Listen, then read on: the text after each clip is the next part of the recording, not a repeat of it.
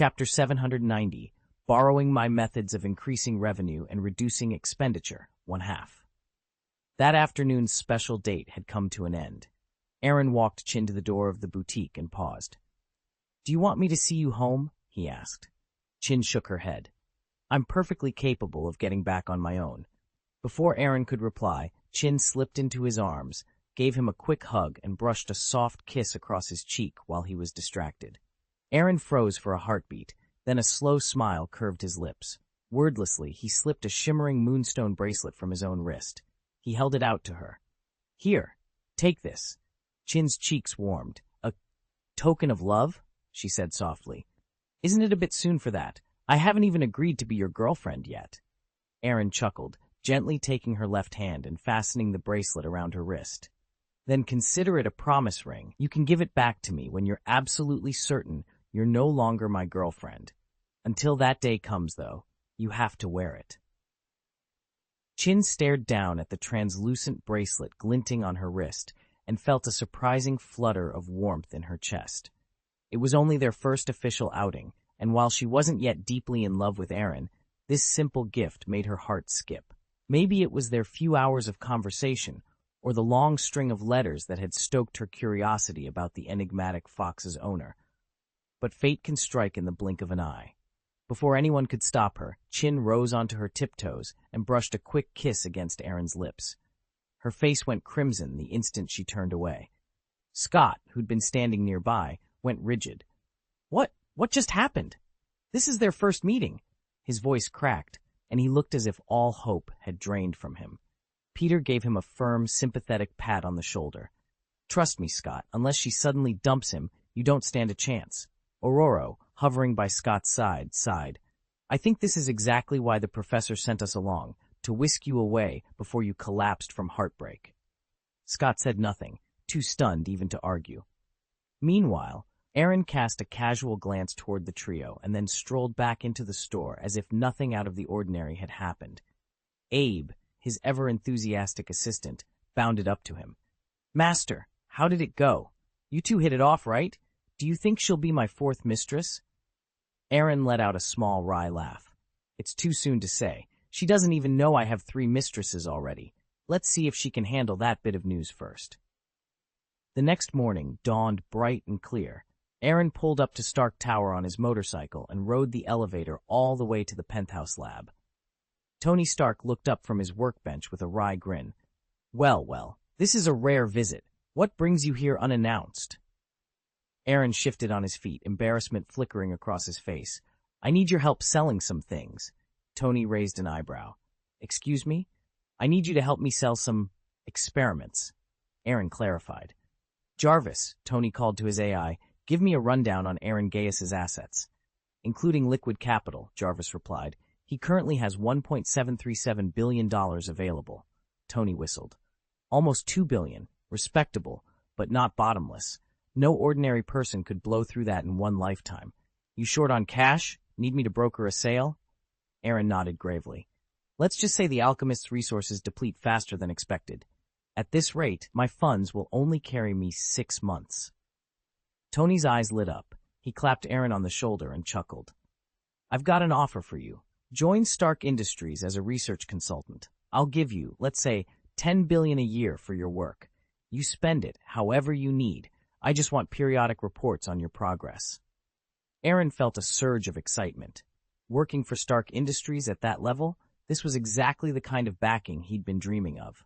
He straightened up and managed a confident grin. "You've got a deal." Tony Stark lounged in the workshop's command chair, idly tapping at his holodisplay.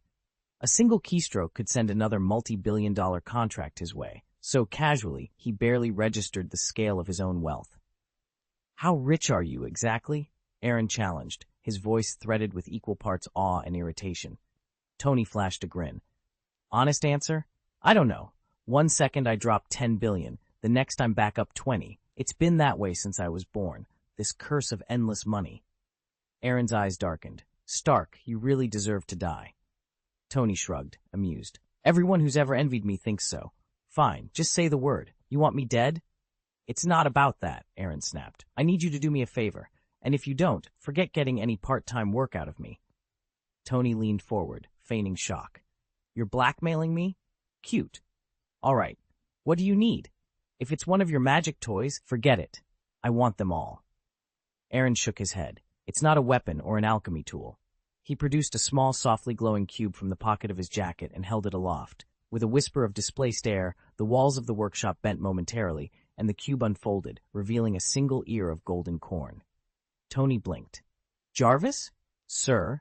The AI replied in its clipped British tone. Analysis confirms that this is indeed corn. Corn? Tony sank back in his chair, rubbing his chin. I've never seen corn look like that. It's enormous. It's unique, Aaron said.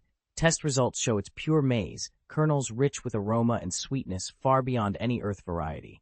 Nutritional density off the charts. One bite delivers more calories and vitamins than a week's worth of protein shakes. Tony pinched the bridge of his nose. You want me to sell corn? He glared at Aaron. Of all the things in the universe, you pick corn? Aaron offered a tight smile. It's more valuable than you think, and if anyone can turn it into the next big commodity, it's you. For a long moment, Tony studied that radiant ear of corn. Then he leaned back, steepling his fingers. Fine, I'll help you, corn magnate, but only because I want to see the look on Pepper's face when I tell her her newlywed husband is now trading in maize. Looking for me over something this trivial? Tony Stark leaned back in his leather chair, swirling a glass of whiskey. Aaron didn't waste time explaining. He reached into the sleek ring on his finger, his space ring, as he called it, and withdrew a handful of perfectly popped kernels. Here, try this. It's popcorn made from a new kind of corn. Tony eyed the small ivory morsels suspiciously, then shrugged and popped it into his mouth. Almost instantly, his stern expression melted into delight. Whoa, that's incredible. How much are you asking? If you want to sell it fast, what do you think an affordable price would be? Aaron asked, brows raised. Tony studied the popcorn, as if calculating its worth by scent and texture alone. But is there really enough to matter? One kernel turns into nearly 1,000 popped pieces when heated just right? Aaron nodded, and then, with a flick of his wrist, he released the rest of the kernels from the ring. A shower of unpopped corn rained down, spreading out across the entire top floor of Stark Tower in seconds. The sweet, buttery aroma instantly filled the loft. Okay, Tony said, exhaling slowly and swallowing hard. Now I believe you. $10 a bag? It's premium enough to command it. So how much do you actually have? Aaron offered a polite, if awkward, smile. Enough to fill an entire skyscraper. Tony let out a low whistle, standing up to survey the golden avalanche. No wonder you came looking for me. This, he swept a hand through the scattered kernels, could feed New York for days. Chapter 7. A most lucrative arrangement. Inside the cavernous warehouse, fluorescent lights hummed overhead as Tony glanced over the inventory list on his tablet. Stacks of sealed crates lined the walls. He looked up at Aaron with a skeptical raise of his brow. No one else is moving this many units, Tony said. Where are you getting all these ingredients? Aaron leaned back against a forklift, arms folded casually. The initial stock set me back 7 million credits, he admitted, carefully omitting details. But the real magic comes from our secret. What I call the gourmet regenerator. Tony tapped the tablet. Gourmet regenerator? You're charging 1 credit a bucket of popcorn and raking in 3-4 times your cost. At 10 credits, you're making tens of times over. Don't you ever feel a pang of guilt about profiteering like this? A slow smile curved Aaron's lips. I don't. It's delicious, nutritious, aids digestion. And it's healthy. 10 credits is still affordable for most folks. I sleep like a baby.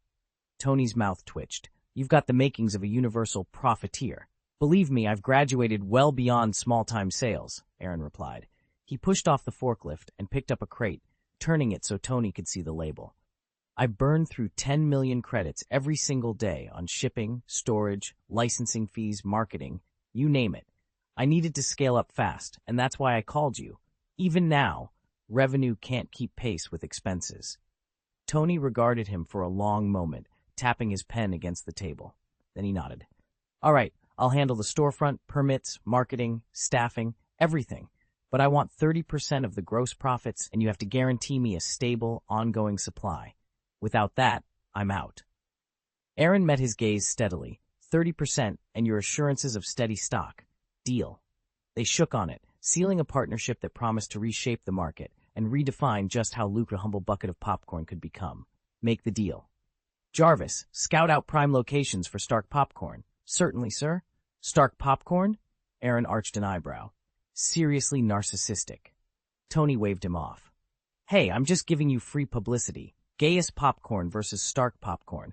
Guess which brand people will remember? Aaron had no retort. Within days, Stark Popcorn was on every street corner in New York. It was affordable, tasty, and thanks to a glowing endorsement from a panel of respected food critics, practically flew off the shelves. Aaron's bottom line soared. His monthly spend on deliciousness points dropped from 300 million to 200, easing the financial strain considerably. Later that afternoon, Aaron sat at his desk, sketching yet another intricate magic circle in his notebook. He'd been experimenting with a taboo-level fusion spell that was so complex, most wizards wouldn't dare attempt it. As he traced the final glyph, a strange chill rippled through his pen. His hand stilled, and the entire circle smudged away, as if it had never existed. Shrugging, Aaron pushed the blank page aside. But then, in the reflection of his teacup, he saw it. A shifting pattern of violet and black swirling within his pupils. The Shadow Kingdom, an entire dimension of shadows, was flooding into his mind. And before he could even blink, his consciousness slipped beyond the veil, plunging him into the dark, whispering world of shadow. Aaron strode onto the obsidian plains of the Shadow Kingdom. All around him, countless shadow spawn knelt and bowed, their dark forms undulating in silent tribute to his rule as lord of this half-dimension. Above, the sky churned crimson and foreboding. Suddenly, a hair-fine shaft of golden light ripped from a chaotic rift and pierced his realm's barrier. It stalled at the edge, but rather than withdraw, it hovered there, siphoning the faintest strands of dimensional energy as if it belonged to no one. Aaron's lips curved into a contemptuous sneer. Borrowing power? Hardly. This was brazen theft.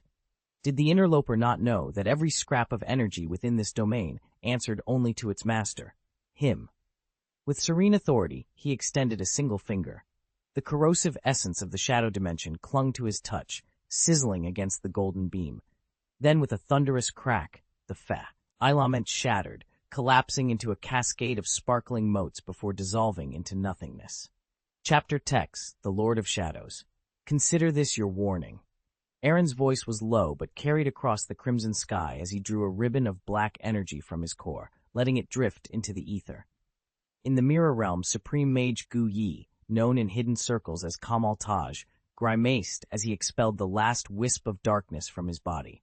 A dimension never before charted? A portal to a demon plane? He mulled it over, then flicked his right wrist. A second golden filament, far thicker than the first, shot into the void. Persistent, aren't you? Aaron murmured, his expression impassive. Clearly, his warning had gone unheeded. A resonant voice replied through the luminous cord. Greetings, untitled lord of this realm. I apologize for tapping your power without permission. Aaron's eyes narrowed. Permission? That was theft, plain and simple.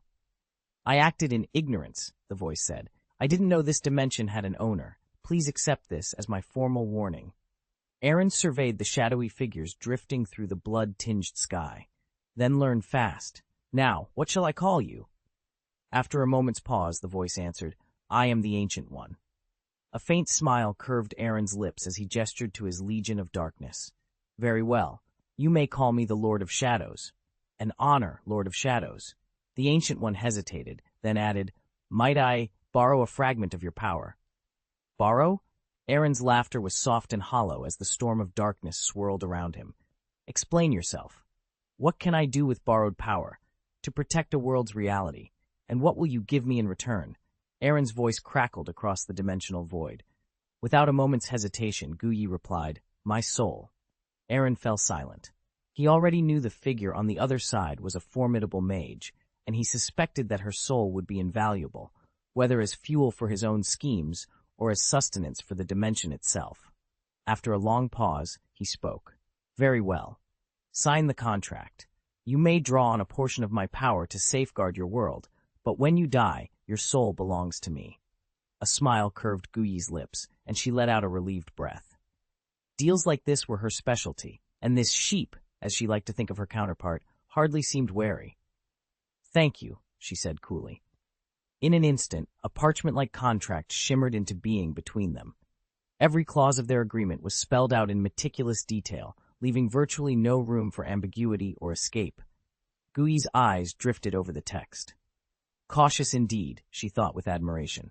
She'd signed pacts with the dimensional demon god before, but rarely encountered one so airtight. With a brief nod of satisfaction, she reached out to seal the bargain. She had inked pacts with countless dimensional demon lords before, but most of them were mad or cunning, and their contracts bristled with loopholes. This one, however, struck her as exceptionally well-crafted. Its main clauses read, 1. By sealing the agreement with her blood, the signer may borrow the demon lord's power. 2. That power may be used only to defend the fabric of reality, at no other time. 3. The term of the power borrow is strictly 1,000 years. Once that period ends, whether the signer is alive or dead, her soul reverts to the Shadow Lord. 4. Should the signer balk at surrendering her soul mid-contract, she may offer payment of equal value, either her soul or the aggregate borrowed power, but under no circumstances may the replacement harm the Shadow Lord. Over a dozen such meticulously worded provisions guaranteed both parties' interests, yet left enough wiggle room for her own safety. Gui scanned the document and thought wryly, "This dimensional master has a shred of conscience, just barely." Without hesitation, he pricked his fingertip. A single drop of bright red blood lifted from the wound and floated onto the parchment. Click, click, the runes flared, and the contract bound him irrevocably to the Shadow Lord's might. The moment the contract snapped, the magic words dissolved into nothingness. Gui stood in stunned silence, her mind blank. In the kingdom of shadows, Aaron's eyes went wide as he inwardly swore 1,000 curses. "Lord of Shadows," Gui called, panic edging her voice. "What's happening? Have I fulfilled the contract or not?" A cold, mirthless laugh drifted back. "My contract is flawless," Aaron replied. "The fault lies entirely with you. Tell me, how many dimensional demon gods have you signed pacts with, each one claiming your soul in exchange for their aid?" Gui's face flushed. Look, in the Kama domain, all mages swear fealty to Emperor Waishan. It's understood that any soul you trade is ultimately held by him. You're welcome to claim it, but in the end you'd have to go through Waishan. Aaron's lips curled in disdain. "You speak of respect and fairness, yet you never intended to honor the spirit of this contract. You hide behind the name of Emperor Waishan to cover your duplicity. Now answer me, who truly pulls your strings?" Taking a steadying breath, Gui met his gaze. "Emperor Waishan, the god of the Trinity, the very source of white magic." Silence fell. Aaron's shadowed expression hardened as the truth settled between them like a blade.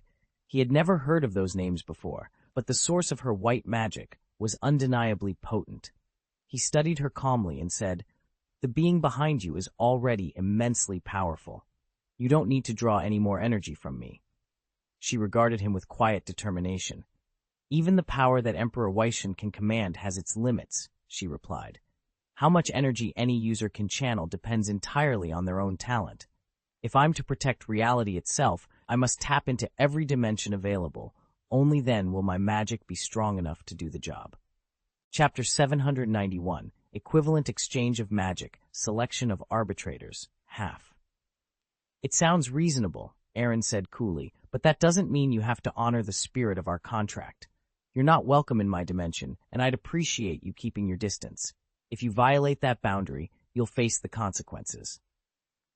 His words left no room for negotiation. There was no warmth in his tone toward the Shadow Lord.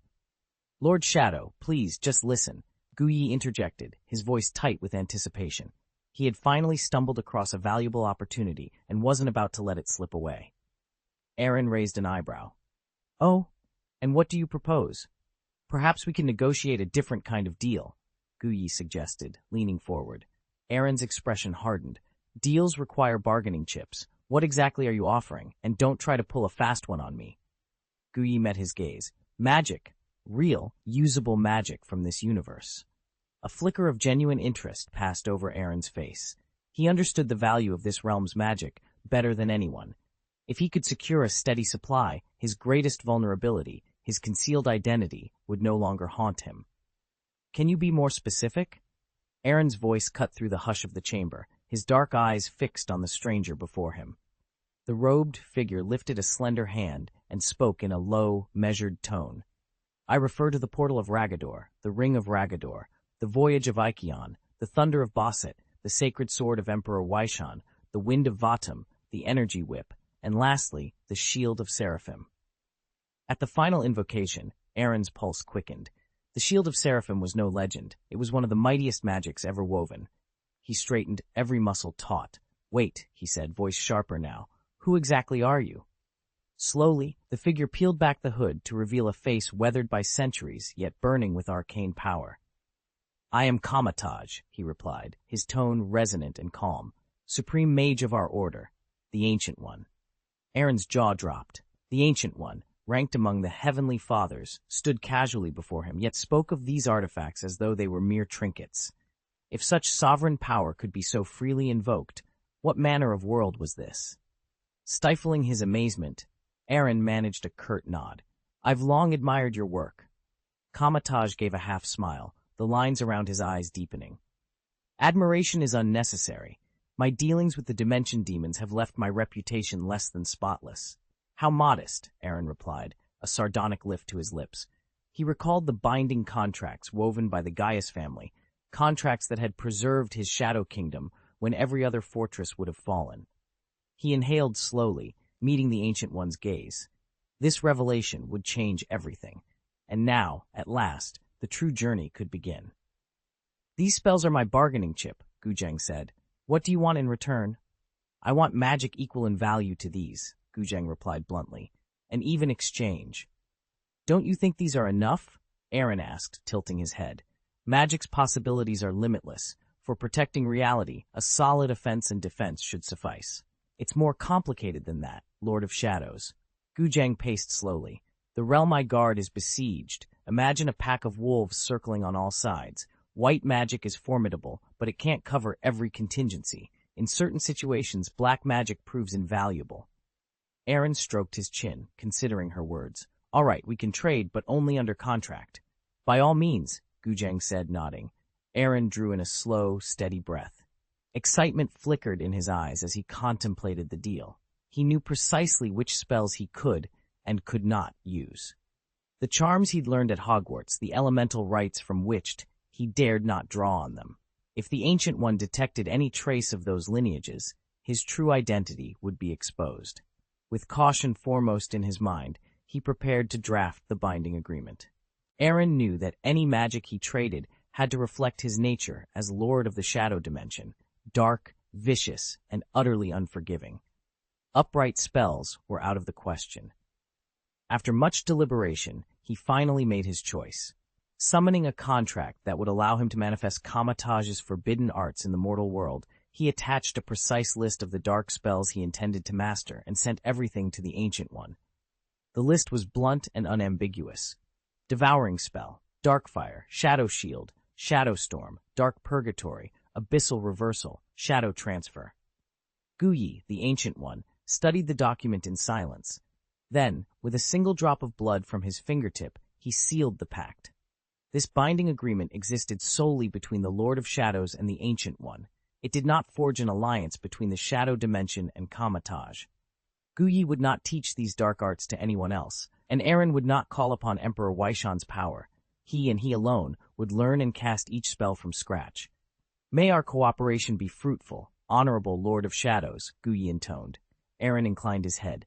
The pleasure is mine. With that, the golden glow surrounding them winked out, and the connection between Aaron and the Ancient One snapped silently into darkness. Chapter 10, The Awakening of Arcana. At Kamataj's signal, Guyi flipped her palm upward. In an instant, dark, inky wisps of power coalesced at her fingertips, twisting like living shadows. Seated across from her in the hushed lounge of the Pepsi House, Aaron felt that surge of energy ripple through his mind. Flashes of ancient spells and forgotten runes exploded in his thoughts, as though a door to the vault of magic had swung wide open. He couldn't suppress a smile. All his efforts had paid off. From this moment on, he would no longer be merely an outsider dabbling in a lost art. He would reclaim his true identity as a magician. Not just any mage, but an intermediate Great Magister of the Holy Order. The raw power of the Holy Magister, no, the intermediate Great Magister, was now genuinely at his disposal. Unless an Ancient One descended to Earth in person, no hidden observer would suspect that Karmataj was openly wielding such formidable magic. Even the most powerful watchers concealed in the world's shadow realms could glimpse his spells, but never piece together the truth. Of course, without Emperor Weishan's borrowed might, assimilating and mastering this torrent of arcane knowledge would require time. Still, Aaron's confidence in his innate talent remained unshaken. He also had another reason to push himself harder. His body was still incomplete. The last fragments of his former self lay scattered, waiting for him to reclaim them. That challenge spurred him onward. In the weeks that followed, Aaron's life took on a new, exhilarating rhythm. Before dawn, he toiled over bubbling alembics and crucibles, refining rare elements into potent alchemical tinctures. Midday found him poring over ancient herbals and experimenting with medical drafts. Late afternoons were devoted to fusion magic, melding elemental forces in ways few dared attempt. And as dusk fell, he retreated to his private chamber to study Kamataj's shadow arts, bending half of the shadow dimension to his will. Every day, he wove the disciplines of light and dark into a seamless whole. Alchemy, medicine, fusion magic, and the shadow lore of Kamataj all converged beneath his fingertips. With each incantation and each formula, Aaron felt himself drawing closer to the power he'd once dreamed of. In the silent glow of candlelight, he whispered a vow to himself. He would complete his body, master his magic, and ascend as a force no mortal or immortal could ignore. And when that day came, the name Karmataj would ring out across realms as the true pinnacle of magecraft. Whenever Abe's own magical reserves ran low, he could always tap into dimensional power, but doing so would be far too conspicuous. Fortunately, Abe had just finished metabolizing the mind reader elixir, advancing to a rank 8 telepath and further sharpening his mental abilities. Before Abe could test his new powers, the doorbell rang. Frank stepped in, a worn leather satchel slung over his shoulder. Aaron glanced up, an amused smile tugging at his lips. "You look like you could use my help," Aaron teased, leaning back in his chair. "Speak your piece. I'm more than happy to grant a few favors." Frank set the satchel on the table and unzipped it, revealing several odd-looking vials. "I need some alchemical weapons." Aaron raised an eyebrow. "That's awfully direct. What's the occasion?" "I ran into a few vampires," Frank replied, pulling out a vial of iridescent liquid. "Vampires?" Aaron echoed, intrigued. "Which coven?" "I couldn't tell. They were low-level blood servants. If they'd been any stronger, they wouldn't have been dancing in that dive bar." Aaron let out a short laugh. "They've got bad luck crossing your path. Still, why come to me? Shield's armory must be brimming with gear." Frank gave a wry shrug. "Let's just say Nick Fury's stingier than you'd believe." Aaron's grin widened. "All right, let's see what I can dig up." He reached for his phone, fingers already flying over the touchscreen. "But next time, try the official channels before you start summoning monsters." Aaron frowned as he leaned against the counter. Headquarters only issues a fixed number of alchemical bullets to operatives in the field, and every cartridge you fire must be reported. He paused, then tapped a hidden panel behind the shelves. With a soft click, a secret compartment slid open. From within, Aaron lifted a gleaming silver pistol and placed it carefully in front of Frank. "Shuguang," he said, voice low. "This firearm was custom-made for me by one of Gaius's ancestors." Frank's eyes widened. "You're giving this to me?" "Don't get ahead of yourself," Aaron snapped. "If Ancestor Alger found out I'd handed his masterpiece to just anyone, he'd be furious. He'd probably come back in my dreams and lecture me for eternity." He pointed at the pistol. "I'm authorizing you to use it, but in anyone else's hands, it's just another chunk of metal." Frank reached out, his fingers hovering over the grip. Aaron continued, "It holds 16 rounds. The weapon itself boosts the bullet's alchemical potency. After you fire, you can recharge the ammunition using your own energy. In emergencies, you can even use your life force, but don't ever consider that unless you're ready to die. You only get one life." Frank nodded, swallowing hard. "Understood. Still, I'll need a few extra rounds." "How audacious," Aaron said with a raised eyebrow. "This gun's capacity is more than enough. Guard it, and every shot you fire, carefully. With that, he closed the hidden compartment and met Frank's determined gaze. Now go. Use it wisely. Anything more would just be greedy, Aaron said, sliding back his chair. Frank's expression darkened. I've uncovered something rather disturbing. Mrs. Gao of the Shandong Association has been secretly dealing with vampires. She's established channels with a marquis and 2 viscounts, and she's been supplying them with live blood donors. Aaron raised an eyebrow, a flicker of disgust crossing his features. Honestly, I thought that woman had at least a shred of decency. Frank held his gaze. Does this concern you? Not at the moment, Aaron replied, his tone measured yet carrying a quiet warning. He tapped the ornate ring on his finger and a small lacquered box materialized in his palm. Consider this payment for the information. Use it wisely. Frank took the box, his fingers brushing Aaron's. Anything else? Aaron leaned forward. Yes, the leader of the Hand is about to return to New York. Frank's eyes narrowed. That could complicate things. Aaron merely inclined his head. Indeed, stay alert. Who he really is remains a mystery, Aaron said, arms folded as he stared out the window. Frank leaned back in his chair, unfazed. That's beside the point. What I want to know, is why you're so obsessed with your enemies and that man. Aaron turned, frowning. Your enemies? You mean the Hand and the Society? Frank's expression hardened. Exactly. They're masterminds behind every atrocity you can imagine. Drug smuggling, shady casinos, underground fight clubs, organ trafficking, forced prostitution. They've buried their crimes under layers of secrecy. Isn't it our duty to expose them? Aaron sighed. Fine. If digging into their operations is your idea of a plan, go ahead. But don't forget, you're walking into a hornet's nest. You're no match for them.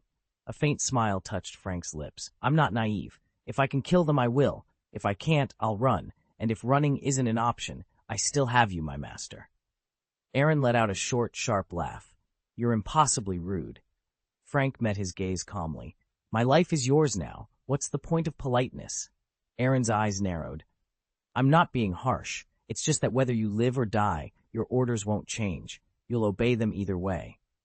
Aaron's eyes gleamed with amusement.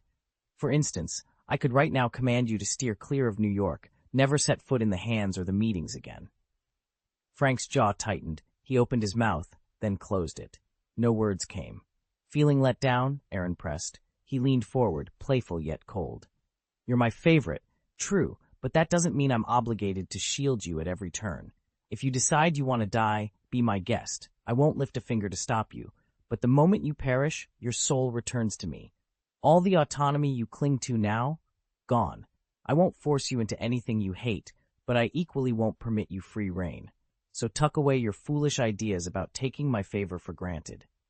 Frank bowed his head and nodded, voice low. I understand. Know this. I hear every prayer from those I cherish, but I might not answer. Think of me as a last straw. Whether you grab hold or fall past it, that's up to your luck. A flicker of hope crossed Frank's face. Then, how exactly am I supposed to pray to you? I can't just say, God bless me, can I? Aaron's grin was teasing and enigmatic. As for that question, he let the words trail off, leaving the answer hanging in the charged air.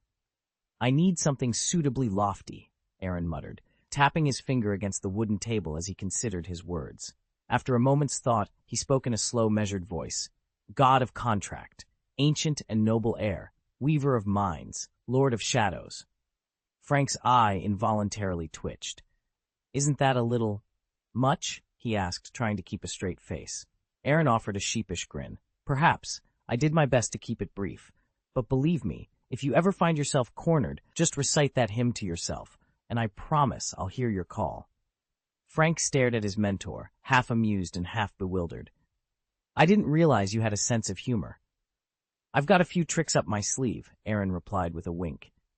Then, growing suddenly serious, he reached into a swirling orange-red portal that hovered beside him. From its depths, he withdrew a small vial shimmering with silvery light. He placed it calmly on the table in front of Frank. Frank leaned forward, curiosity winning over his skepticism. And this? Aaron's tone turned solemn. The Sequence 9 Arbitrator Potion. Drink it, and you'll ascend to full Beyonder status. Your words will carry irresistible authority, and your combat skills will sharpen even further. Frank picked up the vial, weighing its promise and its risk in his palm. The glow within pulsed like a heartbeat, and for the first time, he felt the true gravity of the path he was about to take. The path from Sequence 9 down to Sequence 0 runs like this: Arbitrator, Sheriff, Interrogator, Judge, Punishment Knight, Law Mage, Chaos Hunter, Balancer, Hand of Order, Judge. You must fully assimilate each potion's effects before moving on to the next. Arbitrators and Sheriffs belong to the low sequences. Interrogators, Judges, and Punishment Knights occupy the middle sequences. Law Mages and Chaos Hunters are high-sequence demigods. Balancers and Hands of Order rank as angels, and the final Judge stands alone as a true god. Moving from one sequence to the next grows progressively more difficult, but each advancement grants you that sequence's unique powers and elevates your very life essence.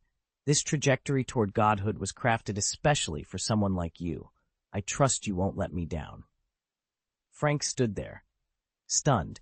Demigod, angel, true god, this is too incredible. I'll permit you to ascend only as far as Balancer of Sequence 2, the guide said coolly. Yet even at that level, you would outmatch nearly every god in this universe. Why? Frank asked. There really isn't a single reason, the guide replied with a faint smile. If I had to give you one, it's simply that your potential is extraordinary. Your loyalty to me is still tinged with selfishness, Aaron said bluntly, then motioned toward the vial on the table. Take the Arbitrator's potion. Frank didn't hesitate. He snatched up the bottle and drained it in a single gulp, leaving not a single drop behind. Almost at once, a wave of clarity washed over him. He could sense the Arbitrator's power stirring within his mind, and he marveled at its sheer potency. You'll truly grasp its strength only after you've fully assimilated the Arbitrator's path, Aaron continued. When that moment comes, petition me, and I'll supply you with the Sequence 8 Sheriff's Elixir. Using your new skills will accelerate the digestion of this gift. Grow strong, grow fast, otherwise you'll regret ever receiving it. Frank offered a crisp salute, then slung his bag over his shoulder and headed for the door. Aaron's decision to train him had taken him by surprise, but this potion represented a leap in power he couldn't and wouldn't refuse. In a world hurtling toward chaos, only those with enough strength could maintain order. Just as he reached the threshold, Frank paused. Something nagged at the edge of his mind, and he turned back to address Aaron once more. Frank shifted uncomfortably, his brow nodding as he drew in a slow, steadying breath. Aaron, there's something I need to tell you, he said at last. His voice was low, almost strained. I'm convinced there's a Hydra agent hidden inside S8 Eeldak. I uncovered the lead during our last covert assignment.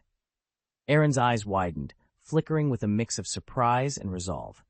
I know, he replied quietly, but it's worse than you realize. I'll find a way to brief Fury, soon. Frank's jaw tightened as he searched Aaron's face for any sign of reassurance. His hand hovered near his sidearm, a silent reminder of how high the stakes had suddenly become. Chapter 792, Fairness Still Matters, Coulson's Professional Team, Part 1. Nick Coulson eased his cherry-red vintage convertible to a stop outside Pepsi House. He stepped out, swung open the door, and walked inside. Good afternoon, Agent Coulson, Aaron greeted him calmly, barely lifting an eyebrow. He showed no surprise at Coulson's unexpected visit. Coulson offered a wry smile. You seem to have known I was coming. Aaron leaned back against a polished counter. You forgot I'm a fortune teller. My cards warned me that your arrival would bring trouble my way. Then again, trouble has its uses. It can help me extract information and serve my own ends. Coulson gave a rueful laugh. Well, now that the trouble's started, is there still time for me to turn around and walk back out? Aaron's eyes glittered with amusement. Do you really want to bail now? Or would you rather cut to the chase? What exactly are you here for? Drawing in a steadying breath, Coulson met Aaron's gaze. I've proposed to Director Fury the formation of a new task force, an elite unit that combines top-tier agents with brilliant scientists and operatives possessing unique skills.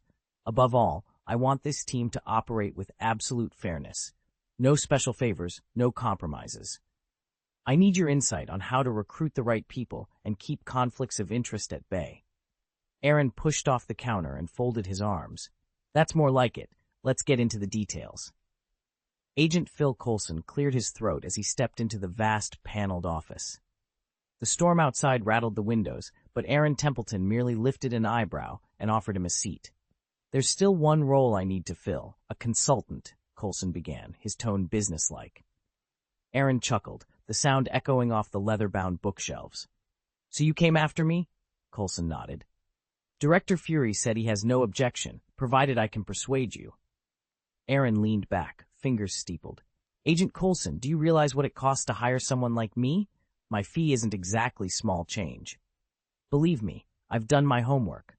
Coulson forced a grin, though he could not help wishing he were anywhere but here. He knew Aaron's personal fortune topped 10 figures. But as you well know, money alone can't buy everything. Aaron's interest was piqued. He set his brandy aside. "Go on." "My team specializes in dealing with extraordinary events. We recover artifacts, contain anomalies, that kind of thing," Coulson said, choosing his words carefully. "Nick Fury has authorized me to manage the acquisition and disposal of these items." He paused. "My proposal is simple. If you're interested in any recovered object, provided it poses no undue risk, you may purchase it at cost, but you must report every transaction to S-Healed." Aaron's lip curled in a half-smile. "Meaning I have to pay for it, even though you're practically giving it away?" Coulson nodded, feeling the weight of bureaucracy bear down. "I'd rather hand them over for free, but S-Shield won't allow it. Every item must be cataloged, sealed, and stored under our supervision. If you want one, you'll have to buy it, at a fair price, and we'll keep the paper trail spotless." Aaron studied Coulson for a long moment, the flicker of lightning casting shifting shadows across his sharp features. Finally, he extended a hand. "Very well, Agent Coulson. Let's see what your precious artifacts are worth." Coulson took the offered hand, sealing their uneasy alliance. In this line of work, even the richest men couldn't always buy what they truly desired. But sometimes they could rent it, if they were willing to play by S-Shield's rules. "I have to admit, putting this purchase option on the table was a whim. I never expected it to go through so smoothly," Phil Coulson said, leaning back in his chair. "Once I dug into the details, it became clear the Secretary General was already backing you. Anyone who can pilot a fighter jet and drop a nuclear warhead into an alien wormhole has certainly earned S.H.I.E.L.D.'s trust." Aaron raised an eyebrow. "Alexander Pierce's endorsement is hard to beat. Maybe you should think about joining Hydra. S.H.I.E.L.D. doesn't hand out perks like these just for the asking." He tapped a neat stack of folders. "This budget covers your team's operational expenses. Your consulting fees and salaries will be deducted from this fund in one lump sum." "You know how to do business," Coulson replied with a wry smile. "With a relationship like ours, I have to be careful about how high I bid." Aaron clicked his tongue. "I'll remember that." "Fairness still matters," Coulson insisted, though both men knew S.H.I.E.L.D. could be capricious when it came to finances. If you didn't have the leverage or your own pocket to draw from, you had to play their game. Coulson didn't mention it outright, but Nick Fury had already invoked the Phoenix Tears that once saved his life. That alone set a precedent for hundreds of millions of dollars. Chapter 7. A headquarters in the sky. Nick Fury leaned back in his chair, arms steepled. "Covering your salary is the easy part," he said.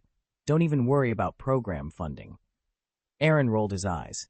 "That's all well and good, but what about S.H.I.E.L.D.'s monthly potion orders? My serums don't just brew themselves."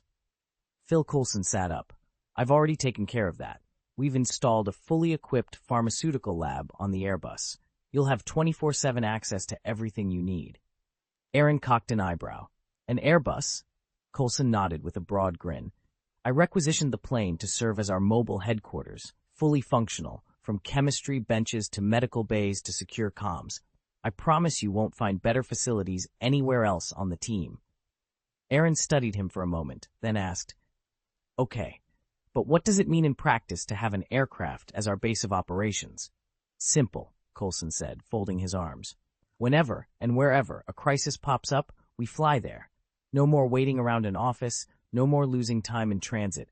We'll be a global response unit. Think of it as a world tour with a very specific mission." A slow grin spread across Aaron's face. He'd been itching for a change of scenery, and a flying lab was beyond his wildest dreams. "All right," he said at last. I'll join you, but on my terms. If I ever feel uncomfortable, I reserve the right to refuse any assignment, and if I need to step off for a side project, I'll do it whenever I choose. Fury cracked a smile. Consider us agreed. Welcome aboard. Coulson stood and extended his hand. As Aaron shook it, he could already imagine the lab humming to life above the clouds, and the adventures waiting on the runway ahead. No problem. By the way, there's one more thing. Aaron met Coulson's gaze, his tone suddenly serious. How did Fury spin that story about you coming back from the dead? Did he sell me out? Coulson leaned back, a small smile playing at his lips. Relax. Nick was the one who sent me to Tahiti in the first place. Cocktails, detective novels, physical therapy, and he never once mentioned you. He'd better keep it that way. All right, Coulson said, standing. Ready to go? We've still got a job to finish. Aaron rolled his eyes. Just let me pack a few things. He ducked into the store's hidden back room. 2 minutes later he emerged, hauling a duffel bag and a few odds and ends. What's in the bag? Coulson asked, glancing at the ring glinting on Aaron's finger. It was elegant and completely out of his price range. Some MREs, a tent, assorted supplies, and a photo. Coulson decided not to press for details. Once Aaron locked the store door behind them, they headed for the parking lot. Coulson opened the passenger door to reveal a gleaming vintage automobile. Wow, I remember you used to drive a Charger. This car must be older than I am. Meet Lola, Aaron said, patting the fender. You even named her? Every detail counts, Aaron replied with a grin. Coulson climbed in and closed the door. With a turn of the key, the engine roared to life.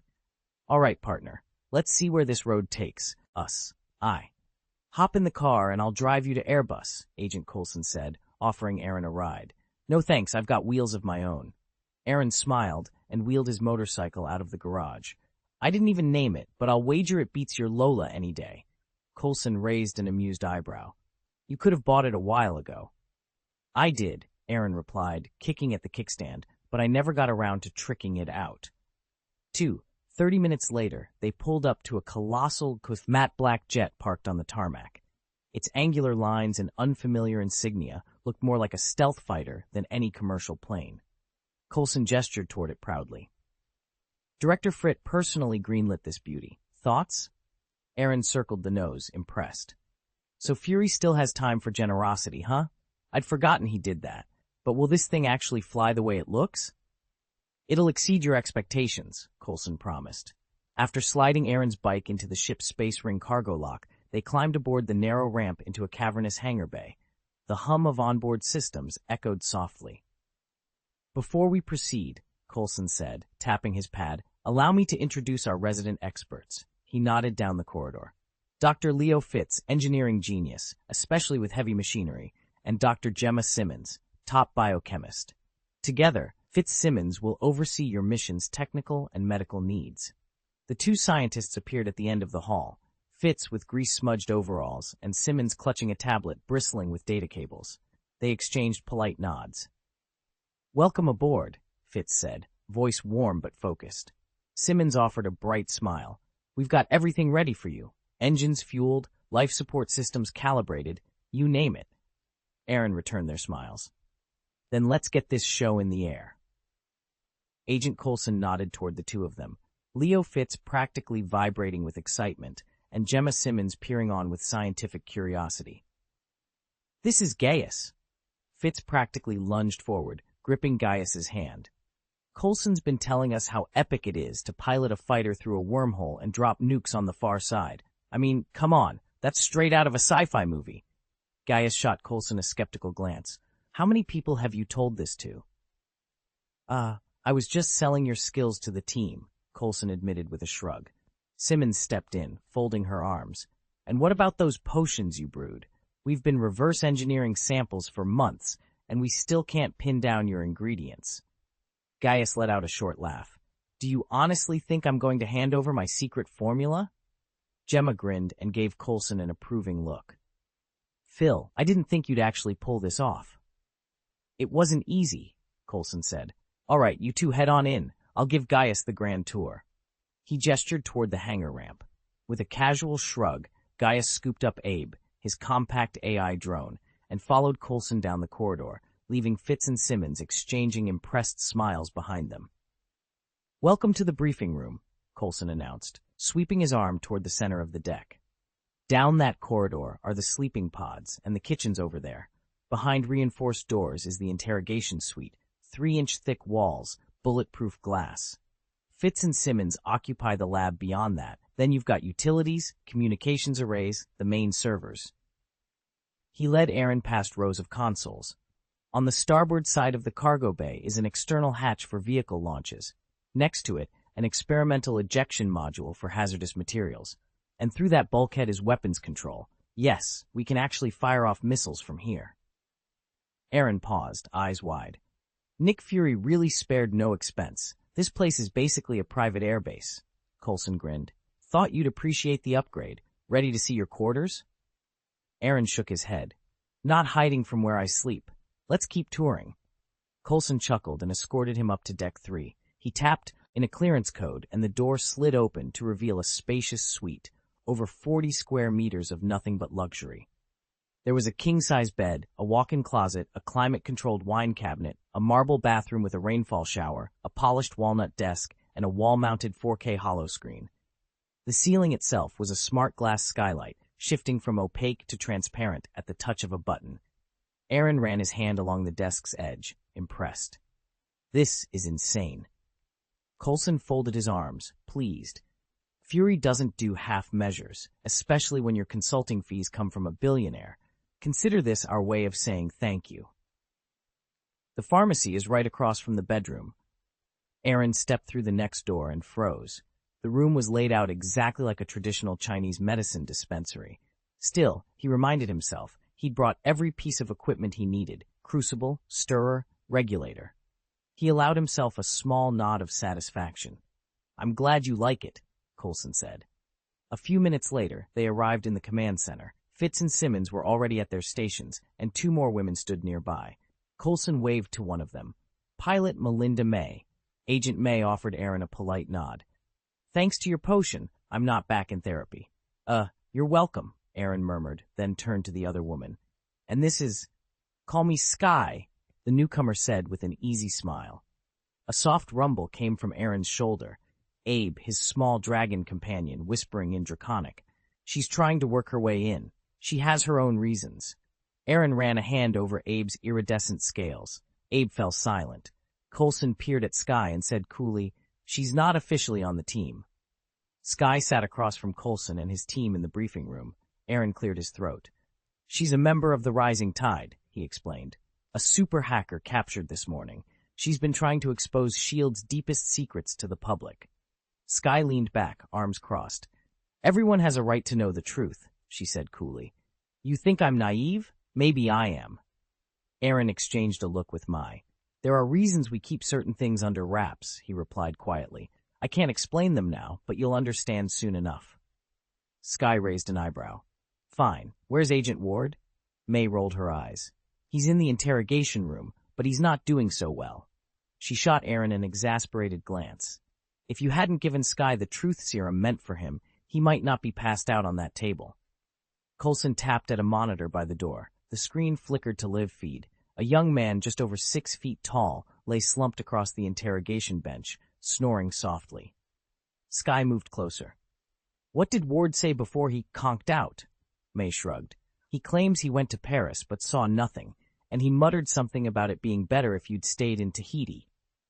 Coulson allowed himself a small, nostalgic smile. "Tahiti, magical place, but a bit dull in the long run." Mai smirked. "Ward doesn't exactly admire your methods, Director. Personally, I find your style refreshing." Coulson waved her off. "Enough chatter." He pressed a button on the console, and a projector illuminated the far wall with breaking news. It was time to get down to business. Sky sat frozen in her chair, the television's late-night news droning on behind her. "The situation remains critical," the anchor intoned, "and authorities have yet to identify the attacker. But surveillance footage confirms it. This is the man who assaulted the factory foreman and then went on to destroy equipment valued at tens of thousands of dollars." Sky's heart pounded. She recognized the man on screen, Mike Peterson, someone she'd just met today, and he'd struck her as a decent, hard-working guy. She rubbed her eyes. This can't be him, she whispered. He's not a criminal. He's just unlucky. What he needs then is a little luck, Agent Coulson said from behind her. Skye swiveled around to see him leaning against the console, arms folded. What have you learned so far? Skye's mouth went dry. She glanced at the small group of agents gathered around the central table, then took a breath. All right. From her pocket, she drew a data card and slotted it into the console's reader. With a soft hum, the database kicked in, and a three-dimensional projection flickered to life above the table. Agent May tapped the display until a profile hovered in midair. A headshot of Mike Peterson, his vital statistics, employment record, and personal notes. Coulson narrated as the system scrolled through it all. Mike Peterson, male, age 37, factory machine operator, married, 1 child. 6 months ago, he suffered a severe back injury on the job and was subsequently laid off. His wife left him shortly afterward.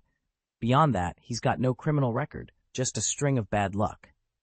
Coulson turned to the team, his expression grave. My guess is someone's given him a power boost, something to make him strong again, at least in his own mind. We need to find out who's pulling his strings before this goes any further.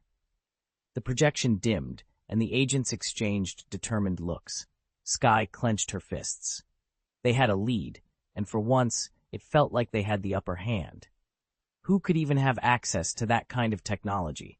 May asked, crossing her arms. And what were they hoping to achieve with it? Coulson glanced at Fitz. Fitz, anything useful in the surveillance footage from before the blast? Fitz flipped the display. The grainy video showed a brightly lit lab. 2 men in white coats stood near a central table, arguing heatedly. One of them shoved a stack of papers toward the other, who scowled and waved him off. May leaned in. So they were arguing? What about it? Everyone turned to Fitz, waiting for his analysis. From the clip alone, it was obvious the two were in a tense exchange, but frowned at the screen. The problem is, he said slowly, the footage is badly corrupted. I can't sync the timecode because parts of the file are missing. Bits of data just don't exist. It's like trying to study a Soviet-era transmission with half the reel cut out. Simmons stepped up beside him. He's right. We've lost frames before the argument even started, and the color balance shifts mid-scene. We don't know if that's an editing error or sabotage. Just then, Skye spoke up. What about audio? She reached into her backpack, pulling out a compact recorder. Before the explosion, I had my long-range boom mic set up by the lab window, picking up everything. The files are safe in my van. If we can pair those recordings with what footage we have, maybe we can fill in the gaps. Coulson nodded. Good thinking, Skye. Let's get those audio files in here and see if we can piece this together. May, you and I will head out to her van and grab them. Fitz, Simmons, you two stay on the video. See if you can stabilize any more frames while we're gone. As the team scrambled into action, May cast a final glance at the lab footage. 2 men, a missing timeline, and a lethal explosion. The answers were out there. They only had to find them. Too much background noise for me to clean up, but maybe you can. You can strip out the noise, right? Simmons asked Fitz. Find a sync point, then run cross-validation. Fitz frowned at the garbled readout. I still can't isolate the protocol rules. The LCD output's scrambled beyond recognition. Is there a chroma subcarrier on that line? Simmons pressed. Yeah, it's embedded on the trailing edge. Nice catch. Fitz turned to Skye. If you can route in the audio feed, that'd be a huge help. Skye tapped at her console. Got it. Patching audio now. Just then, Coulson's voice came over the comm. Your truck's here, but we hit a wall decrypting your files. The cipher's keyed to the GPS. Drive my truck back down that alley, and I'll have it cracked in no time. An Agent May will escort you and rouse Ward on your way out, Simmons added. Moments later, the 2 agents departed the command center. Coulson exhaled, looking to Aaron. So, what do you think of the team?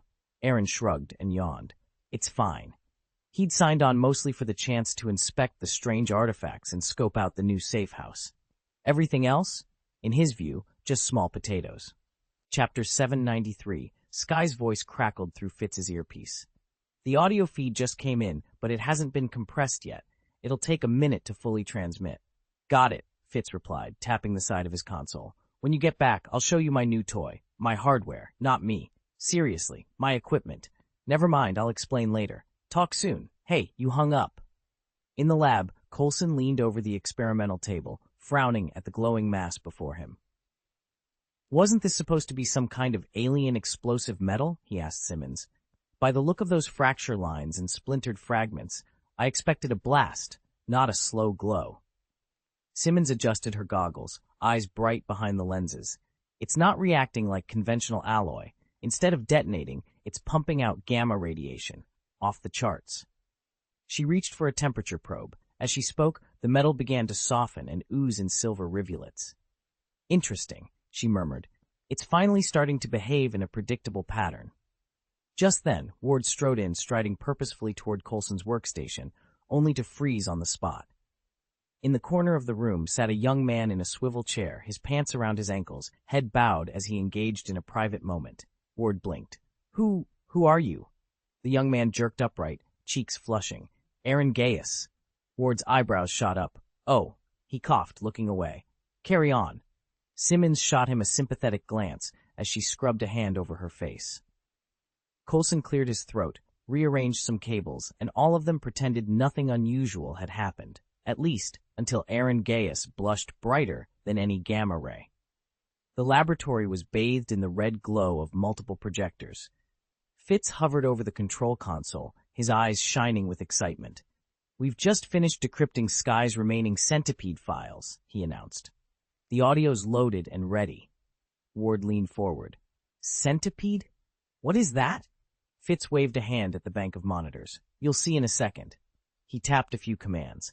Motion estimation, Bayesian inference, a beam splitter, and a little diffraction theory. Lines of static skittered across the screens, then resolved into two men standing opposite each other across an operating table.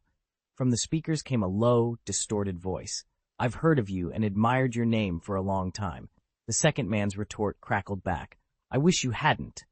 Simmons rubbed her temples. This operation is impressive, though I'm not even sure I understand how it works. Fitz grinned. It's science. Ward ignored them. His eyes stayed fixed on the smaller figure, who was anxiously placing a heavy suitcase on the table. Are the explosives in the suitcase? He asked. On the screen, the man in the white coat stepped forward with a calm expression. Please, settle down and let me check your vitals. I feel awful, the agitated man shot back, his voice rising. I want to feel better. Where is the doctor? Where is she? If you don't calm down, the physician warned softly, I'm going to have to sedate you. The man's panic snapped over some invisible threshold. He grabbed a nearby chair and slammed it onto the metal tabletop.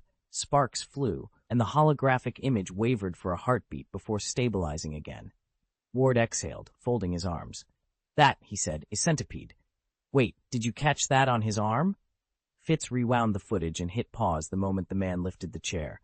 Coiled around his forearm was a thick, segmented tube, exactly like a centipede. Aaron frowned. So that's the notorious centipede implant? It looks crude. It isn't a parasite, Simmons said, tapping her tablet. It's an intravenous blood filter. The residue matches Dr. Erskine's super soldier serum formula from the 1940s. Super soldier, Coulson murmured. And there's more, Simmons added. We detected traces of alien alloys, gamma isotopes, every known catalyst for enhanced abilities, all mixed together. Aaron snorted. Sounds like a Stitch monster, prototype, rough, unstable. Whoever made this clearly lost control. Coulson leaned forward. Let's see what triggered the explosion. Fitz, roll it back to just before detonation. Fitz obeyed. The screen stuttered, then suddenly erupted in a thunderous boom. Flames exploded in every direction. When the firestorm abated, the man stood there transformed. Glowing red fissures cracked across his face, as if molten lava pulsed beneath his skin. Coulson's tone turned grim. All right, I take it back. This isn't just unstable, it's a one-man suicide bomb, and it's more powerful than we thought. Coulson crouched beside the body, his expression grave. This is a new strain of virus, highly unstable, he said. Simmons studied the remains on her tablet. Our guy here was carrying explosives. Mike Peterson's blood showed the same compound. Ward frowned. And with his enhanced physiology, he must have even more stored inside him. Fitz exchanged a worried look with the others. Though he didn't speak, they all understood the unspoken truth. Mike Peterson was a ticking time bomb. If he detonates, Simmons continued, Anyone within a 2-block radius is gone. Coulson turned to Ward. Bomb disposal is your specialty. Suit up. Ward shrugged and shook his head. No thanks. I'm not volunteering for a mission this dangerous. Before anyone could respond, Aaron felt a familiar jolt in his mind. A system notification, the first in months. Ping. New system task. Stop Mike Peterson from exploding. Reward, 200 magic points. No penalty for failure. Accept? Aaron paused, then tapped accept. After all, even a mosquito is still meat. Dr. Grant sighed and ran a hand through his graying hair. Look, it's not that I can't help you this time. Phil Coulson stared at him, surprised. So you will help. What's your fee? Grant offered a tight smile. Believe me, I'm not that mercenary. This one's on the house. Coulson raised an eyebrow, then turned to Gemma Simmons. How much time are we looking at? Simmons tapped her tablet. A few hours at best, and it wasn't pure rage that nearly tore him apart. It was a chemical reaction triggered by his recent exposure. That reaction is holding him together for now, but once it runs its course, well, you can guess the rest. Do we have any viable options? Coulson asked. Gemma exchanged a look with Leo Fitz, then shook her head. We could isolate him, move him to a safe location far away from civilians. It buys time, but it doesn't solve anything. And the alternative? Coulson prompted. Leo Fitz looked down at his boots before answering in a low voice. A single clean shot to the head that would shut down the abnormal metabolic process immediately, end the transformation on the spot. Aaron Cross leaned forward. That's my preference. Do it quickly, and I'll make sure Mike's body is returned intact to his little boy. Coulson's expression hardened. Absolutely not. Mike Peterson is someone's father. We will not execute him. Dr. Grant let out a long breath. Agent Coulson, I admire your commitment to preserving every life, but ever since Mike volunteered for those experiments, this was where things were headed. There may be no turning back. Silence fell over the room as Coulson weighed Grant's words. Outside the conference room door, time was running out, and somewhere inside, a man was falling apart. They had to find another way. Mr. Peterson is caught between two grim choices: endure a slow, agonizing decline, or opt for a swift, painless end. He refuses both. But there is a way to ease his burden. First, remove his son from the situation. He must never witness his father's final moments. Second, I'll donate $500,000 to Mrs. Peterson so she can care for the boy. It's the most compassionate solution. Agent Coulson met Aaron's eyes. There is a third option. You can help him. I know you can. Aaron shook his head. I can't. He did have more than one technical fix in mind, but Mike Peterson was essentially a stranger. Why should he shoulder such a risk for a man he barely knew? Coulson said nothing, simply held his gaze. After a few tense seconds, Aaron forced a wry laugh. Coulson, you're asking for a miracle. His body is a toxic cocktail. Alien metals, engineered viruses, gamma radiation. I'm no magician. I can't just pull that stuff out. Coulson's confidence wavered, but he persisted. Is there truly nothing you can do? Aaron's shoulders slumped. Only a stopgap. I've developed a tranquilizer potent enough to suppress the chaos in his system, for a while. But the cost of continuous treatment would run into the millions. Coulson frowned at the monitors in front of him. He's flat broke, and he's got a baby to support. He literally can't afford this. He turned to Fitz and Simmons. Will the tranquilizer darts work? Simmons chewed her lip. They should, if we can get close enough. We're running low on stock back on the plane, though. Fire one to buy us some time, Coulson said, eyes already scanning the map for suspects. Then you two can figure out what to do next. Understood. Suddenly, May's calm voice crackled through Coulson's earpiece. Coulson, Mike's taken Sky. Coulson's heart thudded. Where are they now? We'll cover the details later, May replied. Right now, we need their location. Across town at Union Station, a lavender delivery truck idled in heavy traffic. Inside, Mike Peterson sat on the edge of his seat, Ace fidgeting on his lap, while Sky crouched at the passenger side laptop. How much longer? Mike asked, his knuckles white on the steering wheel. Almost there, Sky said, fingers flying over the keyboard. This isn't just erasing a Facebook account. I've breached the licensing authority's encryption, which takes a minute. Mike glanced out the windshield. How do I know you can pull this off? Sky didn't look up. Because I've done it before. With a final keystroke, the screen went blank. Every trace of Mike Peterson's identity wiped clean. What Mike didn't realize was that Skye had also slipped a live GPS signal to Coulson's team.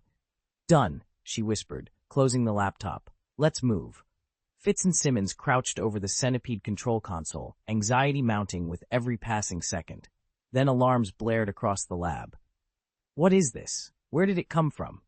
Fitz muttered, eyes flicking across the screen. "I didn't do it," Simmons replied, typing frantically. "It's interference. Someone's hijacked our secure channel." Coulson appeared at their side, reading the feed. "These aren't random signals. They're coordinates. Mike's taken Skye, and she's broadcasting our location." Ward tensed. Coulson turned to him and Aaron. "We move now. Ward, grab your gear. Aaron, you're driving." Aaron shrugged and climbed into the car. Within minutes, they roared toward the old rail yard. When they arrived, Mike Peterson knelt beside his son, gently brushing away tears. "We have to bring her with us," he said softly. "The airport's too exposed, too many cameras. We'll catch the train instead. She can help us start a new life, a better life, the one I've always promised." Coulson strode forward, bullhorn in hand. Ward eyed the deserted tracks and crumbling platform. "You're risking thousands of lives for one nobody?" he spat. "No one's a nobody, Ward," Coulson replied coolly. "Fitz and Simmons will find a solution, but until then, we can't let him, or Skye, fall into danger." Coulson raised the bullhorn. "Mr. Peterson, this is Agent Phil Coulson. We don't want to hurt you. We're here to help, but you're in serious danger, and we have to take you into protective custody." A deafening crash echoed through the courtyard as the SUV's door was torn off its hinges and sent skidding across the pavement. The black-clad agents who'd surrounded the vehicle scattered for cover. In the split second that followed, Mike seized his son Ace in one arm and hauled Skye out of the back seat with the other. Without looking back, he dashed toward the hospital's main entrance. Anywhere there were crowds would be safer. He'd barely taken 10 strides when he felt a sharp sting at Ace's neck. "Ace!" Mike's heart lurched as the boy slumped against him, unconscious before he even knew what hit him. Anger flared inside Mike. Purple veins pulsed at his temples. A soft whistle sliced through the air. Mike's vision swam. His legs gave way. He stumbled, bracing himself on a low stone bench, every muscle trembling as the tranquilizer coursed through his veins. His breath came in ragged gasps as the world tilted sideways. Through half-closed eyes, he made out a lone figure striding toward him. Aaron, the man who'd ambushed them. In his hand gleamed a compact tranq gun. Mike forced himself upright, chin quivering. "You," he rasped, blood pounding in his ears. Aaron sighed and shrugged one shoulder. "Why bother?" he murmured. Before Mike could protest, Aaron raised the tranq gun again and fired. The shot hit its mark, and Mike sank into darkness. Aaron withdrew a syringe, drew up a pale sedative, and slipped it into Mike's IV line. The angry red veins that webbed across Mike's arms and neck slowly faded from sight. "That should do it," Aaron announced. "Coulson, call in a medical team." Skye's face went white. "What did you just give him?" Aaron offered a casual shrug. "A little mercy. Saved his life, actually. You might thank your benefactor." "I'm asking you," Skye repeated, voice trembling, "what exactly did you inject him with?" "Tranquilizer," Coulson answered before Aaron could. Aaron's formula neutralizes the rogue compounds in Mike's blood. Without it, he'd go unstable in a few hours, enough force to devastate at least 2 city blocks. "And I muzzled his son first," Aaron added, so the boy wouldn't witness his father turning into a human bomb. Skye forced a tight smile. "How thoughtful. So what happens to him now?" "Up to you, Nick," Aaron said, nodding toward Coulson. "Fitz and Simmons will run diagnostics and start treatment," Coulson replied. "But I doubt Mike will ever lead anything resembling a normal life again. I'll brief the director and propose we recruit him as a field agent." Aaron's smile faded. "Just be careful about stashing away leftover explosives. Those unstable cells are a hidden danger. Cut the timer all you like. You've still got a bomb on your hands." Agent Coulson shrugged. "Relax. He's on our side. He doesn't want to blow anything up." Ward cut in. "All right. Move the others to a secure area and alert Fitz and Simmons immediately." No sooner had he spoken than a deafening crack rang out. A bullet ripped a jagged hole through the bulkhead beside the wheel. Before anyone could react, the sound of combat echoed through the hangar. They spun around to see Mai, arriving just in time, engaged in a brutal close-quarters struggle with an armed assailant. But her skill was in a different league. With a whip-fast sweep of her leg, she knocked his feet out from under him, snatched the gun free, vaulted onto his back, and slammed him face-first into the concrete. A single, well-placed uppercut later, and he lay unconscious. The entire exchange lasted less than 5 seconds. Aaron smacked his lips, eyes widening. "You keep telling me she's just a pilot?" "Hey," Coulson replied with a grin. "Natasha Romanoff and Clint Barton both fly solo sorties now and then. You don't question them." Ward crouched beside the sprawled gunman, rifling through his pockets. "He's not one of ours." Aaron's face darkened. "Doesn't matter. He came here to kill, and to make sure no one talked afterward." Coulson tapped his chin, eyes narrowing as he considered the implications. "Mike was part of the Centipede program," he said at last. "He must know some of the key players, maybe even that doctor the bomber mentioned." He gave the order to find a secure safe house for Mike and his son. Fitz and Simmons would need time to synthesize a serum capable of stabilizing Mike's altered biology. In the meantime, Coulson had to convince Mike to face reality and to stop attracting trouble. As for the bomber's accomplice, a specially trained interrogator, R had already taken him into custody, hoping to force out every scrap of information about the Centipede project. Aaron leaned back in his chair, his voice heavy. "We're sitting on a live test subject." Coulson looked up. "What do you mean?" "If I were pulling the strings," Aaron said, "I'd be monitoring every outcome. If Mike dies, the experiment fails, and the whole thing gets scrapped. But if he survives and learns to control the powers the Centipede gave him, then it's a smashing success. And even if he never masters it, his very existence proves the project's potential, and whoever's behind it won't walk away from that." Coulson absorbed the warning in silence. Aaron was right. Mike carried more than just a deadly gift. He was also proof of concept. And in the shadowy world of the Centipede Initiative, proof of concept was everything. "No way," he said, shaking his head. "He can't just poach agents from S.H.I.E.L.D." Aaron blinked in surprise, then broke into a grin and offered a thumbs up. "Fair enough. Though I hope you still feel that way once you learn S.H.I.E.L.D. has been infiltrated by Hydra." Chapter 794. The mechanical devices in the temple are of little value. Aaron glanced up at the mission log floating before him. Mission: prevent Mike Peterson's explosion. Completed. Reward 200 magic points. No penalty for failure. He leaned back on the sofa, a satisfied grin playing on his lips. "Even the smallest mosquito is still meat," he murmured. Agents like Coulson's team might have access to all kinds of high-end gear, but easy pickings like this wouldn't last forever. A system notification chimed. "Congratulations, host. Mission complete. You've earned 200 magic points." Aaron tapped his wrist display. Open character panel. On the panel appeared his current stats. Host Aaron Gaius Mana, Body, 16, 8, and 20. Intermediate Grand Magister Spirit Mind, 16,820. Intermediate Grand Magister Combined, total 33,640. Equivalent to a Junior Holy Magister, First Heaven level. Talent, Unique Blessing, gains +4 mana, +2 body, and +2 spirit each day. Inventory: Magic Carpet, Captain Jack's Compass, Prophecy Tome, Wei Zheng's Jar, Pensieve, Icebox. Magic points, 1,000. Exactly 4 digits.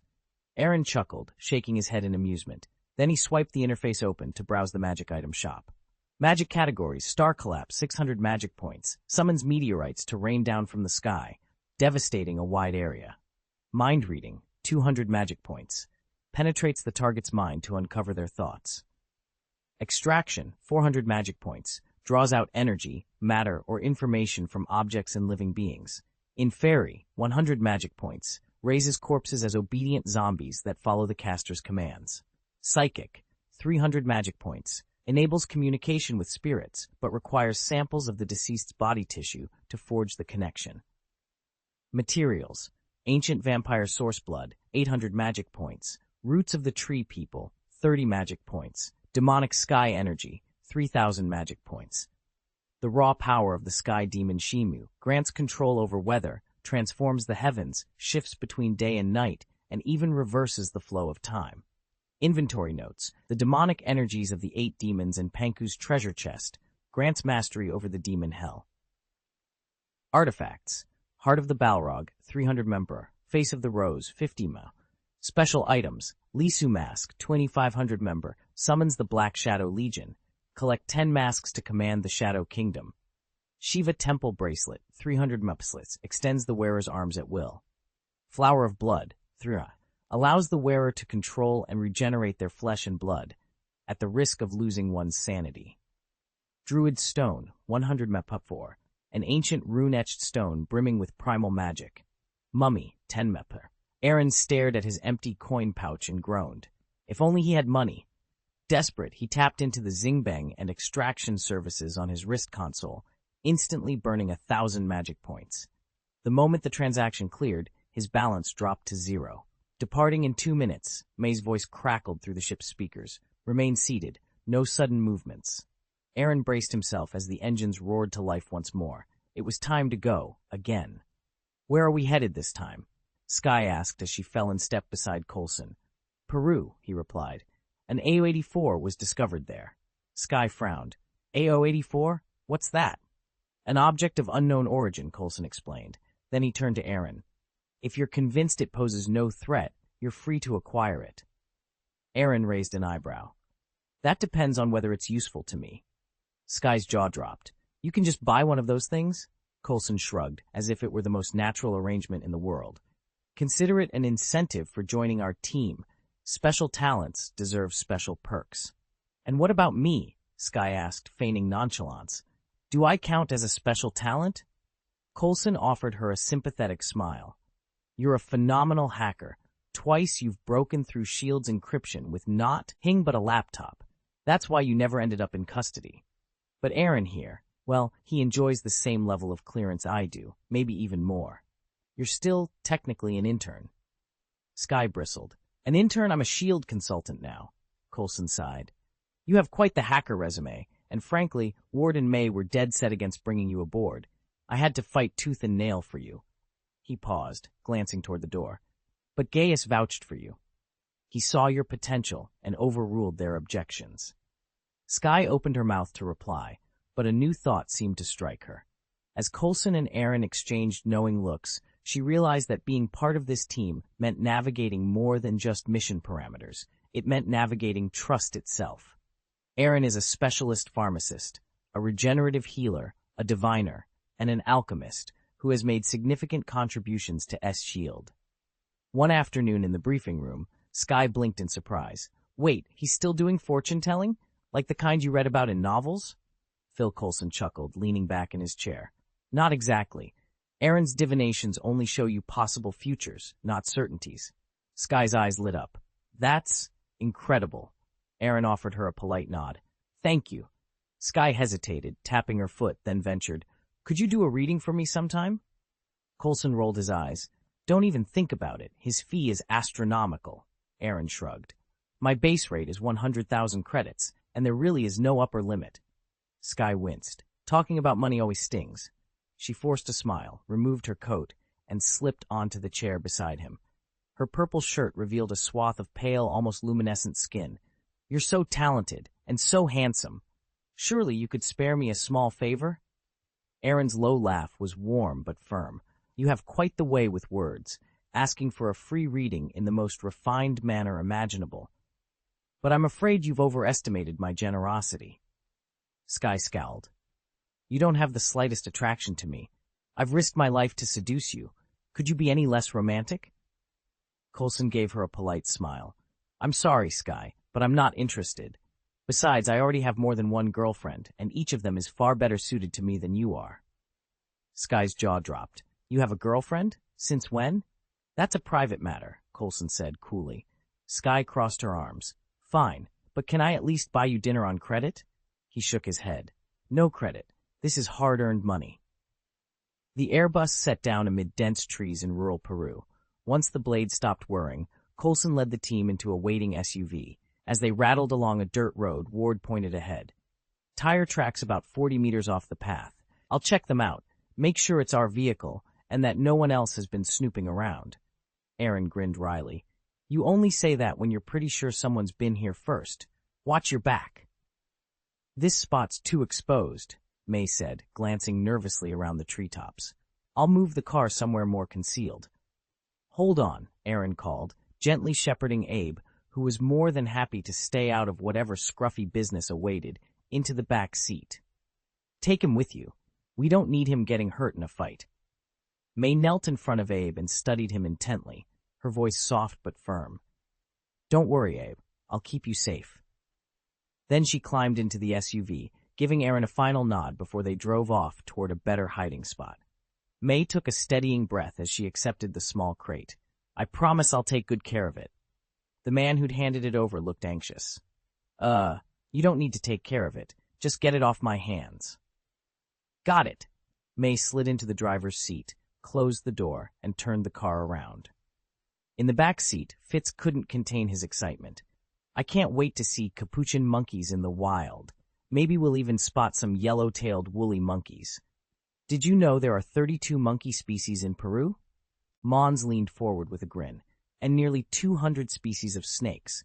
The venom of the South American giant bushmaster is especially potent, neurotoxins that hydrolyze proteins and even destroy blood cells. Fitz shivered.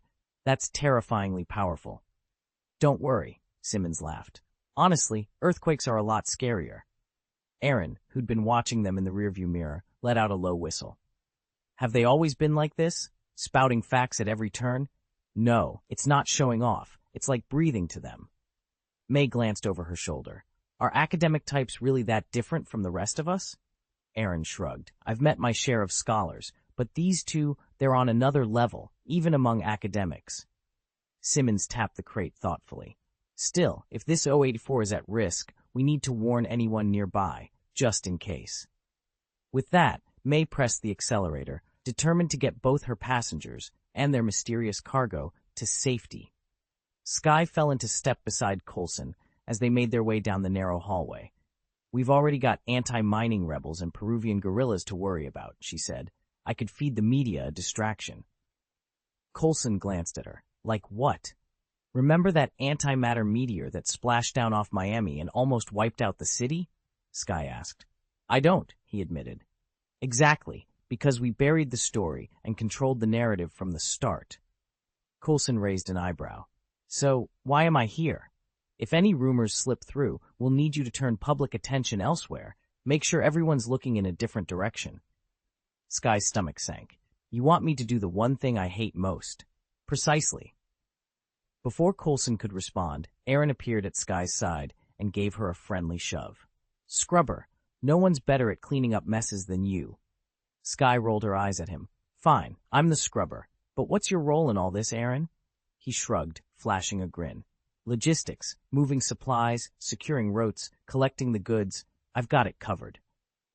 Skye looked to Coulson, exasperated. Did you hear that? Coulson gave her a wry smile. I can't rein him in. He's not officially on the team. We're partners of convenience. He can walk away whenever he likes. They fell silent, each lost in their own thoughts about the tightrope they were about to walk, keeping the world in the dark just long enough to stay one step ahead of chaos. Don't worry about me laughing at you, the operative said, leaning back in his chair. I might be able to give orders to you, but I only answer to him. Skye stared, her eyes widening. Wait, what? Surprised? He grinned. Just remember, I'm not like you. That ought to make you feel a little better. I don't buy it, Skye thought, rolling her eyes as she filed the exchange under World's Strangest Day. Moments later, Agent Coulson announced, We're here, as they stepped out of the van. Before them stood the moss-shrouded ruins of an ancient pyramid. Good morning, Professor, Coulson greeted the middle-aged archaeologist, extending his hand. I'm Agent Phil Coulson, of S.H.I.E.L.D. I hear you've uncovered something interesting. The professor led them through a creaking stone archway and down a narrow corridor lined with faded murals. Skye felt the air grow cooler as they descended. At the far end of the passage, they entered a small chamber dominated by an irregular iron contraption set into the wall. Its gears and pistons looked centuries ahead of everything around it, and it pulsed with a faint violet glow. It's remarkably intact, the professor marveled, brushing dust from the device's surface. This temple dates back at least 500 years, predating the Inca by centuries. Every artifact we've found fits the period, except this. I've never seen anything like it in pre-Columbian history. Which is exactly why we're here, Coulson said, his eyes reflecting the device's eerie glow. How many people have seen it so far? Agent Coulson's phone buzzed insistently. Only the local government contacted me, he muttered, glancing up. Sir, came the reply, crisp and urgent. For everyone's safety, please clear the site with your team until we can assess the threat posed by this object. Coulson met the caller's gaze and nodded. Turning to the professor, he repeated the order. The older man hesitated a moment, eyes flicking between the strange artifact and the exit, then gathered his notes and slipped away. Meanwhile, Fitz and Simmons powered up their scanners and trained them on the iron plates embedded in the chamber wall. The devices hummed softly as data streamed across their displays. Log entry, Aaron Fitz announced, squinting at the readout. The host signed in at the unknown temple ruins, 2 magic points. The thought body registered on Asgard, 5 magic points. Only a little more to go, Simmons said, tapping the scanner's screen. But hey, it's progress. Skye frowned at her phone, scrolling through feeds and secure channels. No one's talking about this. I've scoured every data stream, galactic and terrestrial, nothing. Fitz frowned. That isn't good. It means someone else got here first and erased their tracks before we even knew this existed. Skye rolled her eyes and looked up at the wall device. Intricate iron plates formed a geometric pattern that pulsed with a faint, otherworldly glow. Without thinking, she reached out, and her fingertips hovered just above the cold metal, drawn by something she couldn't yet name. It's best not to touch it, Aaron said evenly. Until the experts determine how dangerous it is, you're taking a risk with every move. Skye yanked his finger back, irritation flaring in his eyes. You're not exactly sympathetic, you know. Don't get me wrong, Aaron replied, stepping away. Feel free to handle it all you like. Just make sure I'm out of range if it goes off. Skye's jaw clenched as 1,000 wild scenarios raced through his mind. Give me back my composure, he thought. Simmons peered at her scanner, excitement lighting her features. The readings show this object is embedded in fossilized rock, at least 1,500 years old. That makes it a full millennium older than the temple itself. An alien artifact? Aaron mused. Or something left behind by an ancient god, Simmons added. Fitz rotated the device in his hands, frowning. Maybe, but look at the craftsmanship, the alloys, the precision machining. It's definitely German-made. Germany? Aaron raised an eyebrow. There's only one outfit with that level of clandestine resources, Hydra. Fitz's eyes widened. Hydra manufactured this? Aaron let out a bitter laugh. Perfect. Just what I needed. A Hydra-made puzzle box, my least favorite kind of souvenir. A sudden clatter of metal and distant shouts drifted through the corridor outside, and Aaron's expression turned serious. The moment for speculation was over. Action was coming. Agent Coulson paused at the sound of distant gunfire. He'd half expected an attack, but he still hadn't anticipated its timing. After a heartbeat's hesitation, he ducked back behind the temple's crumbling outer wall.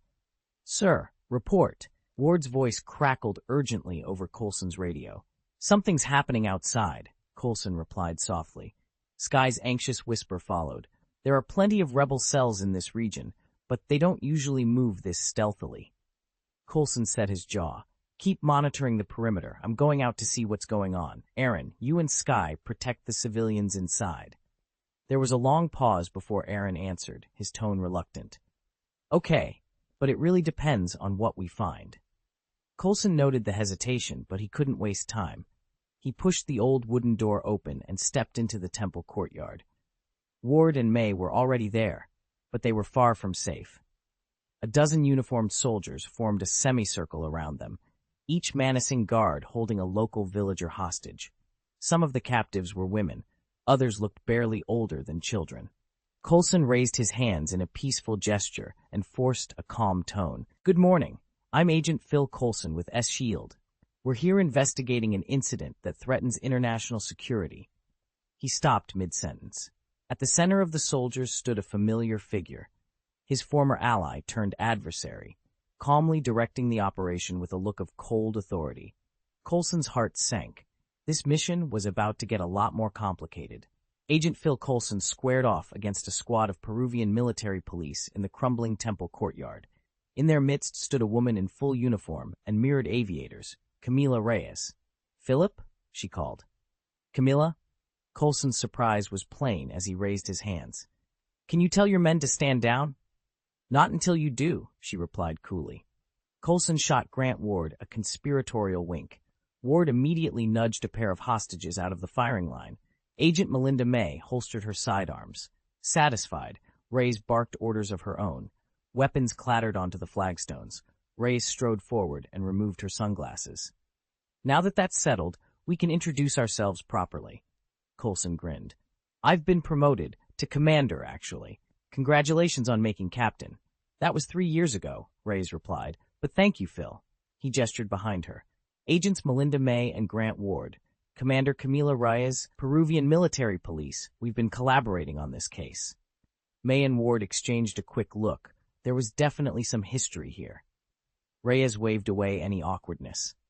"Let everyone know the situation's under control," she said. Ward and May nodded and stepped aside. The 2 American agents and the Peruvian troops fell in line behind their commanders and moved into the shadowed temple interior. Once they'd cleared the courtyard, Reyes turned to Coulson. "We found some unusual artifacts on site. We'll need to decide how to handle them." "Of course," Coulson replied. "But Protocol 084 belongs to no single nation. Even the country that discovered it doesn't get exclusive rights." Ward, who'd been examining the ancient glyphs lining the columned corridor, straightened and offered Reyes a warm smile. "You look great." Reyes gave a quick laugh. "Thanks. Staying in shape is a full-time job." "Come on," Ward said, extending his hand. "I want to show you something." Together, the 4 moved deeper into the ruins, Agent Coulson leading, Commander Reyes at his side, May and Ward flanking them, ready to unlock the secrets that lay hidden beneath centuries of stone and dust. Chapter 795, First Time on the Field, A Team Finding Its Groove, Part 1. Fitz stared at the live feed coming from the detector, disbelief written across his face. "Look at that. There's a pulse. It's alive." "Alive?" Skye echoed, her brow furrowed. "What makes you say that?" "It's got an active power signature," Simmons explained from her station. "Something is generating energy. And the radionuclide readings Sleepjack picked up don't match any known isotopes," Fitz added. "I tried running it through the database, got a temporary hit, but the numbers keep shifting. How can isotopes just change like that?" Skye leaned back in her chair, feigning deep thought. "Maybe it's a transient radioisotope fluctuation?" She offered the explanation half-jokingly, her grin widening when Fitz and Simmons gave her blank looks. "What? I read it in a paper somewhere." Aaron shook his head. "You're just making stuff up now." He rolled his eyes so hard, Fitz thought they might get stuck. "You two don't understand, and you're too proud to admit it," Fitz scowled. "I don't understand, and you don't either." "Exactly," Skye said with a shrug, "but I'm not losing sleep over it." "Ha, well fine," Fitz retorted. "I'm going to find Coulson. Maybe he'll know what's going on." Before Skye could get out of her chair, Ward strode in. "Heads up, we've got company." Fitz and Simmons looked up in unison. "Who is it?" "National Police," Ward said. "They're pulling up outside now." The room fell silent. Simmons exchanged a worried glance with Fitz. "Why would the National Police be here?" Ward didn't answer immediately. His eyes were fixed on the monitors. Outside, the roar of engines grew louder. They were about to find out. Ward leaned back against the rough-hewn stone wall, staring into the flickering lantern light. "They must have heard about this artifact," he mused. "They'll send troops to secure it, and there are plenty of rebels in this region to worry about." Skye's eyes lit up. "Perfect. The locals are already rising up against the government's mining policy. Watching them push back, it's exhilarating." Fitz exchanged a nervous glance with Simmons. "Skye, I don't think Ward—" I know, Ward cut in flatly. "You wrote that in your journal while holed up in your van, miles from any danger." He turned to Fitz and Simmons. "How much longer until you're done?" Fitz hesitated. "Why the rush?" Ward's gaze flicked to the shadows beyond the lantern's glow. "Are we in danger here?" Before anyone could answer, Aaron stepped forward, his expression grave. "Yes," he said firmly. "If you want to walk away alive, pack up and leave, right now." Skye waved a hand dismissively. "Come on, that's overblown. We're with the National Police, remember?" Aaron chuckled darkly. "Ha, sure, the National Police will show up, and so will the rebels. If the police win the fight, great. But if they lose, well, don't count on me to pull you out of the wreckage." He paused, surveying their faces. And don't forget, this artifact, 084, was discovered on police territory. If I were them, I'd be even less inclined to hand it over. A heavy silence fell. Outside, the wind rattled the shutters, as though echoing Aaron's warning. Cross lines at your own peril. No way! Sky's voice cracked with disbelief. They actually attacked S-Shield? Aaron's lips curved into a contemptuous smile. You're still too green. As long as there are no survivors and no evidence, who could ever prove otherwise? Our S-Shield detachment and the Peruvian military police were ambushed by the rebels. One team wiped out, the other left in ruins. During the chaos, the rebels made off with Object 084. No bodies, no wreckage, no trace of it. That's the simplest explanation. Everybody exchanged uneasy glances, stunned into silence. That's just a story you cooked up, Sky shot back. Maybe, Aaron replied coolly, but it's not impossible. Any armed force would guard a prize like 084 with everything they had, especially in this region. Ward's expression hardened. We don't get to guess. We play it safe. Pack up. We're taking 084 back to the lab for a proper study. But we need a sealed containment unit, Simmons insisted. Ward shook his head. We don't have time to build one. We'll manage. He strode toward the hidden mural, already reaching for the concealed device. Hold on, Ward, Fitz called out, rushing forward. 084's energy core oscillates above 10 megahertz. We have no idea how many photons it emits, or what might happen the moment it goes live. Ward froze, his hand hovering just inches from the recoverable artifact. What is it? Speak plainly, Ward snapped. It's an unstable bomb, Aaron replied curtly. Can you follow that? Sky asked in surprise. Do you really still not get it? The energy core is fluctuating. It has to be contained in a sealed vessel. What else could it be if not a bomb? Fitz nodded gravely. It's crude, but that's the gist. My recommendation, don't tamper with it until we know it's safe. Sky elbowed Ward playfully. Hey, you're our demolition expert. Time to shine. Ward shrugged. I don't know anything about this kind of bomb. You want to stick around and be my assistant? She grinned. Just kidding. Aaron cleared his throat, walked to the mural, and held up his left hand. A silver ring glinted on his finger. With a quiet click, the ring extended a mechanical arm of metal into the wall, gripping the device. In an instant, the mechanism retracted into the ring, and a perfectly round hole appeared where the bomb had been embedded.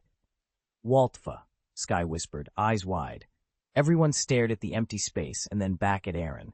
He shrugged. Think of it as a standard Type 084 explosive, nothing we can't handle. Fitz and Simmons exchanged blank looks, but it was clear their attention was fixed entirely on Aaron's ring. Their curiosity piqued. Ward took a steadying breath. That shouldn't set it off. No, Aaron said with firm confidence. Stop hesitating. Pack your gear. At that moment, Rise, hurrying to catch up with Agent Coulson, cleared his throat. What's S.H.I.E.L.D.'s position on Artifact 084? We can't hold on to it forever, can we? Coulson glanced over his shoulder. I'm not the one who makes that decision, but we'll work out something, an arrangement that benefits your country. Before he could finish, a thunderous explosion ripped through the clearing.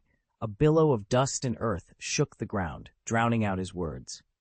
In an instant, the soldiers escorting Reyes leveled their AK-pattern rifles and opened fire. Bullets whizzed through the air, sparking against nearby trees. Rebels! Reyes shouted, drawing his pistol. Coulson snapped his own weapon into his hand. Stick to me, and keep moving. Aaron's lips curved into a half-smile as another distant blast rocked the perimeter. They're closer than I thought. Time's up. Ward dropped his pack, slung it over his shoulder, and led the retreat down the narrow corridor of trees. The rest followed in tight formation, hauling the mysterious crate. When they burst out into the open field, Ward planted his feet and unleashed a controlled burst of fire toward the insurgents concealed in the tall grass. Tracer rounds snapped past, carving a path through the oncoming threat. Move, Coulson barked, and the team pressed forward, racing toward the extraction point before the rebels could regroup. Fall back, Ward called, halting the others at the tunnel's mouth. He fished a small metal cylinder from his pocket, pressed his fingers against its surface, and the device telescoped into a short spear. Without hesitation, he leapt down the steps and crashed the spear's tip into the earth. The handle snapped upright on its own, and Ward dove aside just as a pulsing blue shock wave rippled outward, scattering the ambushing rebels in a hail of kicked-up dirt.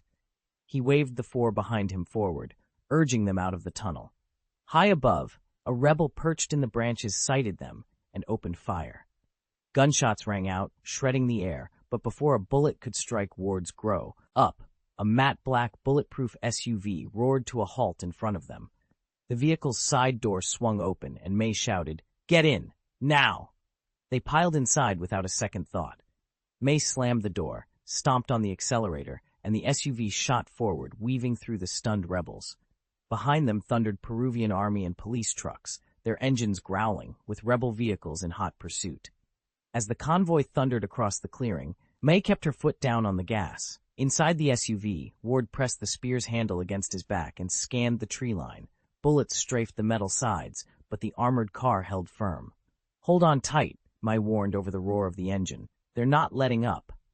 Ward nodded, eyes steely. Ahead lay the open road and whatever awaited them beyond. Ward scanned the rearview mirror. "Coulson's fine. He's in the truck out back. Head south to the airport." "Got it," May said, keeping her eyes on the dark road. As they drove, she pressed a button on her remote. The Airbus's boarding ramp rumbled down. Moments later, their car eased to a stop against the platform. Everyone leapt out. May dashed up the gangway while Ward slammed the hatch shut. "Coulson's still outside." Skye's voice cracked. "Don't linger on the ramp. You'll get picked off."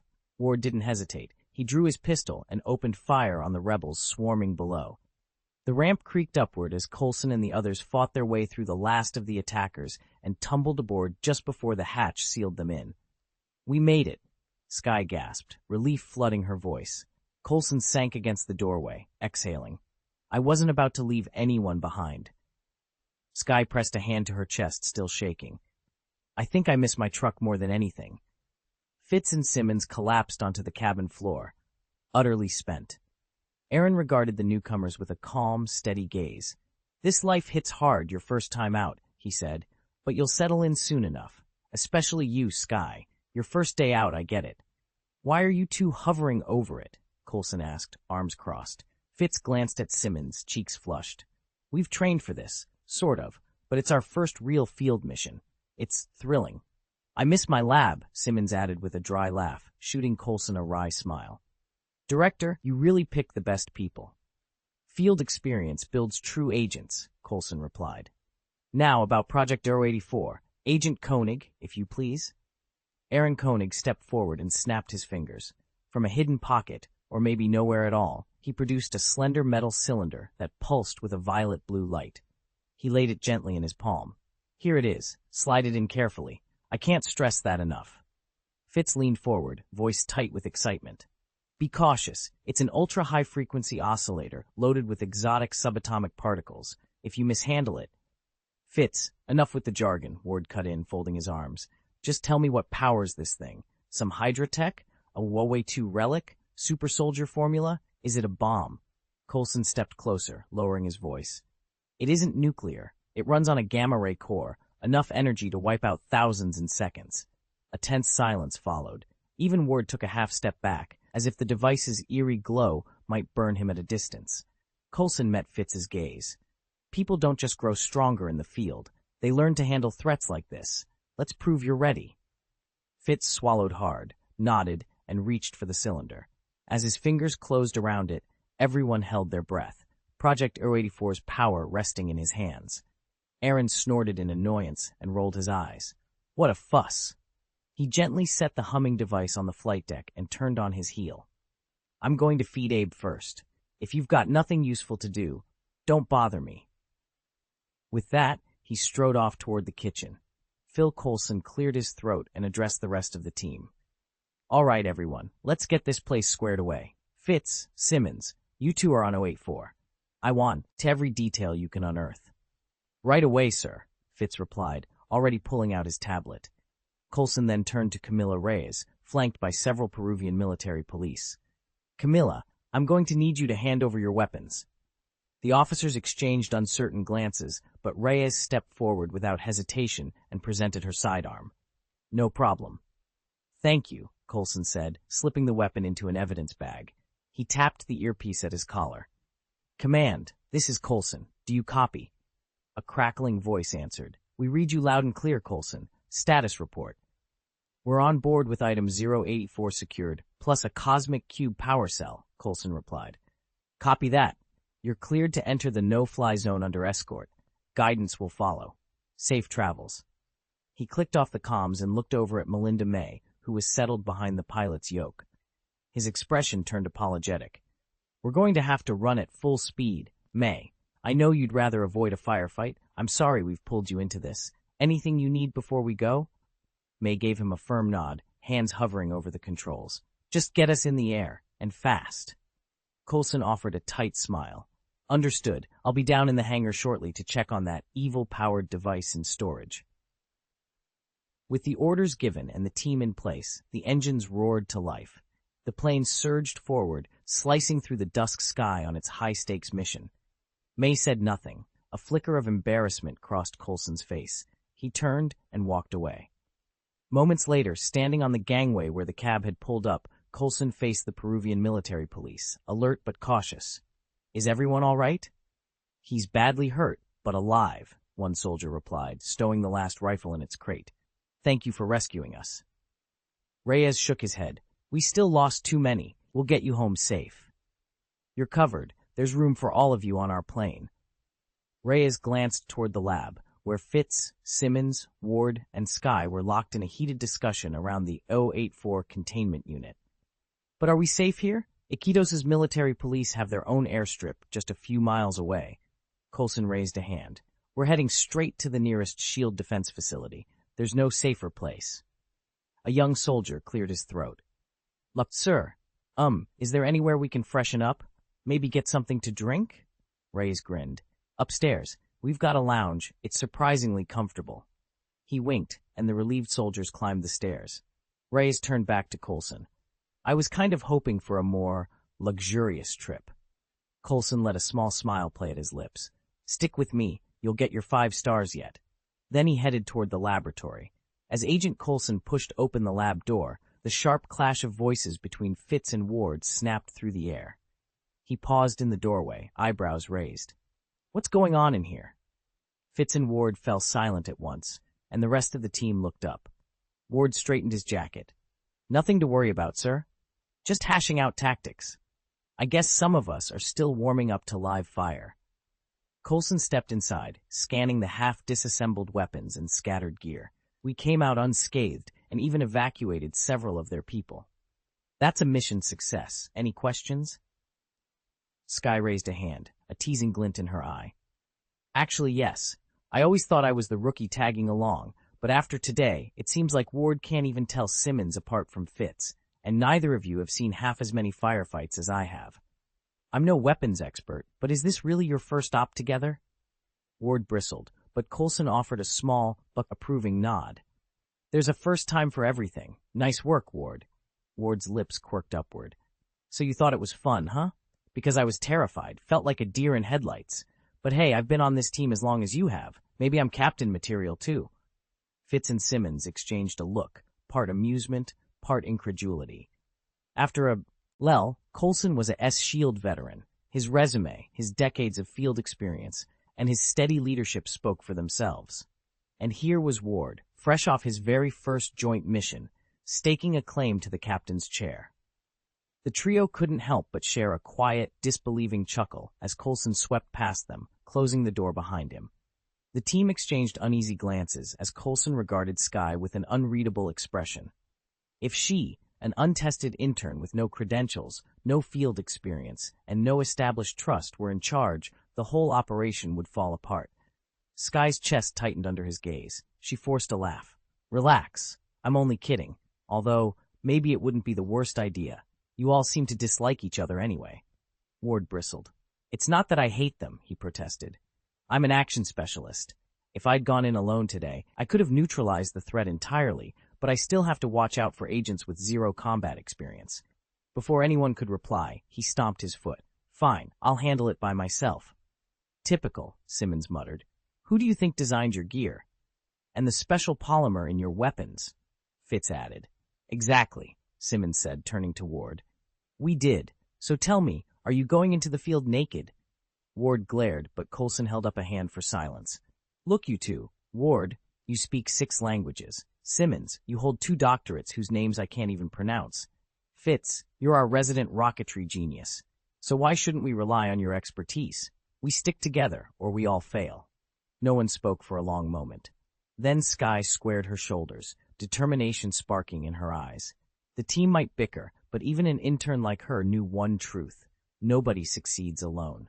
Chapter 796, No Unexpected Choice to Surrender, The Role of the Common Enemy, Part 1.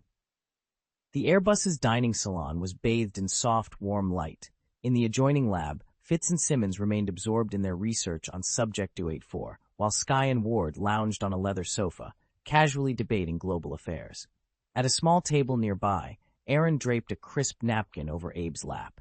He then carved a thick, juicy slice of roast beef into perfect medallions and placed them on Abe's plate.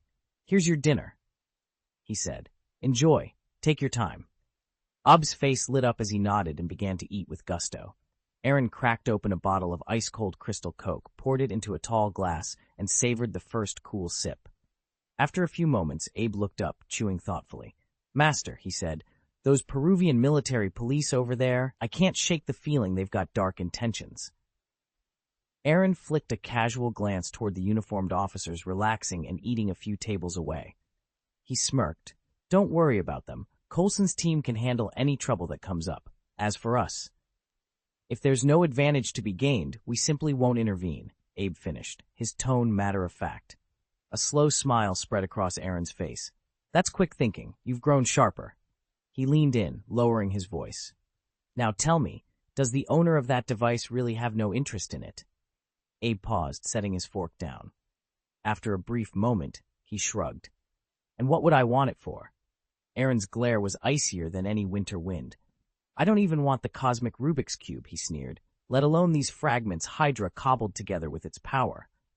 Before him lay a handful of warped metal shards and half-melted circuitry, leftovers from World War II, that, to Aaron, were nothing but dead weight. Meanwhile, down in the S-Shield Command Center, Agent Coulson was shelving artifacts from his personal collection when he spotted Reyes nearby. He held up a slim, silver watch. Check this out, the first walkie-talkie wristwatch. Built in Poland, 1936. Only 20 ever made, and believe it or not, some of them still work. Reyes took the watch, turning it over in his hand. I didn't know you had such a soft spot for antiques, Phil. He smiled, handing it back. Romanticizing S-Shield's glory days? Coulson grinned and waved toward the glass cases lining the wall, displaying everything from cipher pens to prototype arc reactor cells. Sure, most of this stuff's literally held together by duct tape and hope, but there's value in remembering why we started all this in the first place. Reyes nodded thoughtfully. Agreed. When everything around us shifts so fast, it's good to have a few anchors, reminders of what really matters. Coulson clicked the case shut. I'm not proposing a full-time nostalgia trip, Agent Reyes. Just a quick detour down memory lane before we get back to saving the world. Reyes leaned against the doorframe, arms crossed. Right, you just can't resist showing off your antique toys. Guilty, Coulson admitted with a wink. But hey, a little perspective never hurt anybody. The sleek private jet hummed beneath them as it cut through the stratosphere. Standing in the narrow corridor, Agent Reyes glanced over at Coulson and quipped, I've got to admit, this is a lot nicer than that old station wagon you drove around Cusco. Coulson folded his arms, eyes steady. I'm not exactly impressed with your handiwork, Reyes, and I don't recall you ever being this forthcoming. Reyes smiled, the picture of control. We're going to be stuck above the clouds for the next few hours. Why don't we have a little fun and maybe add a few more memories to your collection? Coulson's thumbs drummed together. I think you may have overlooked one thing. If Ward wants to take over this jet, his only path to victory is to neutralize May 1st. That gives her, and us, about 20 seconds to strike back. The smile flickered on Reyes's face. He dropped the pretense of charm, produced a short metal baton from his coat pocket, and swung it at Coulson's head. But Coulson was ready. He leaned back, caught Reyes's wrist in mid-arc, and twisted it so hard Reyes landed with a thud on the cabin sofa. Without a backward glance, Coulson pivoted, yanked open the door to the command module, and slipped inside. He'd sounded unshakable a moment ago, but aside from May and Ward, his team's ready fighters barely added up. Fitz and Simmons barely counted as one full combatant, and Skye was only half. In this high-stakes game, that left them dangerously outnumbered and outgunned. As far as Aaron was concerned, he wouldn't rush to help these short-sighted fools unless it was absolutely unavoidable, and even then, he'd only lend a hand if he had to. Suddenly, boom, Ward snatched up an empty wine bottle and smashed it down on the back of a military policeman's hand. The guard howled in pain as the glass shattered, and Ward followed through with a heavy right hook that sent him sprawling. He spun on a second soldier, shoved him against the wall, then landed 2 crisp punches before the man crumpled to the floor. Coulson and Reyes burst onto the scene a heartbeat later. At the sight of Coulson's uniform, Ward dropped his arms. Coulson himself froze, eyes flicking from the 2 fallen MPs to Ward's clenched fists. Reyes exhaled in relief, a tight smile breaking across his face. That was when the giant video screen over the bar hummed to life. Every head in the restaurant turned as a uniformed MP appeared on camera, one arm coiled around Fitz's neck, the other holding a knife to his throat. Fitz's eyes were panicked, blood blossoming on his collar. Simmons stood nearby, rooted to the spot, unable to move.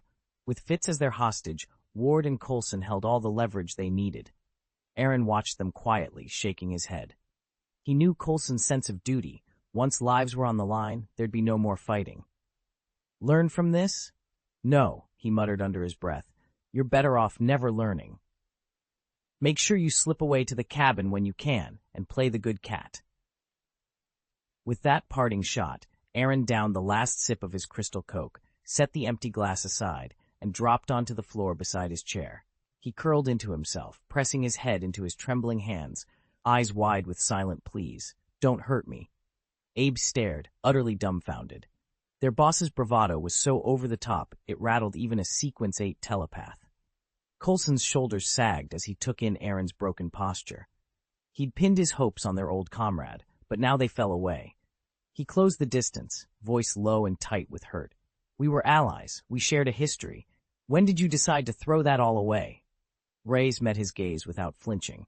After a heartbeat, she answered coolly. The moment I saw your team. She shrugged, as if explaining the most natural choice in the world. If you'd arrived with dozens or even hundreds of S.H.I.E.L.D. agents, I wouldn't have dared hijack this plane. No matter how devoted I'd grown to Project 084, I'd have had to hand it over. But you came with only a handful of people. Fitz and Simmons haven't shown they can do anything but fiddle with beakers, and Skye and Aaron, well, they're rookies who haven't even seen the real world. That's when I knew I had my opening. The numbers were almost even, elite warriors all, and they'd been taken entirely by surprise. That massive swing in my favor convinced her to act. Coulson glanced back at the screen, and as I'd predicted, he finally conceded. Enough, he said. Then, boom, a fist slammed into his jaw. He spat blood onto the deck, yet despite being handcuffed to a stanchion, he remained eerily composed. The only reason I'm still breathing, he said, wiping away the blood, is that S.H.I.E.L.D. could call in at any moment. You need me to confirm your new flight path for your pilot. Reyes crossed her arms. I appreciate it, she replied coolly. If you'd refused, S.H.I.E.L.D. would have shot this plane out of the sky, and you'd have lost 084. Maybe I should have just let them do it. Coulson, feared her a small, weary smile. I doubt that. You traded this entire ship for a lab technician. Open the cargo bay now, and they all die, because you're too sentimental. Reyes laughed softly, but her eyes betrayed a flicker of doubt. Do you really think I'd risk everything on your word? He chuckled in reply, sounding almost amused. Go ahead and open that bay door. I guarantee the tables will turn. There's a secret weapon on board this plane. A bluff, Reyes said, arching an eyebrow. Secret weapon? She wasn't buying it. At least, not yet. They sat huddled in the dimly lit cargo hold, hands bound and shoulders slumped. The only other motion was Agent May's unconscious form, slumped against the far bulkhead, still out cold after the ambush. Across from her, Aaron glared at the rest of them. Why didn't you pull that thing out back there? He demanded in an oddly calm voice. Even if you really did smuggle it aboard, what good is it now that we're all prisoners? A shiver ran through him. The last time I was held captive was 7 years ago, he added, staring at the cold metal floor. I never thought I'd have to live through that again, especially not 2 days into a routine flight. Fitz's cheeks burned with guilt. This is my fault, he blurted. I should have learned self-defense instead of just tinkering with gadgets. I swear, I'm not blaming you, Simmons shot back, meeting his eyes. But I shouldn't have pushed you into the field so soon. You weren't ready. Ward's voice was a low whisper. None of us were ready.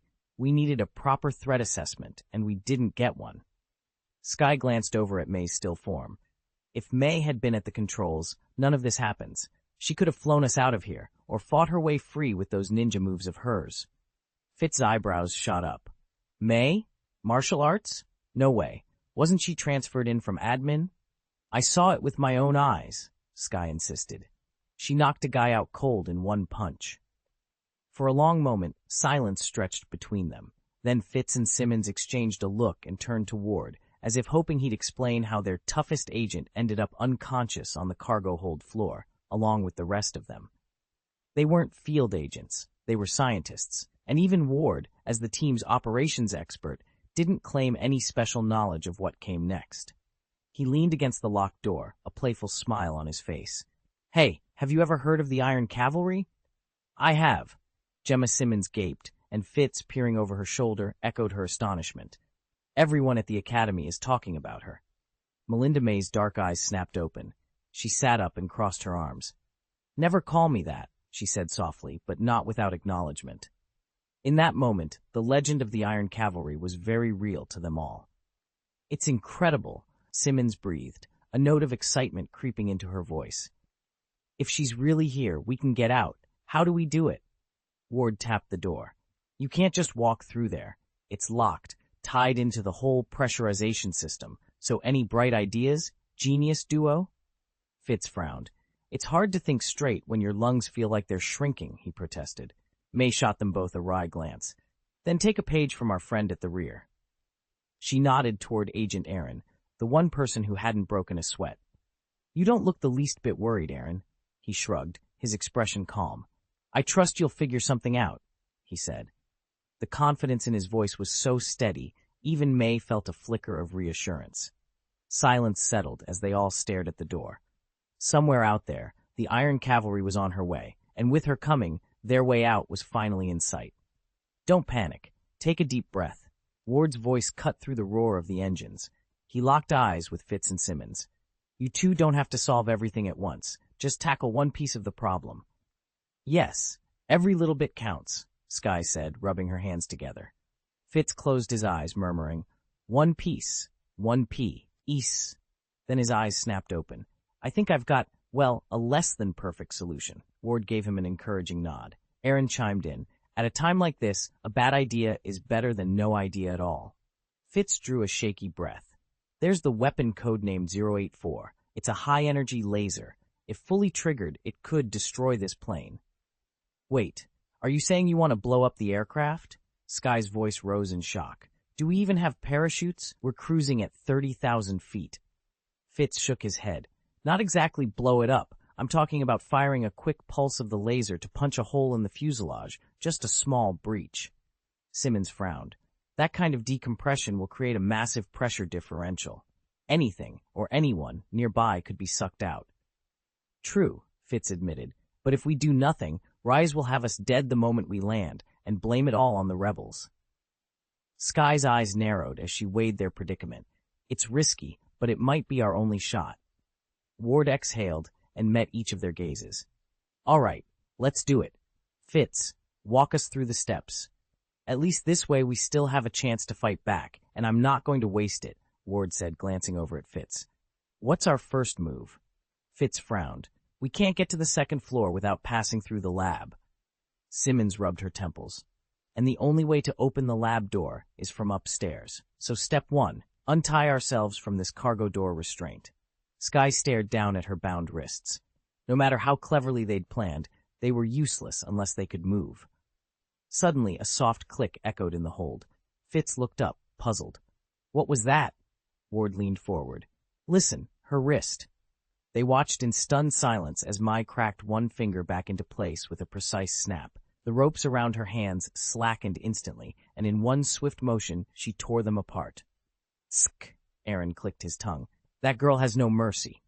May gave him a cold smile. "I'll handle the guard." Without a sound, she launched herself onto the overhead catwalk railing. Below stood a lone military police guard.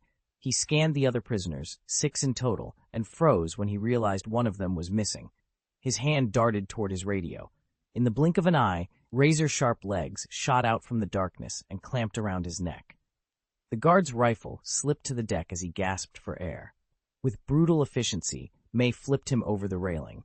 A heavy thud followed as he hit the floor below. Silence reclaimed the cargo hold.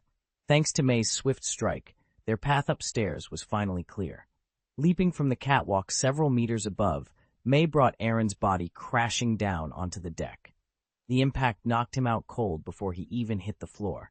She landed on her feet like a dancer, expression unreadable as she flexed her wrists. "What's our next move?"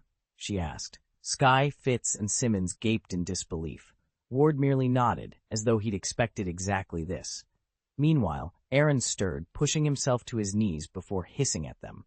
"Next step?" he echoed. "Start by loosening these ropes and letting me go. After that, we can talk about what comes next." Coulson strode forward, eyes locked on the small, unfamiliar device lying on the deck between them. "You knew this was a weapon from the start," he said evenly. Reyes, standing a few paces away, smirked and tapped her wrist console. A holographic display flickered to life above them, projecting rifles, schematics, and grainy photographs. "Of course," she replied coolly. "But you got to it first, so I had to play nice. No matter, I'm still one step ahead." She flipped through images of scientists in lab coats and half-forgotten Nazi insignias. "Over 10 years ago, my government secretly commissioned this weapon from former Hydra engineers who fled to South America after the consortium collapsed. Many of them were ex-Nazi scientists. They finished the prototype in the jungle, but it vanished during the final trials." Coulson crouched, Ed beside Aaron, carefully untying the thick rope binding his wrists. "Made in Germany," he murmured. "And with it, we could end the rebellion and restore order to my homeland." Reyes folded her arms. "You mean rule your homeland," Coulson shot back, releasing the last knot. Aaron rubbed his wrists as he rose to his feet. "You stay where you're needed," Reyes replied, voice light. "I'll stay where I'm needed." Silence fell over the deck, broken only by the low hum of the hologram. They had both the weapon and an unwilling expert to guide them. Now, the real question was what to do next. Coulson leaned forward, eyes blazing. "Borders are disappearing and aliens are attacking New York, remember? They don't care what color your skin is, they only care who's in their way. We should be fighting together, not tearing each other apart." Reyes folded his arms. "Strategically, you're not wrong, Phil. But if we can't get our own house in order, how do you expect us to face an external threat? We have domestic unrest to deal with first. Only then can we stand united." "That was 11 years ago," Coulson shot back. "You descended on S-Shield from the sky, confident, mysterious, 100 men at your command. Where are they now?" Reyes shrugged. "Your hand-picked team, right? They're impressive," Coulson bristled. "They're the best." Reyes allowed himself a sympathetic smile. "Come on, Phil. Your new brand of idealism, that private fortress of yours up in the sky, staffed by nothing but young, attractive agents. This is just a midlife crisis in S-Healed uniform." Coulson's lips twitched. "If anything, it's more like an afterlife awakening. And let's not forget the cherry-red Corvette." "My Corvette's name is Lola," Coulson said with mock pride.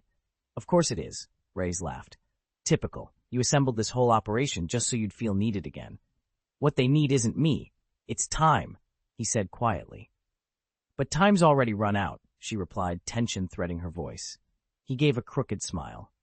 "All the more reason they now have something stronger, a shared enemy to rally against. Trust me, I've seen this play out more times than any of us can count." Chapter 797, Fighting on the Plain. Aaron tapped his left shoulder and spoke with unexpected calm. "My spirit goes with you. I'm staying out of the breach. Call me when you're in and out." Skye's eyes widened. "You're really not coming inside?" He shook his head.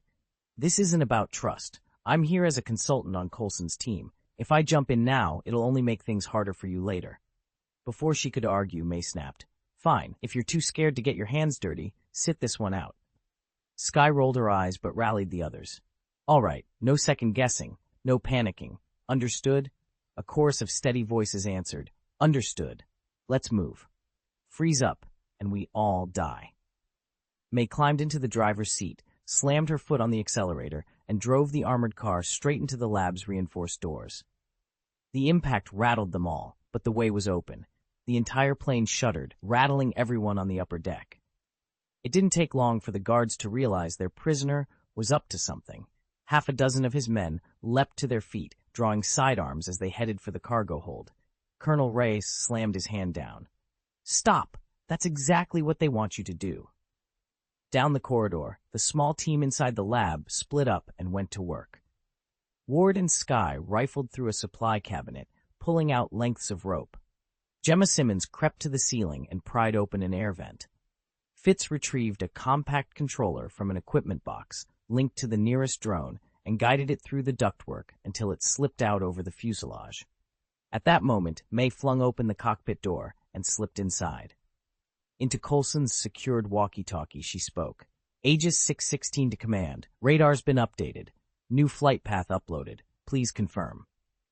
A calm female voice crackled back over the radio. Colonel Reyes whirled, drew his gun, and pressed the muzzle to Agent Coulson's temple. Answer me now, Reyes snarled, or everyone on this plane will learn what it feels like to free fall from 30,000 feet. Agent Coulson, do you copy? Confirm that this new heading will take us directly to the slingshot launch base.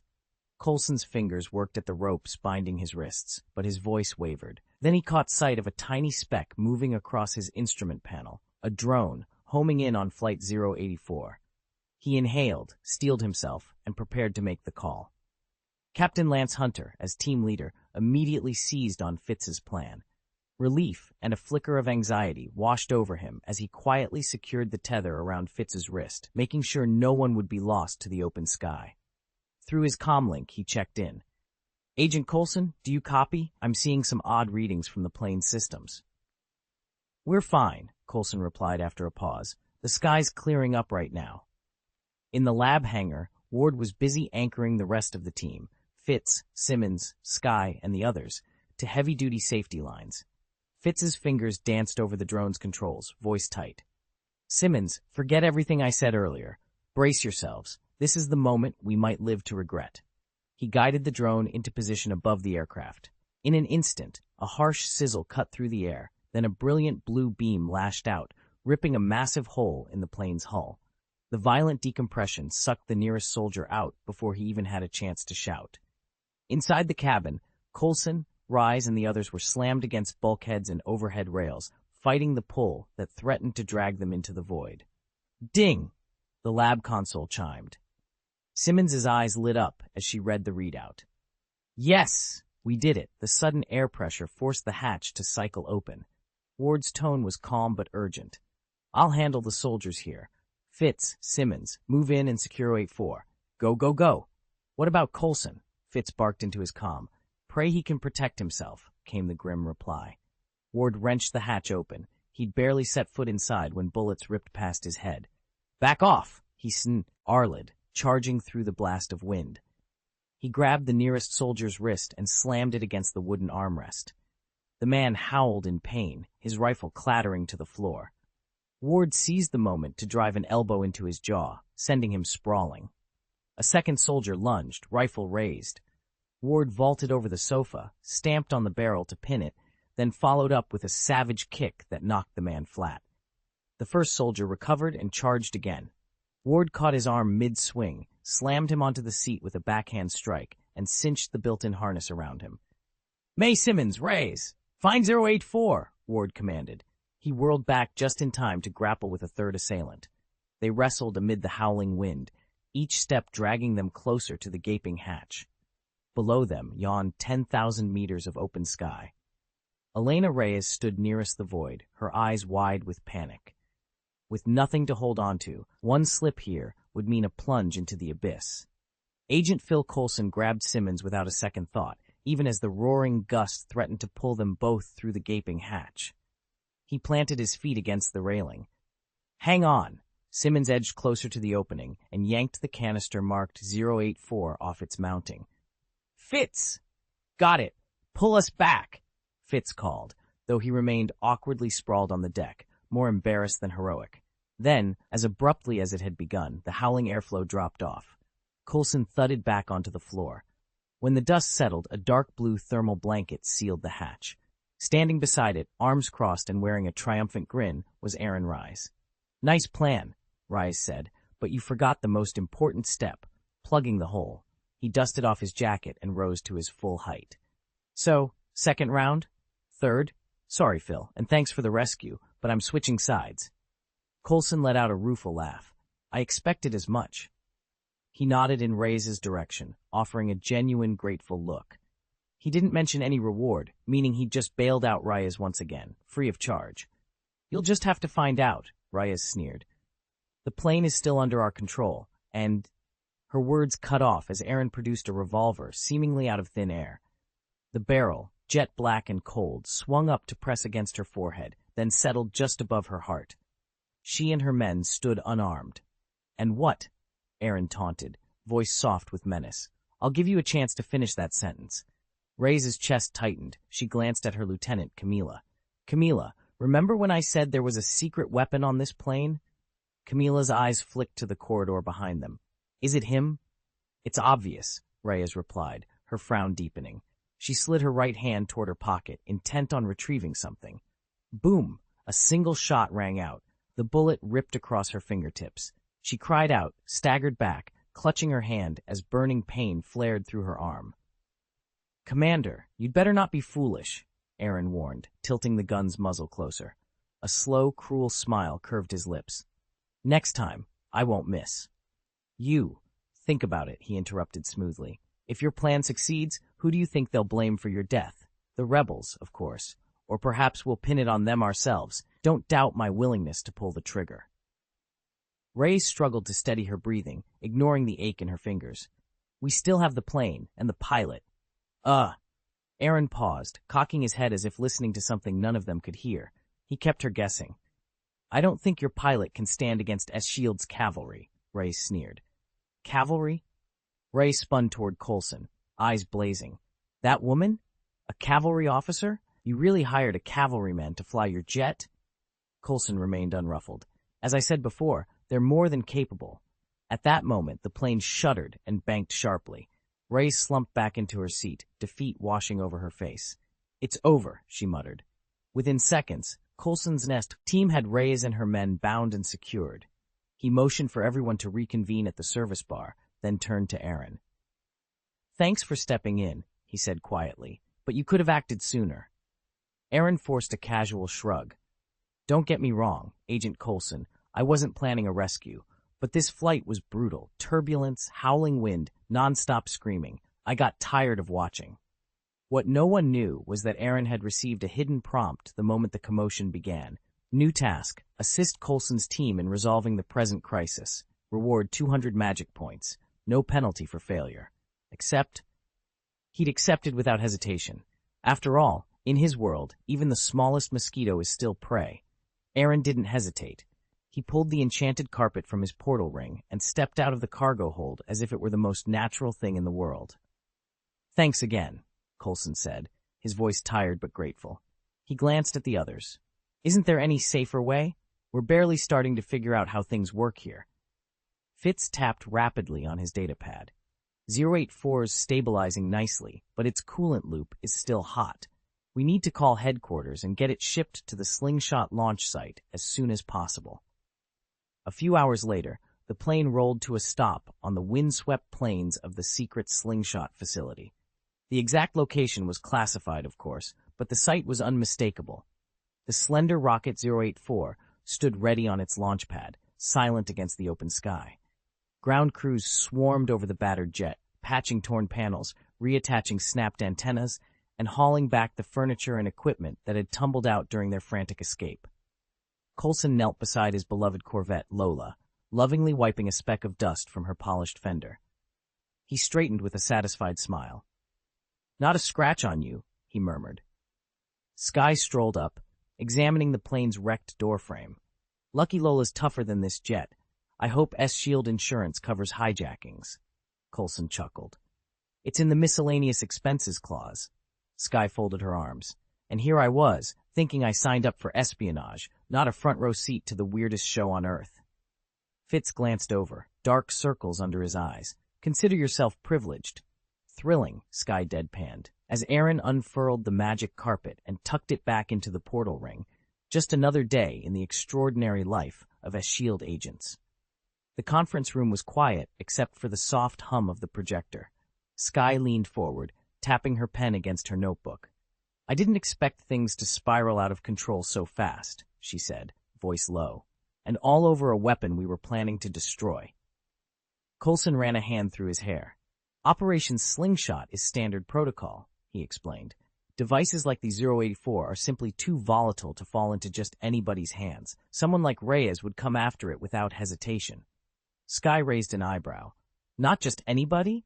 Does that include Gaius? Coulson shook his head. Aaron, he corrected, is the one exception. Any 084 heading his way gets fully vetted and, more importantly, deactivated before he even sees it. Remember, he's half S.H.I.E.L.D. himself. Officially, he's only a consultant, but he holds level 8 clearance. Those 084 units we allocate to him are a strategic bargaining chip. Skye frowned. A bargaining chip? That sounds like overselling it. Hardly, Coulson said with a wry smile. The tranquilizers, analgesics, morale boosters, osteoregeneratives, and panacea serums he's engineered have cut our field casualty rate by at least 30%. He's also got, let's call it, an uncanny gift for foresight. He predicted the alien invasion of New York before the war even broke out. Skye's eyes widened. That accurate? Coulson chuckled. Accurate is putting it mildly. Believe me, we're lucky to have him on our side. So far, every one of his prophecies has come true, Coulson remarked, leaning back in his chair. Skye bit her lip, then Ventu read, If I wanted a reading, would there be a fee? Just then, Aaron appeared in the doorway, cradling Abe. I thought I heard someone mention divination, he said. Skye forced a smile. Right, you do readings. Do you charge for them? Aaron shrugged. Not always. I actually gave my new girlfriend a complimentary session not long ago. The forecast wasn't great, but I've already made contingency plans for her. Skye's eyes lit up. So it's free? Don't kid yourself, Aaron cut in, filling her glass with cold water. I barely know you. Even as teammates, I don't just hand out readings for free. And to be honest, I'm not convinced you're here purely out of goodwill. Skye winced at his bluntness. She thought, what a generous jerk. He really can read people. Coulson, she said under her breath, where'd you hear that about Gaius? Coulson shot her a sideways glance and shrugged. Oh, the cherry on top is that Gaius isn't just a diviner. He's an alchemist. Every one of his alchemical devices has been classified as an 084 threat. Any questions? Skye offered a dry smile. Nope, that about covers it. She hesitated a moment, then asked, So, what's going to happen to Reyes? Reyes is currently in S.H.I.E.L.D. detention facility, Coulson explained. I expect the Peruvian government will move to negotiate her release. She won't be behind bars for long. Skye raised an eyebrow. No, I mean you and Reyes? Weren't you two involved back in the day? Coulson's face darkened. That's classified. He changed the subject with a glance at Aaron. By the way, the rocket launch is in 5 minutes. Want to watch from up close? Aaron's eyes lit up. Definitely. I've never seen a launch in person. They climbed out onto the observation gangway, where a small crowd had already gathered. Fitz and Simmons greeted them with cold beers. Fitz nodded toward the gleaming rocket below. With the hydrogen auxiliary thrusters, it'll take about 180 days to reach the sun. Not bad for a first run. As the countdown began, Coulson raised his bottle in a mock toast. Then, deadpan, he asked, Quick question. Whose bright idea was it to punch a hole in the plane? Silence fell across the gangway. Agents exchanged confused looks. It seemed the director was demanding answers, even before the rocket had left the pad. May said that door was tied into the pressurization system, so I just assumed. Skye trailed off, shifting her weight as she accepted the blame. Relax, Aaron teased with a grin. Coulson's more open-minded than you think. Coulson gave a firm nod. Good work, everyone. At once, the tension in the control room dissolved into collective relief. Prepare for launch. The voice over the radio cut in, calm and measured. T-3, 2, 1 liftoff. A brilliant plume of flame and smoke erupted beneath the rocket as it broke free of the pad and climbed into the sky. Coulson kept a close eye on the tracking display. Its trajectory will carry it just beyond the Lagrange point, no chance of intersecting Uranus. And since there haven't been any coronal mass ejections, our telemetry should remain rock steady, Aaron added, scanning the readouts. He watched the spacecraft shrink into a bright dot against the heavens. As it climbed higher, an unexpected spark of ambition ignited in his mind. What if he could design a vessel capable of traversing that yawning void himself? Chapter 798, The World's Most Successful Agent? Nick Fury, Director of S.H.I.E.L.D., 12. No way. Are you kidding me, Coulson? Nick Fury stood in the hangar, arms crossed, staring at the wrecked jet. 6 days. That's all it took you to turn a brand new state-of-the-art plane into scrap. Sir, the team was acting under my orders, Coulson replied, his head bowed. Don't give me that, Fury snapped, his voice cold. Do you have any idea how much this aircraft cost? And on top of that, you installed a bar in it. I'm aware of the bar, sir. Aware isn't good enough. I have the authority to demote you below 0, Fury growled. He took a step closer. You're going to restore this jet to factory condition. No more modifications. No fish tanks, no extra lounges, nothing. Clear? Yes, sir. And the new recruit, she's a liability. I understand, sir. Fury paused, then asked, How's Lola? Lola's fine, sir. Without another word, Fury turned on his heel and strode away, leaving Coulson to survey the damage. With a clatter, Aaron set Abe down on the couch beside him and popped the cork on a bottle. He poured a sparkling soda into 3 crystal goblets. The tiny bubbles caught the light and danced like diamonds. Director Fury, Agent Coulson, if you've finished lecturing me, join me for a drink. It's on the house this time. Think of it as stress relief, Fury frowned. Stress relief? What are you really up to? Are you about to tell me to stand everyone down? Aaron's expression grew serious. Before we say another word, I need absolute assurance that no one else can listen in. No recordings, no logs, no trace of this meeting. If it leaks, the fallout will be catastrophic. Fury and Coulson exchanged a glance. Aaron had never been this tense. He stayed calm even under alien invasion. Coulson unclipped his earpiece and dropped it into the sleek storage case on the desk. Fury followed suit, stowing his own earpiece and flipping off the 2 tiny recorders hidden on his belt. Perfect, Aaron said, lifting a crystal decanter from the sideboard and pouring 3 measures of amber whiskey. He slid a glass to each of them, then raised his own in a silent toast.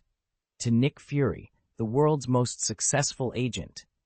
Fury and Coulson mirrored him, their glasses clicking softly in the hush. They each took a slow sip, the room pregnant with unspoken urgency. The conference room was illuminated by a single overhead lamp, its harsh glow glinting off the polished table. Agent Phil Coulson leaned back in his chair and took a sip from his glass. It's surprisingly good, he said, raising an eyebrow. This is Coke, right? But it tastes like champagne. Crisp, bubbly, unexpectedly smooth. Nick Fury nodded once, set his own glass down with a soft clink, and cut straight to the chase. All right, what do you want? Aaron sat across from them, a slow smile spreading across his face. He regarded Coulson as if savoring a private joke. Do either of you remember what I told you when you came to see me 2 days ago? Coulson's expression flickered with recognition. He hesitated, then offered, You said my arrival would mark the beginning of your troubles, but that it would also help you achieve certain goals more easily. Aaron snapped his fingers 3 times in rapid succession. Exactly. Your memory is impeccable. My little prophecy is unfolding just as I foresaw. The wave of trouble hasn't hit yet in full force, but one of my objectives is already complete. I'm sitting here with Nick Fury, director of S.H.I.E.L.D. Fury's eyes narrowed. So what's your point? Aaron's voice dropped to a whisper. Hydra. Fury stiffened, his gaze snapping to Aaron. You have information on Hydra? Aaron gave a slight nod. I do. For a long moment, Fury just stared, then let out a slow, exasperated breath. Hydra, he said with a bitter half-smile. The organization doesn't die. Sever one head and 2 more grow back. It's the bane of every covert agency on the planet, but tone it down. No need for theatrics. Aaron's grin widened. Understood, but the fact remains. Hydra is stirring again, and they've got plans that could affect us all. Fury leaned forward, folding his hands on the table. Then let's hear it. Start talking. Nick Fury sat behind the long conference table, arms folded, eyes narrowing at the dossier before him. Across from him stood Agent Aaron, his face set like flint. After World War II, Hydra collapsed, Aaron began in a low voice. They were scattered into the wind, reduced to gutter rats too afraid to show their faces. Fury leaned back. Then how is it, he asked evenly, that one of my own men is Hydra? Aaron tapped the table. Brock Rumlow, captain of the S.H.I.E.L.D. Commandos. He's Hydra. Agent Phil Coulson, standing beside Fury, straightened at once. Rumlow, you've got to be kidding me. Nothing is impossible, Aaron said. I wish it were, but the entire commando unit answers to Hydra. How sure are you? Fury's voice was quiet, but every syllable counted. Absolutely, Aaron replied. He paused, letting the words sink in. And there's more. Agent Sitwell, Coulson cut in incredulous. Sitwell, he's senior to me. He's been with us for years. You can't be serious.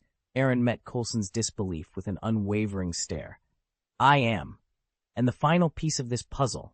He took a breath. Alexander Pierce. Secretary General Pierce is Hydra, too. Fury slammed his fist on the table. Damn it. Pierce was my boss, my mentor. If he's in on this. I know, Aaron said softly. It's a lot to take in. Fury's jaw clenched. He stared at the sealed dossier and then back at Aaron, fury and shock warring on his face. What do we do now? Aaron leaned forward. We root them out, every last one. No exceptions. Fury nodded once, sharply. Let's get to work. They would tear Hydra out by its roots, no matter who stood in their way. Aaron shrugged and poured Nick Fury a glass of crystal Coke. Unexpected? He asked with a wry smile. A Coke with a champagne finish seems fitting for tonight's celebration. He leaned forward, eyes shining with genuine admiration. Director Fury, you've redefined the meaning of master agent. S.H.I.E.L.D. was long ago overrun by Hydra, an organization that, true to its name, grows stronger each time you think you've cut it down. For decades, Hydra thrived on S.H.I.E.L.D.'s resources until the two became virtually inseparable. Yet somehow, you staged a comeback. You wrested control back from Hydra and reclaimed the mantle of director. Aaron shook his head in wonder. I still don't know how you did it, how an undercover operative ended up head of the very organization he was supposed to destroy. But you pulled it off. Anyone who can infiltrate an enemy like that deserves more than just a salute. He paused, flashing a confident grin. To be honest, I'm only 20, and there aren't many people I look up to, but you're definitely one of them. Fury said nothing, but the scar at his jaw tightened and his eyes darkened, as if shadows had pooled there from a long-buried secret. He raised his glass, the ice tinkling softly, and took a slow, deliberate sip. Every word Aaron spoke twisted in Fury's chest like a dagger, leaving him clenching his fists to stop his heart from pounding through his ribs. Aaron's compliments were nothing but scathing mockery, and Fury, who'd always prided himself on holding every situation together, felt his face flush with humiliation. He wanted to tear this office apart with his bare hands. After a long, stifling silence, Fury finally let out a low curse. Damn it! Damn it! He forced himself to meet Aaron's gaze, voice steady but cold. So, should I feel honored? Aaron's lips curved into a smirk. Absolutely. Fury lifted the glass of whiskey on his desk and took a slow swallow. The burn of the amber liquid soothed his nerves, for a moment at least. He ran through the latest intelligence in his head. Rumlow and his S.H.I.E.L.D. commandos, all confirmed Hydra operatives. Sitwell, too. That was bad, but manageable. They'd been rooting out sleeper agents since the first whispers of Hydra collaboration. But Alexander Pierce? A senior S.H.I.E.L.D. director? If Pierce really answered to the Red Skull's organization, this went far deeper than Fury had ever imagined. Even with decades of vigilance, Hydra had burrowed its way into S.H.I.E.L.D.'s very core, using the agency's own resources and veterans against it. Fury set his glass down with a quiet clink and leaned forward. All right, he said, meeting Aaron's mocking stare with steel in his own eyes. You want me to be honored? You'll get it. But understand this. I'll burn every secret of Hydra out of S.H.I.E.L.D., and it'll start with Pierce. Aaron's smirk faltered for the first time. Fury allowed himself a grim smile in return. Consider this honor, he said. Then, turning on his heel, Nick Fury strode out of the office, ready to unleash hell. He owed his appointment as S.H.I.E.L.D. director, at least in part, to Alexander Pierce's promotion and recommendation. Out of gratitude, he'd always held the retired colonel in high regard and tried to follow his advice. But now that he thought about it, the whole arrangement was deeply unsettling. Pierce had been walking a tightrope for over a decade at the helm of the agency. How many compromises must he have made to stay in favor all those years? "Why didn't you tell me sooner?" Fury demanded, his voice low. Aaron leaned back, unwavering. "I only discovered it about a month ago," he said. "I can't explain exactly how I know, but here's what happened. Right after the Battle of New York, Crossbones and a Hydra commando unit showed up at my shop, demanding the alchemical artifacts. I greeted them with, 'Long live Hydra,' dropped Alexander Pierce's name as my man, and they bought it. But even if they thought I was one of them, would I risk contacting the director of S.H.I.E.L.D. and tipping them off? And what if a Hydra operative was listening in when I called you? You'd be dead by morning, and I'd have every Hydra agent in the world on my trail. I don't mind the danger, that's part of the job, but untangling the fallout would be a colossal waste of time and resources." Nick Fury sank back onto the sofa, wordless, as the full weight of Aaron's confession settled over him. "Sir," Agent Coulson said, his voice low and steady, "the most important thing right now is to stay calm." Nick Fury let out a harsh, humorless laugh. "Am I not calm?" Coulson and Agent Aaron exchanged uneasy glances, both silently wondering if Fury's irritation was really masking panic. Finally, Coulson sighed. "All right, I admit I'm anxious too, but if any of us can keep it together, it should be you two." Aaron leaned forward, brimming with confidence. "Listen, nothing like this has happened under my watch. My men are loyal to a fault. There's zero chance of betrayal in my unit. Even if this whole facility blows sky high, I guarantee it won't be due to my people." Fury rolled his eye patch, a small gesture that spoke volumes of his exasperation. "Who can I trust anymore?" he muttered, half to himself. "That's the real question," Coulson replied, folding his arms. "You ask me? I barely know 20 people in the entire agency these days. How am I supposed to tell you who's clean and who's compromised?" He paused, then pointed at the two men beside him. "Here's what I do know. Agent Phil Coulson and Captain Steve Rogers are rock solid. Anyone with close ties to Brock Rumlow, Jasper Sitwell, or, God help us, Alexander Pierce, should be considered suspect." "Thanks for the reminder," Fury snapped, though his tone was more weary than offended. Coulson opened his mouth to speak again, then abruptly went pale. He straightened and stared toward the windows overlooking the rain-slicked city below. "Hold on a second," he said, voice trembling. Fury and Aaron turned to him, startled. Coulson's jaw tightened, and when he spoke again, his eyes were distant. "I just remembered. There's someone else. Someone we've overlooked." Aaron frowned, and Fury leaned forward. "Who?" Fury demanded. Coulson swallowed. "Someone I brought in from the field," he said. "I vouched for Mem personally. His credentials looked good. Too good, in fact." He closed his eyes, as though trying to block out the memory. "I might have blown our cover myself." Silence fell over the control room. The distant hum of S.H.I.E.L.D. systems and the soft patter of rain against the glass were the only sounds. Fury's single eyebrow rose. "Name? Lance Corporal Davis," Coulson whispered. "He's been embedded in Sector 3 for weeks." Fury let out a slow breath. "Well," he said at last, "that explains why the intel kept getting delayed." He stood and strode past Coulson to the central console. "All right, lock down Sector 3. Scan everyone who passed through customs in the last 30 days. We're going to cleanse this place from the inside out." As alarms began to sound and red lights swept the walls, Coulson sank into a chair, his face drawn. Beside him, Aaron readied his earpiece. Fury tapped several commands into the console, his jaw set. They were running out of time, and running out of people they could trust. "If S.H.I.E.L.D. has been infiltrated by Hydra, doesn't that mean the people I handpicked could be compromised?" Coulson asked, leaning back in his chair. Agent Aaron gave him a sympathetic pat on the shoulder. "Good luck with that. Just remember, Skye hasn't been with S.H.I.E.L.D. for long. She's still green, but at least she's a safe bet for now." Coulson ran a hand through his hair. "So that leaves Fitz, Simmons, May, and Ward all under suspicion." "Better safe than sorry," Aaron replied. "You're the field agent here. Trust your training. Handle them like you normally would until you can confirm their loyalties. No need for me to tell you how to do your job." "Carry on as if nothing's changed," Coulson said quietly, "but stay on high alert. Trust no one completely." Aaron offered a half-smile. Until they inevitably turn on you, they'll still be your backup, and might even take a bullet for you. Coulson couldn't help a wry grin. I suppose that's supposed to be reassuring? If it helps, Aaron shrugged. At that moment, the office door slid open and Nick Fury strode in. Coulson sat up straighter. May is solid, Fury announced, fixing Coulson with a steely look. I personally assigned her to your team. Thank you, sir, Coulson replied. Fury crossed his arms and leaned on the desk.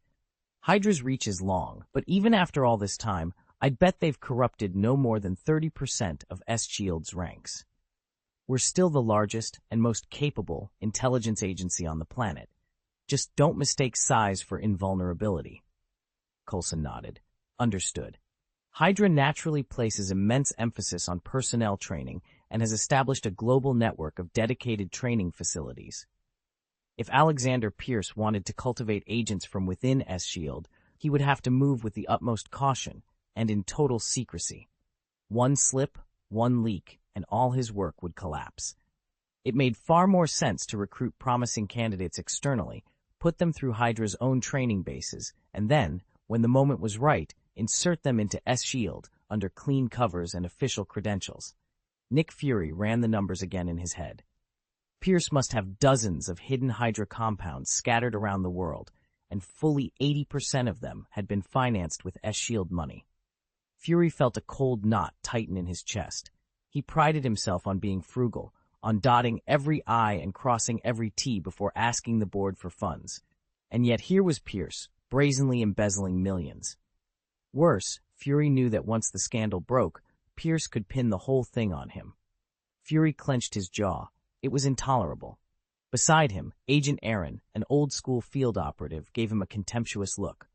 30% infiltration? Aaron scoffed. That's amateur hour. 10% is all you need to bring S.Shield to its knees. Fury stared back, hard and unblinking. He had no words to offer. Hydra was already woven into the very fabric of the organization.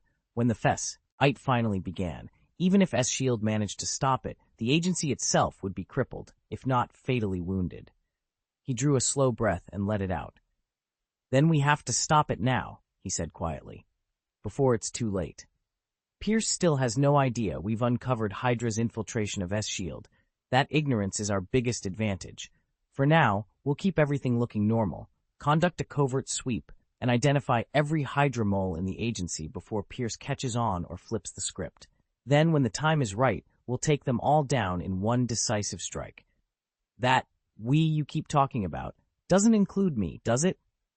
Aaron looked at Nick Fury with a pointed expression. Fury snorted, cold and dismissive. What do you think? You gave us the intel. Leaning back, Fury's eyes narrowed. You didn't think you'd just throw that information over the wall and walk away, did you? Aaron curled his lip in disdain. So this is S.Shield's modus operandi. Reward a favor by dragging you in even deeper? Phil Coulson stepped forward, forcing a light laugh. Easy, Aaron. Nick isn't recruiting you as an enemy. He really needs your help. But I can't shake the feeling this is less please and more you will. Absolutely not, Fury said smoothly. Aaron folded his arms, brow furrowed. Look, I pointed out the danger. Don't expect me to be the one who cleans up your mess. Do I look like someone who meddles in other people's affairs, or someone who does favors without expecting anything in return? Aaron asked, his tone light but challenging. Nick Fury studied him for a long moment, then finally asked, So, what do you want as a reward? Aaron snapped his fingers. A token of friendship, 1 billion. With that, I can guarantee you'll track down the vast majority of Hydra's operatives. Coulson and Fury exchanged surprised glances. They'd steeled themselves for an astronomical fee. This offer, by comparison, felt like a bargain. Nick Fury narrowed his eyes. So what's your plan? With a flick of his wrist, Aaron produced a thick glass vial filled with a pale, shimmering liquid. Gentlemen, I give you Veritaserum.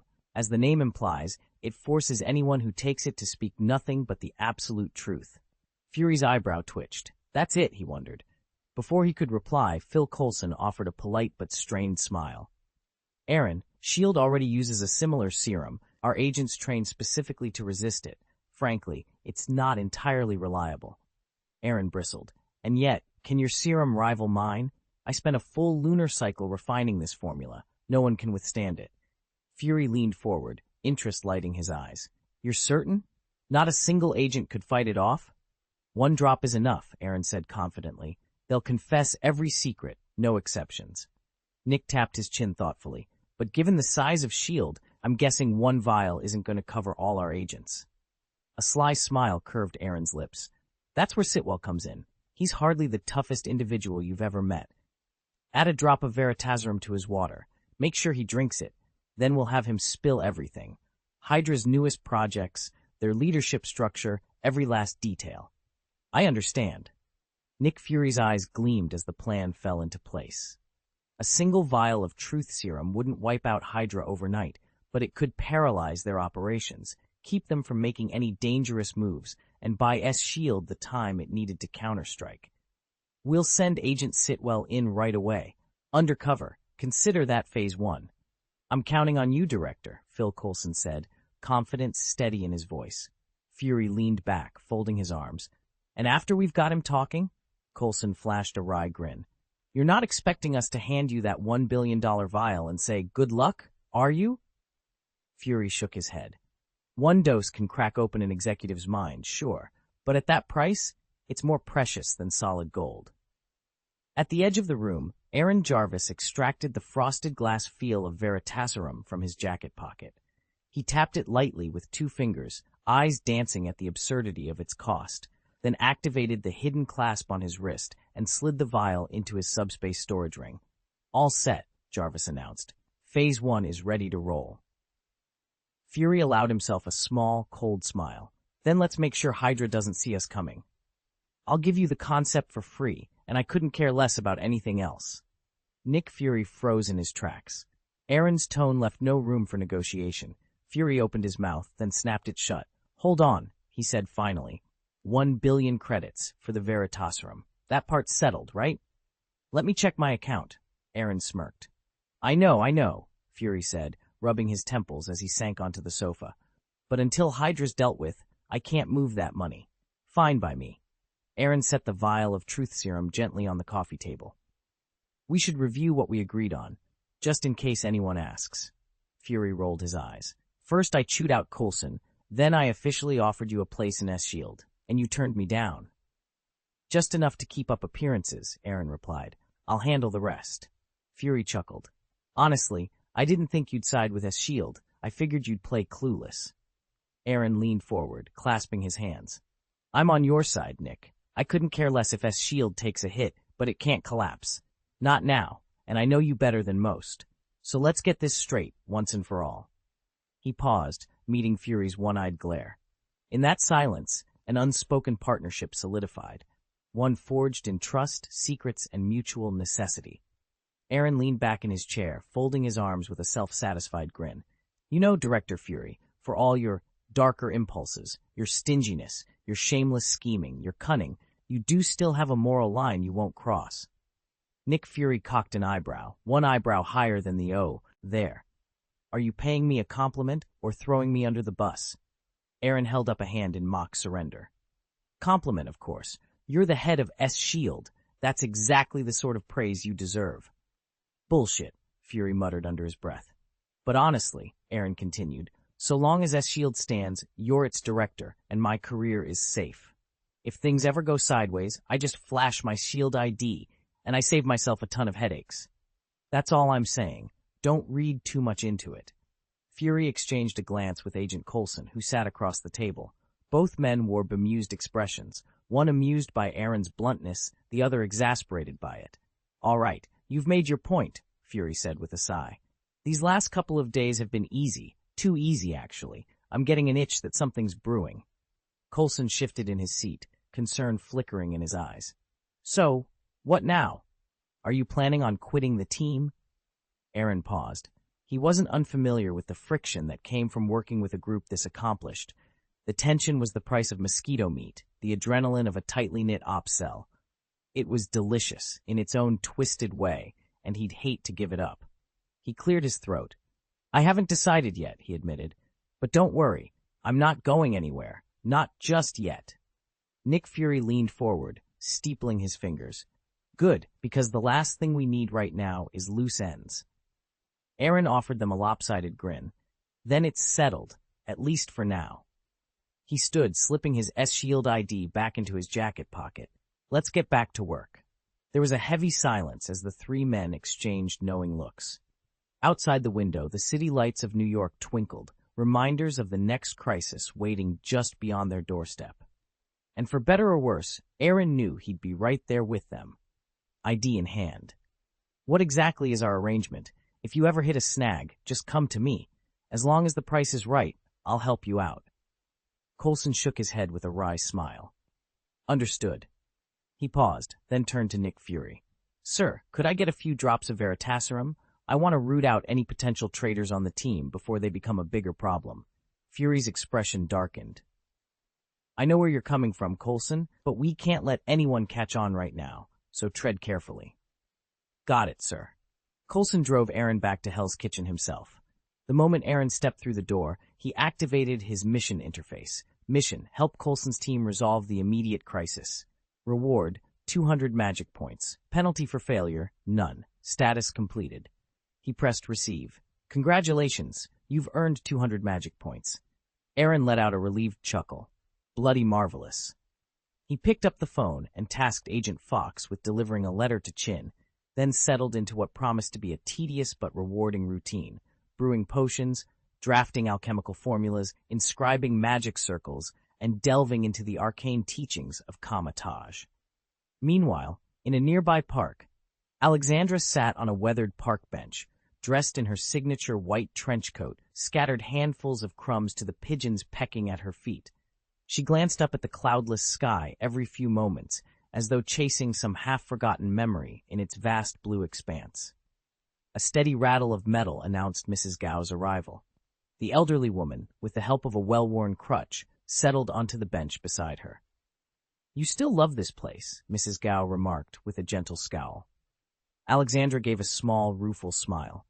I can't believe they left it standing. In a city that breathes high-rises, this park feels like a miracle. Most people have no idea that Manhattan was once completely forested. Mrs. Gao chuckled softly. And when the Dutch bought the island, they paid, what, $24? I'd say that was a bargain. A bargain, yes, Alexandra agreed, though nowadays that would barely cover the paperwork. Mrs. Gao tapped her crook, thoughtfully. The mayor's office liaison has everything in place. When can we move forward? Alexandra asked, leaning in. In 3 months, then we launch the final phase. Alexandra frowned, brushing a stray feather from her coat. 3 months is too long. We need to speed this up. Mrs. Gao reached out and patted her granddaughter's hand. I know you're eager, but rushing will only draw unwanted attention. We stick to the schedule. We stay under the radar. I'm hearing rumors everywhere, Alexandra pressed. More people know about this than you think. That's why our plan stays tight, Mrs. Gao replied calmly. A controlled rollout over 3 months ensures no one can stop us. She paused, her eyes meeting Alexandra's. Trust me, this is how we win. Mrs. Gao sat forward, her voice low but urgent. At least now nobody will trouble you, but if we'd moved sooner, you know how unstable things have become in this world. Securing our safety, keeping a low profile, and quietly building our strength, that's the foundation of every plan we've got. Alexandra let out a long, steadying breath. 3 months, that's all the time we have. But first things first, alert the others. I'll send the notices immediately, Mrs. Gao replied. After a moment she asked, By the way, what's your verdict on the man I mentioned? He's talented, Alexandra said, a small, appreciative smile touching her lips. His tonic is unlike anything I've tried. You've seen how ravaged my body is, but his elixir actually nourishes my organs and drastically slows their decay. If you ever sample the fooling elixir, you'll understand how modest your previous remedies were, Mrs. Gao countered, her eyes bright with conviction. But it's not just the medicine, it's his alchemy. If we can bring him under our control, our capabilities will skyrocket. Alexandra inclined her head. Have you run this by the others? Bokuto and Murakami are on board, Mrs. Gao said. Sawanda advises caution, understandably so. Anyone capable of single-handedly dispatching dozens of ninjas warrants serious respect and careful handling. She paused, meeting Alexandra's gaze head-on. And you, what do you think? Alexandra's expression hardened with resolve. We proceed, deliberately, but without hesitation. What do you think? Alexandra asked, leaning forward. Suawanda and I have the same plan, Mrs. Gao replied calmly. If persuasion fails, we use force. To bend someone to our will, we must first break their resistance. Alexandra laughed softly. And how do you propose we do that? Mrs. Gao's lips curved into a knowing smile. I've already contacted several vampire covens. With your approval, they'll begin their tests soon. Those bloodsuckers? Alexandra arched an eyebrow. You really think they'll cooperate? I've guaranteed them a generous supply of blood and offered a small but irresistible favor, Mrs. Gao said. They won't refuse. Besides, the man we're targeting is named Gaius, a name vampires despise. Once they turn up the pressure, Shohei will swoop in and will achieve our goal twice as fast with half the effort. She paused to let that sink in. Then we'll elevate him within the hand, just beneath the leadership, and shower him with money, influence, and every luxury a young man yearns for. No matter how composed he seems, he won't be able to resist. Alexandra nodded. It's a sound strategy. But what if the vampires prove unreliable? Mrs. Gao's expression hardened. Then we adapt our approach. If they fail us, we eliminate him ourselves. Keep his body intact, Alexandra said, her voice steady. Once our plan is complete, resurrect him. A brush with death might finally steer him onto the right path. She paused, weighing the implications. Very well. Carry on, but exercise the utmost caution. I understand, came the reply. Alexandra's gaze sharpened. And the current Iron Fist, what of him? I heard he abandoned Kunlun. Madame Gao's lips curved into a knowing smirk. Ah, the latest Iron Fist, arguably the most unreliable yet. He's that lax in his duties, overly earnest, almost naive. He has a penchant for showmanship, too, endearingly clumsy, some might say. Frankly, if we were captured by him, I'm certain a heartfelt plea would win our reprieve. It seems a shame to snuff out such latent potential.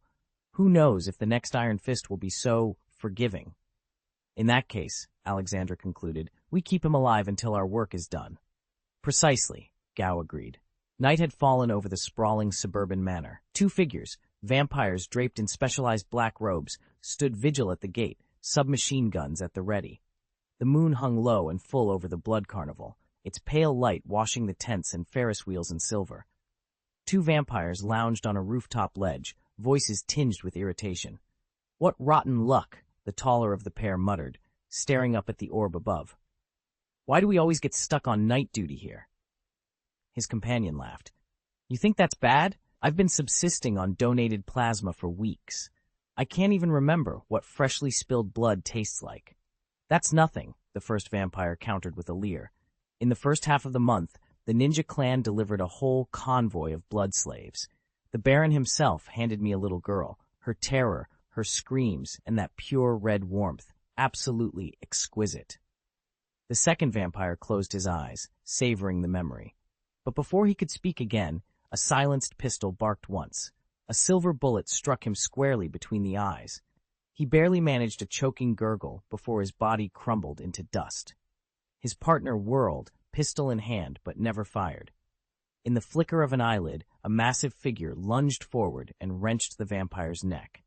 There was a sick crack, and then nothing but a lifeless form slumped over the edge of the roof.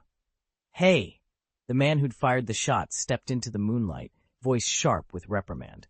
Calm down, Luke. No need to charge in like a crazed bull. Luke straightened, his broad shoulders unmoved by the reprimand. He laid his axe spear gently against the rooftop tiles. Relax, Frank. I'm practically forged from copper and steel.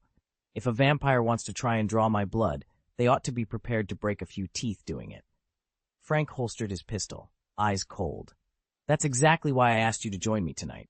I'm not too worried about the average vampire, came the hushed reply. But don't get cocky. Think twice before you do anything stupid. Luke tucked the strap of his sword into place and met his companion's eyes. Relax. These guys are far weaker than I expected. That's because you haven't run into a real heavyweight yet, or this guard really is the runt of the litter. Probably the latter. Quiet, his friend warned, lowering his voice. If even one of those snake-eyed sentries catches wind of us, the whole estate will be on high alert. Luke nodded. Together, they slipped into the shadows at the edge of the manicured grounds. Before them stood Crimson Manor, its windows ablaze with light and color. Inside, a string quartet tinkled in a lavish ballroom as gentlemen in tails and cravats raised goblets brimming with crimson liquid. Crystal chandeliers threw dancing reflections across polished marble floors. "Ladies and gentlemen," boomed a smooth voice, "welcome to our monthly blood banquet. Indulge yourselves tonight."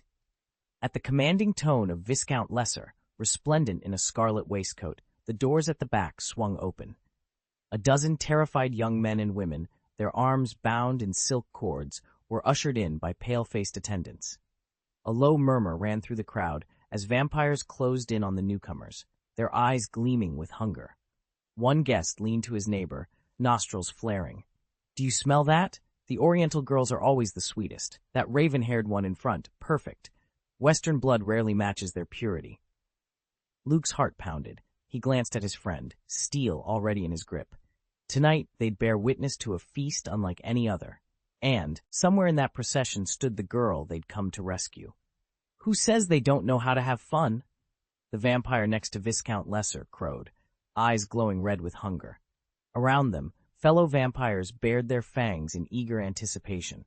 Lesser chuckled, lifted his crystal goblet, and tapped it against his palm. "Then let the carnival begin," he declared. Before the last echo of his voice faded, the grand doors of the hall shattered inward. Frank Castle strode in, a gleaming silver pistol in hand. Behind him loomed Luke Cage, his broad shoulders filling the doorway. "You again," Lesser said, his amusement vanishing as cold fury replaced it. He clenched his hand around the goblet, crushing the delicate crystal into shards.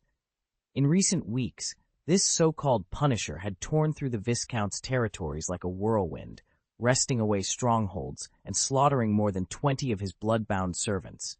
And now he'd come to the door, unannounced and unbowed. A hush fell over the assembled vampires as Castle advanced, Cage at his side. The night's carnival had begun, but this was one spectacle the Viscount hadn't anticipated. Chapter 800, a noble Viscount, suspected of sharing his bloodline. "I shouldn't have offended you, so why are you making things difficult for me?" Viscount Leather's voice was ice-cold, his dark eyes narrowing in suspicion. The Blood Clan had lived in secret among humans for centuries. Only a handful of powerful officials knew of their existence, and those alliances had ensured the clan's prosperity and safety. No one in their right mind crossed vampires lightly. They outlived ordinary humans by centuries and possessed strength far beyond mortal limits. Frank said nothing, merely meeting Leather's glare. Around them, young nobles trembled in panic, and Frank's silence spoke volumes. "You have no idea what you're up against."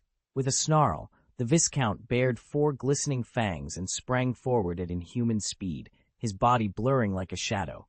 But Frank was even faster. He pivoted on his heel and delivered a crushing punch to Leather's chest, sending him skidding across the floor. A collective gasp rose from the onlookers. Luke's eyes went wide. "Wow, what did you take to get that strong?" he blurted, utterly astonished. "I can appreciate your quick reflexes, Leather, but your strength clearly surpasses theirs." Leather snorted, eyes flashing. "Save the praise. I'll handle them first." He leaned forward, a predatory grin tugging at his lips. "Just out of curiosity," the Viscount cut him off with a sharp bark. "Enough questions. Now go. Kill them." Relying on the vampire's incredible regenerative powers, Leather sprang to his feet and lunged ahead, a bestial roar echoing around him. At the Viscount's command, the other vampires, who had been posing as cultured gentlemen, shed their civilized masks, bared their fangs, and charged Luke and Frank. Luke didn't flinch. He strode straight into the onslaught, his skin and bones as hard as iron. Fang and claw struck him with inhuman force, yet each blow skittered off harmlessly, sending sparks dancing across his surface. Whenever Luke found an opening, he unleashed a single, thunderous punch that terminated a vampire instantly. Frank was just as ruthless. Wielding the silver-plated pistol known as the Sunrise Light, he weaved through the attackers as though on a casual stroll through a garden. With every pull of the trigger, a silver bullet smashed through its target. Vampires turned to ash before they could even scream. Even those who managed to close in were felled in seconds. With a casual swing, Luke sent one vampire hurtling into the stone wall, where it crumpled to the ground. He wiped a smear of blood from his knuckles and shot a grin at Frank. "What's your secret?" You juiced up or something? What brand of stimulant are you running on? Frank returned his smile with equal confidence. Not for sale, and there won't be a second batch. A surge of pride swelled in his chest. Mere weeks ago, he'd been an ordinary man, no match for costumed heroes or bloodthirsty monsters. Claiming the title of Sequence 9 Arbitrator hadn't granted him spectacular powers, but it had sharpened his strength, speed, senses, and fighting skills to super soldier levels. A low, furious growl echoed from the shadows. Viscount Leather, commander of this vampire host, watched helplessly as his lowest-ranking thralls broke and fell. Immortality was his inheritance. Dying here would be unthinkable. Snapping his gloved fingers for order, he hissed, "Stop them!" Then, without another glance, he melted into the darkness.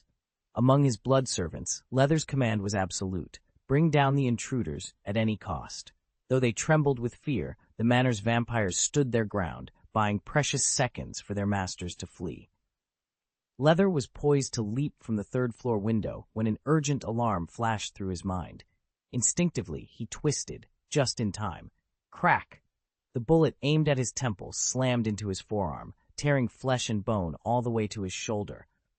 "Arr!" Leather howled, clutching his mangled limb, then hurled himself into the night. A shattered RM was no real setback. Vampires healed as long as blood flowed. But life itself was irreplaceable. Frank watched him vanish into the darkness and shook his head. What a pity. The strongest one got away. He turned, raised his pistol, and put a single round through the skull of the last remaining vampire in the foyer. Luke scoffed. Powerful? He's only a viscount, and he bolted at the first sign of trouble. Frank bristled at the remark, and for a long moment, neither man spoke. Frank heaved the last log onto the smoldering pile of vampire corpses and stepped back, wiping sweat from his brow. "Lower-tier vampires are hard enough," he muttered, "but I shudder to think what a real heavyweight would be like." Luke watched the flames hungrily devour pale bodies. Acrid smoke curled around them. At last he spoke in a low voice. "They've grown bolder these past weeks." "It's tied to the hand and the society," Frank said, his tone grim. "Those bodies were blood slaves, gifts from those shadowy organizations to their vampire masters. Tracking them down is impossible. They vanish before you even know they're there." Luke frowned. "What exactly is the relationship between the hand, the society, and the vampires? How do they conspire?" Frank's gaze darkened. "If I knew who to ask, I'd already have the answers. But they're ghosts in the system." Leather stumbled through the silent streets, cradling his shattered arm. Every step sent fresh waves of agony through his body. He burst into the first light he saw, a lone tavern hiding in the darkness, and nearly sent the door flying off its hinges. The barkeep, wiping a mug at the bar, tensed. "My Lord Viscount, what on earth?" Leather's voice was a rasp. "The blood pool. Now. I need blood." The barkeep's eyes flicked toward two silent waiters. He offered a curt nod. The first waiter gripped Leather's uninjured arm, steadying him as he swayed. The second produced a heavy iron key and disappeared behind a trapdoor leading to the cellar. Leather's breaths came ragged, but relief flickered in his eyes. Below, he knew, lay the lifeblood he needed to survive another night. The bartender stepped ahead, guiding them through a corridor shrouded in darkness. At last, they reached the far end of the basement and came upon a single, windowless chamber. In its center stood three enormous, circular basins carved into the stone floor and arranged in a perfect triangle. Each was filled to the brim with blood so fresh and vivid that the coppery stench made their heads swim. Viscount Lesser's eyes gleamed in the dim red glow. He swallowed hard, leaned forward, and barked, "All of you, get out!" The three attendants exchanged nervous glances, but dared not disobey. "Yes, Lord Lesser." They turned and hurried back down the corridor, their footsteps echoing on the stone. Silence settled over the room. Lesser approached one of the basins, resting a pale hand on its rim. He stared down at the roiling surface of blood, the only sound his steady breathing. Several minutes later, the three attendants returned at a dead run, their expressions grave. "What on earth is happening in there?" the nearest one blurted out.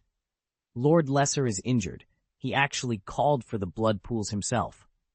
"Why would he do that?" the second whispered, voice trembling. "He's never been weak before." The bartender stepped between them, his face drawn and serious. "Quiet," he ordered. Viscount Lesser is of elder blood. His rank is second to none. We have no authority here. You must inform the Marquis at once. This matter cannot be handled by us." They nodded, fear in their eyes, and hurried back up the stairs. A few hours later, sleek black sedans glided to a halt outside the bar. One by one, more than a dozen vampires poured out, their formal attire stark against the night. At their head strode a tall man with a slender frame and a complexion so pale it looked almost translucent. He wore a dark red suit, tailored to perfection, and moved with a cool, predatory grace. The bartender met him at the back entrance. The newcomer's lips curved into a thin, inscrutable smile. With a single nod, he wordlessly demanded the report on Viscount Lesser's condition and on what had transpired in the hidden depths below. The moment the Blood Marquis descended into the stronghold's subterranean chamber, the bar owner and 2 attendants hurried forward to greet him. "Welcome back, Your Grace the Marquis," the owner said with a low bow. The Marquis glanced around the dimly lit room. "Where's Lesser?" "He's recovering in the blood pool," the owner replied. "His wounds are healing, though slowly." The Marquis's eyes narrowed. "What happened tonight?" The owner swallowed, lowering his gaze. "I'm afraid I don't know the full story. We 3 were ordered only to oversee this blood bank. We can't leave or interfere without express permission. Late this evening, the Viscount broke in, took control of the pool to treat himself. His injuries were severe. He'd broken his arm at the shoulder." The Marquis pressed his fingertips to his brow. "And Lesser? What was he doing tonight?"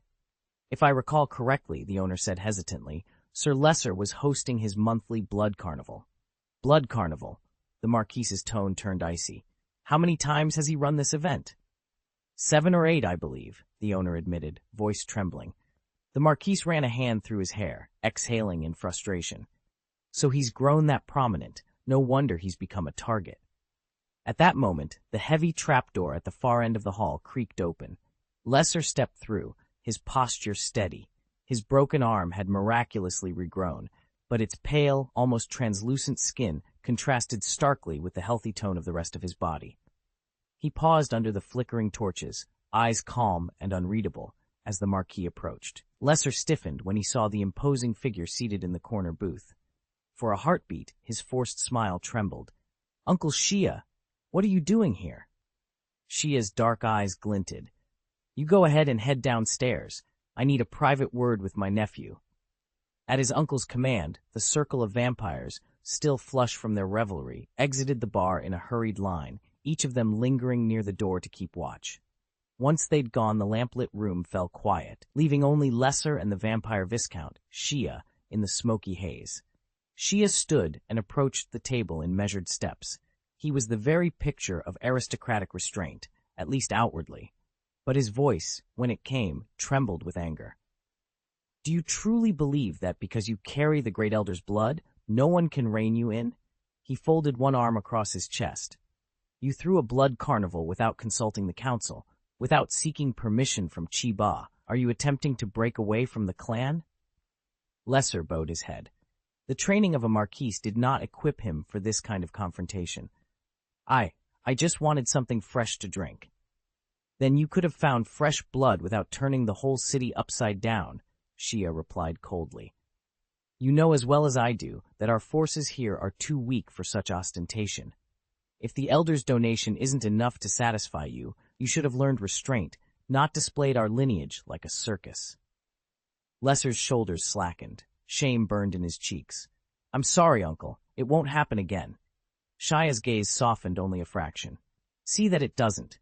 The other branches of our clan have always maintained a low profile. They understand that true power need not shout to be heard." He paused, then added quietly, "Remember that, Lesser. You still have much to learn about leadership." With that, Shia turned and walked toward the door. Lesser watched him go, the weight of those last words settling heavily on his conscience. Under the dim bar lights, he resolved to prove himself worthy of both his bloodline and of his uncle's trust. "It's best if you make a big show of it," Uncle Shia said, his voice low but sharp. "That will really disgrace the Field family."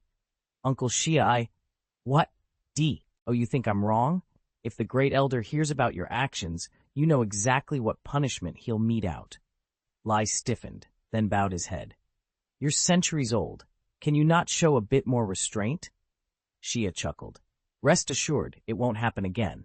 Those blood slaves came from the Hand and the Association, and I still have my people under control. If you can't even manage your own blood servants, Shia teased, you're truly disappointing. He paused, then leaned forward, changing the subject. Look, the Hand and the Association don't send us blood slaves out of charity. Why do you think they're doing it? What are you implying, Uncle? Lai furrowed his brow. Answer me this. Are we ever short on blood slaves? Lai hesitated. No, we aren't. He frowned. Vampires, though ancient, had adapted to the modern world. Hospital blood banks and synthetic plasma provided enough to sustain them, even if it lacked that familiar richness. Shia fixed Lai with a knowing look. Then why would they send more to us, unless they wanted something in return? Shia leaned back in his chair, his face calm but his words sharp.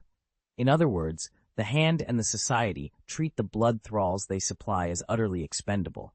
There's no love without reason, and no hate without reason. If Shohei rushed to send us thralls at the summit, he must expect something in return. Lesser frowned, glancing up. Uncle, are you saying they're demanding a favor? Don't be dense, Shia replied. Shohei wants our help. Lesser let out a harsh laugh. A few hundred thralls is hardly payment enough. Do they think the noble vampires are that lowly? They wouldn't dare think so, Shia said evenly, but we still must comply.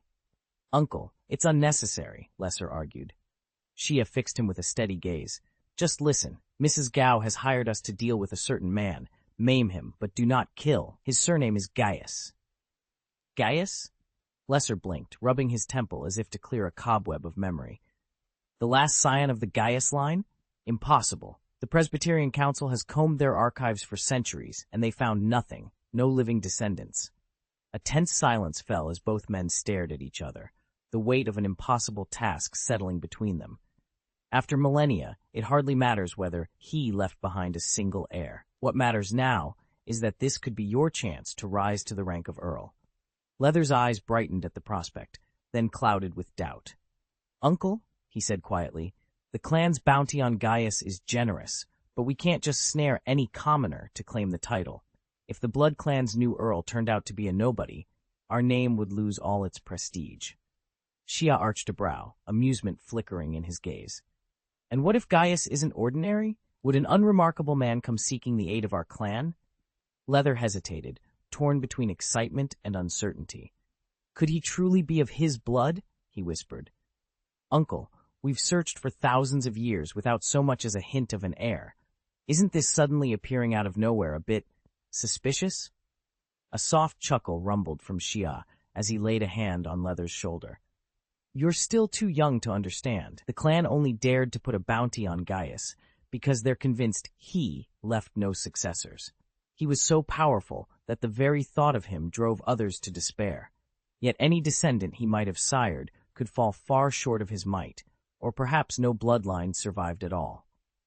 At present, the bounty remains mostly symbolic, but for the Blood Clan, it's a fast track to an earldom. Simply capturing someone whispered to be a blood descendant of the Great Elder, like Gaius, is enough to set the clan in motion. While it won't immediately grant you the title, it will earn you valuable favor with the Council of Elders. And since you share the Great Elder's blood, the other elders will have no choice but to show you respect.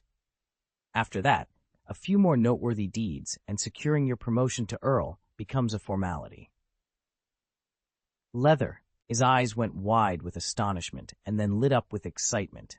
As a Viscount, he already held high status in the Blood Clan, but it was all under the Great Elder's umbrella. An earldom, by contrast, would prove that he'd risen on his own merits. Uncle, he said eagerly, where is Gaius now? I'm heading out now. Take it easy, Shia said with a weary sigh. If Gaius were just some ordinary guy, the Hand and the Society would have handled him themselves. They wouldn't need us vampires. Is he really that strong? Leather forced an awkward grin. His earlier confidence had drained away after being bested by two superheroes. He'd broken an arm and nearly lost his life. He wasn't about to underestimate anyone labeled extraordinary again. Mrs. Gao said you'd need at least 100 elite ninjas to take him down. Ninjas? Leather exhaled, relief replacing his unease. I was expecting something more exotic. Those kids wouldn't hold a candle to my blood servants. I could dispatch a few dozen vampires myself. Shia slapped his forehead, exasperated. You can't believe everything the Hand and the Society tell you. Just be cautious. Heal first and take Bauer with you. If things go south, you'll at least have backup. Chapter 801, The Candidate for the Monster Path, Hulk's Suppression, 12. The vampires are mobilizing tonight, Master, a hushed voice reported. We need to prepare. Aaron snapped his prophecy tome shut, the sound echoing through the candlelit chamber. He let a disdainful smile curl his lips. Human greed, he murmured. If there's someone pulling the strings, it's bound to be Shohehui and her endless temptations. Abe leaned casually against the table, arms folded. You still think that old crone won't back down? Aaron gave a slow nod. I wouldn't rule it out, but until I have concrete proof, we can't jump to conclusions. So what's our move? Abe asked, flicking a stray ember from a nearby brazier. For now, we deal with tonight's assault, Aaron said, rising. Once the vampires are contained, we'll trace any Shohui connection behind this. Ab's grin spread wide. Then I'll just torch them all. Problem solved. Aaron strolled over and tapped Abe gently on the forehead. Not so fast. You're a dragon of distinction, not some street sweeper. We warn them first, offer a chance to back off. If they refuse, then we fight. I'm the leader. This isn't a garbage collection job. That evening, just as twilight deepened, the shop door jingled. Frank stepped in, lugging a canvas sack that rustled with unseen contents. Moments later, Bruce Banner entered, his guarded gaze sweeping the room. Aaron greeted them with a warm, welcoming smile. Frank, Bruce, since you two haven't met, why don't you introduce yourselves? I have a feeling you'll soon need to watch each other's backs. The two men exchanged wary glances, each sizing up the other as the lanterns flickered overhead, unaware of the danger lurking just beyond the door. Frank Custer stood up and offered his hand. Frank Custer, but you can just call me Frank. Some people know me as the Punisher. Bruce Banner gave him a friendly shake. I've heard of you. I'm Bruce Banner, and... Hulk, Frank finished for him. I've known about you a long time. You're even more famous now. Right, Bruce said with a small smile, though Hulk doesn't usually just show up out of nowhere. He and I are friends now, Bruce added, relaxing a little. Want me to call him out so he can say hello? Frank winced. No, thanks. Let's say I'm just getting started in this superhero business. One good swipe from him, and I'd be history. Bruce nodded thoughtfully, then turned to Aaron. So, what exactly do you need from us? Aaron's expression was calm, almost detached. The prophecy says vampires will attack me tonight. I want you two to stop them, all of them. Bruce blinked, stunned for a moment. I'm not much of a fighter, and if Hulk shows up, he'll probably tear the place apart. It's a solid building, Frank said. He won't demolish it. All Hulk has to do is hold the door, make sure none of those bloodsuckers get out. He met Bruce's eyes. The real job falls to me. Bruce raised an eyebrow. Just guarding the door? Isn't this a bit over the top? Dr. Banner frowned, eyeing Aaron. It's just a vampire. Why summon the two of us for something so trivial? Can't you simply snap your fingers and take care of it? Frank shook his head. In a real war, generals stay behind the lines to issue orders while soldiers do the fighting. You'll see, soon these same protocols will apply to us. You'll have to learn to adapt. Banner forced a polite smile and gave a small nod, acknowledging his junior role under Aaron's command. Aaron reached into his ring and produced a small glass vial that caught the light with an uncanny glow. He set it gently before Banner. Here, he said, this is my gift to you. Frank leaned forward, studying the vial. That doesn't look anything like the potion I received.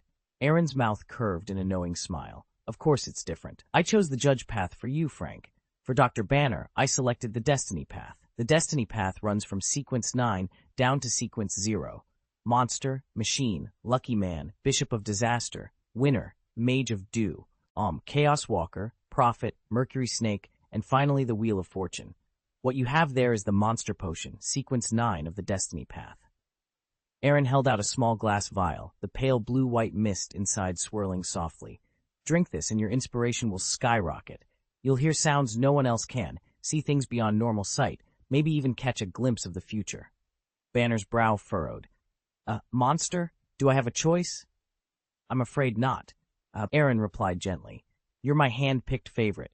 To walk beside me, You must become at least a demigod. And don't worry, this sequence elixir won't turn you into some beast. It's a shortcut to success, pure luck. He nodded toward Frank. Ask him. After he took this potion, he rose to sequence 9 arbiter on the judge path. Frank stepped forward, sincere. It's amazing. Trust me, you won't regret it. Banner exhaled, tension easing. He lifted the vial, watching the mist curl toward the opening. Steeling himself, he tipped it back and emptied it in one gulp. Gulp, gulp, and felt its power surge through him. A cool wave of energy rolled over Bruce Banner from head to toe, and he immediately sensed something had changed.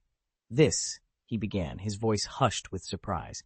He could feel the so-called monster power coursing through his veins, an ability he never expected to come from a single vial of Aaron's magic elixir, yet one that far surpassed even Steve Rogers' super soldier serum. Frank leaned forward, curiosity shining in his eyes.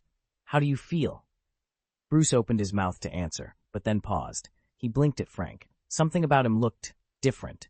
Strange, iridescent colors pulsed just beneath Frank's skin, like living light. Bruce shook his head in wonder. It's hard to explain, he admitted, but I can sense people's true nature now. If you stood Steve Rogers next to an ordinary man who looked exactly like him, I'd pick out the real Captain America without a second thought. Is that what this monster ability does? It lets me see what everyone else can't? He turned slowly to Aaron. Then why don't I sense anything strange about you? You look completely ordinary. A faint, knowing smile curved Aaron's lips. Because I'm the one who gave you this power, he said softly. I can hide my own energy at will. You won't detect it unless I allow you to, but you'd better learn to control this gift, and fast. Some of the universe's most powerful gods and demons don't take kindly to being spied on, Aaron warned.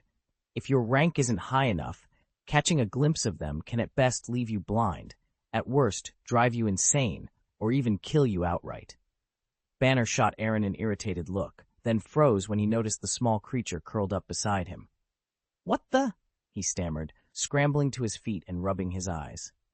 Is that a cat? No, it can't be. Not a normal cat. Frank leaned forward with a soft smile. It's adorable. My family would have loved it. Adorable? Banner echoed, voice tight. Adorable? Do you know what I just saw? The aura radiating off that thing made yours look like a flickering candle. It could crush you to dust without even trying. Frank frowned. You're kidding. Aaron scooped the animal into his arms.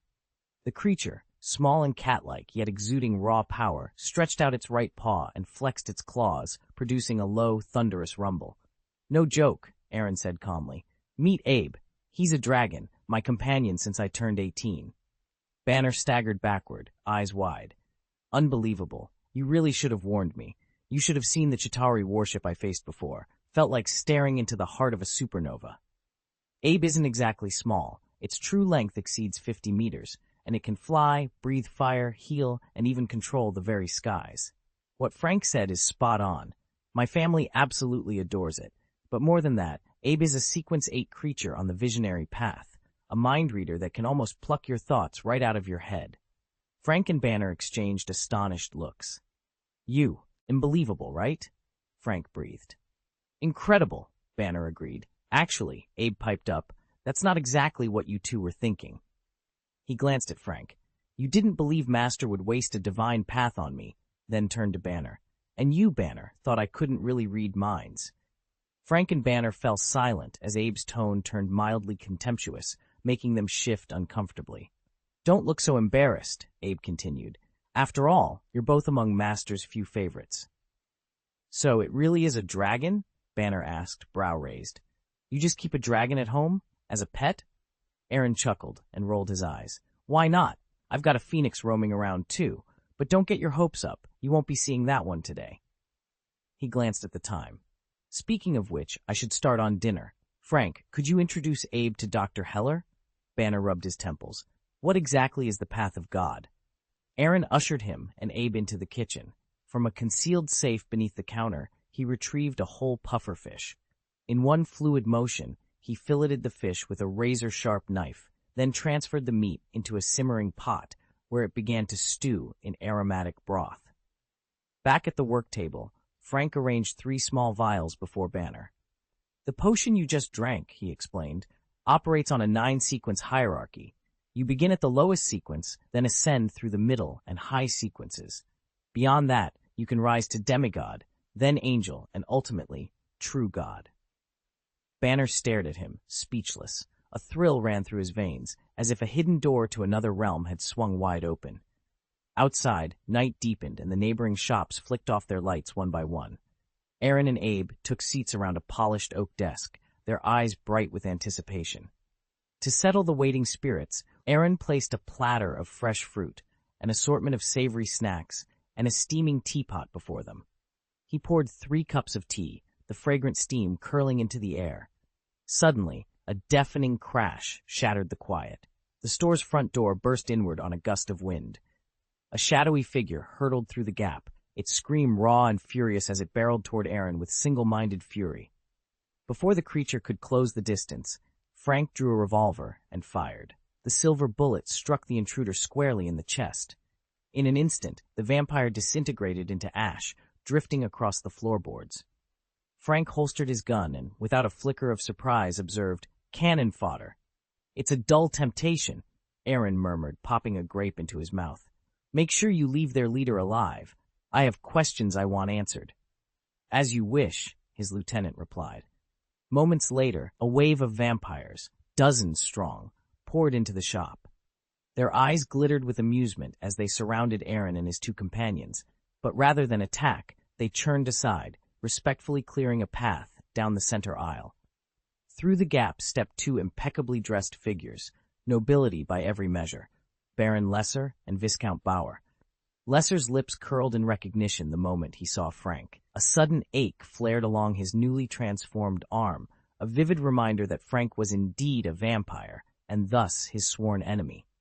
Yet beneath that tension, a surge of relief washed over him. The towering black enforcer he had feared was absent. Frank's escort consisted only of his elite guards and the formidable Viscount Bauer, whose reputation for strength rivaled Lesser's own.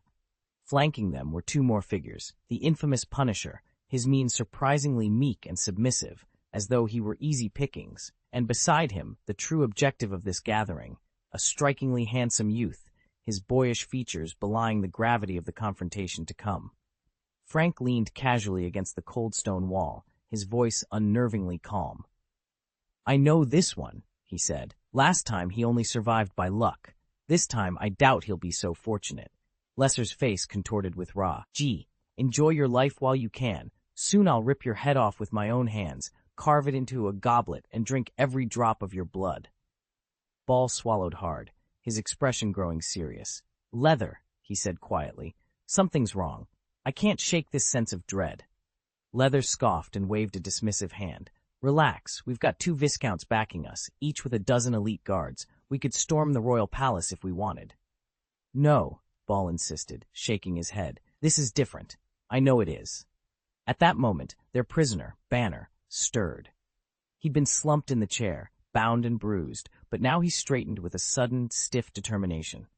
A crooked, embarrassed smile crept across his face as he muttered one word: "Shit." Ball's blood ran cold.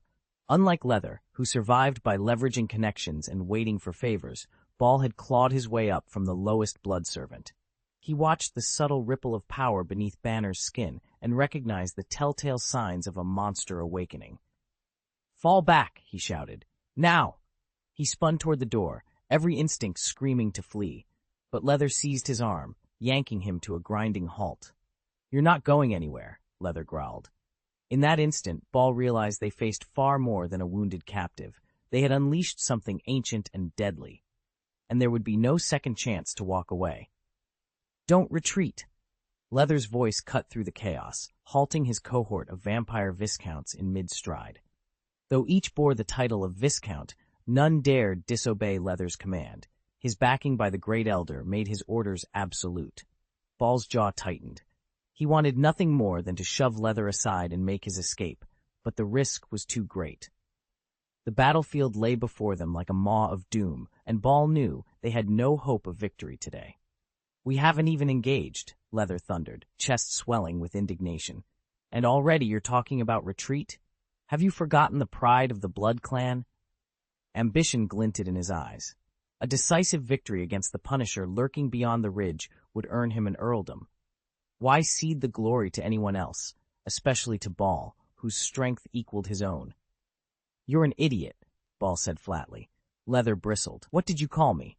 As if on cue, a bone-chilling presence crawled up Leather's spine, pinning him in place with invisible force. He whirled around, heart hammering, and froze. Where Banner had stood a moment before, there now strained a hulking green titan. Muscles bulged grotesquely beneath rippling skin, veins throbbing with raw emerald fury. The very air seemed to tremble around the Hulk. Leather's throat closed in a silent scream. His face went ash-white. Every drop of blood seemed to drain away. Ball's voice rumbled beside him, heavy with grim resolve. "Do you understand now why I ordered the retreat?" Leather swallowed, his voice lost in the storm of his pounding heart. He could only nod, his once bold spirit crushed by the sight of the unstoppable monster before them. If he could rewind time by even a few seconds, he'd slap himself without hesitation. Uncle Shia had been crystal clear. Follow Bob's orders. Why hadn't he listened? Even all their combined warnings weren't enough to save him from this self-inflicted facepalm. "Run! Hulk, guard the door!" Bauer barked. In an instant, Hulk sprinted to the entrance and planted himself firmly in the frame, cutting off the vampire's retreat. Leather's voice quivered. "What do we do now?" Bauer rolled his eyes, contempt dripping from every syllable. "If he can cover the door, do you think he could also watch the window?" Leather's eyes snapped open, as if Bauer's sarcasm had sparked something in him. "The window, of course! Stop them there!" He bolted toward the glass, moving faster than he ever had, determined not to let a single vampire slip through. Chapter 802, The Humble, Obedient Vampires, 12. Lesser sprang toward the window, drawn by the velvet black night outside. In that moment, nothing mattered but escape. No earldom, no titles, nothing could compare with the freedom beyond these walls. He launched himself against the pane with all his strength. Boom! He bounced off as if he'd collided with solid stone. He staggered back, blinking. Spiderweb cracks, each no larger than his thumb, radiated across the glass. Lesser stared in disbelief. "How is this possible?" he muttered. "A vampire viscount's power should shatter a window like this." Aaron leaned casually against the doorframe, half smiling. "Allow me to remind you, Viscount," he drawled, "that I designed this glass myself. It's stronger than bulletproof glass." He crossed his arms. "But if you want to keep banging on it, feel free. Perhaps after a few more collisions, we'll finally unlock our exit." Lesser bristled. You're mocking vampires now?" "Mocking?" Aaron shook his head. "Come now, you didn't drop by my quarters at midnight just to admire the view, did you?" Bauer stepped forward, his voice strained. "Sir, I'm sure there's been some misunderstanding." Aaron interrupted him with a sneer. "Misunderstanding? Look at the situation, Bauer. It's perfectly clear what's happening here." He turned back to Lesser, eyes glinting in the dim light.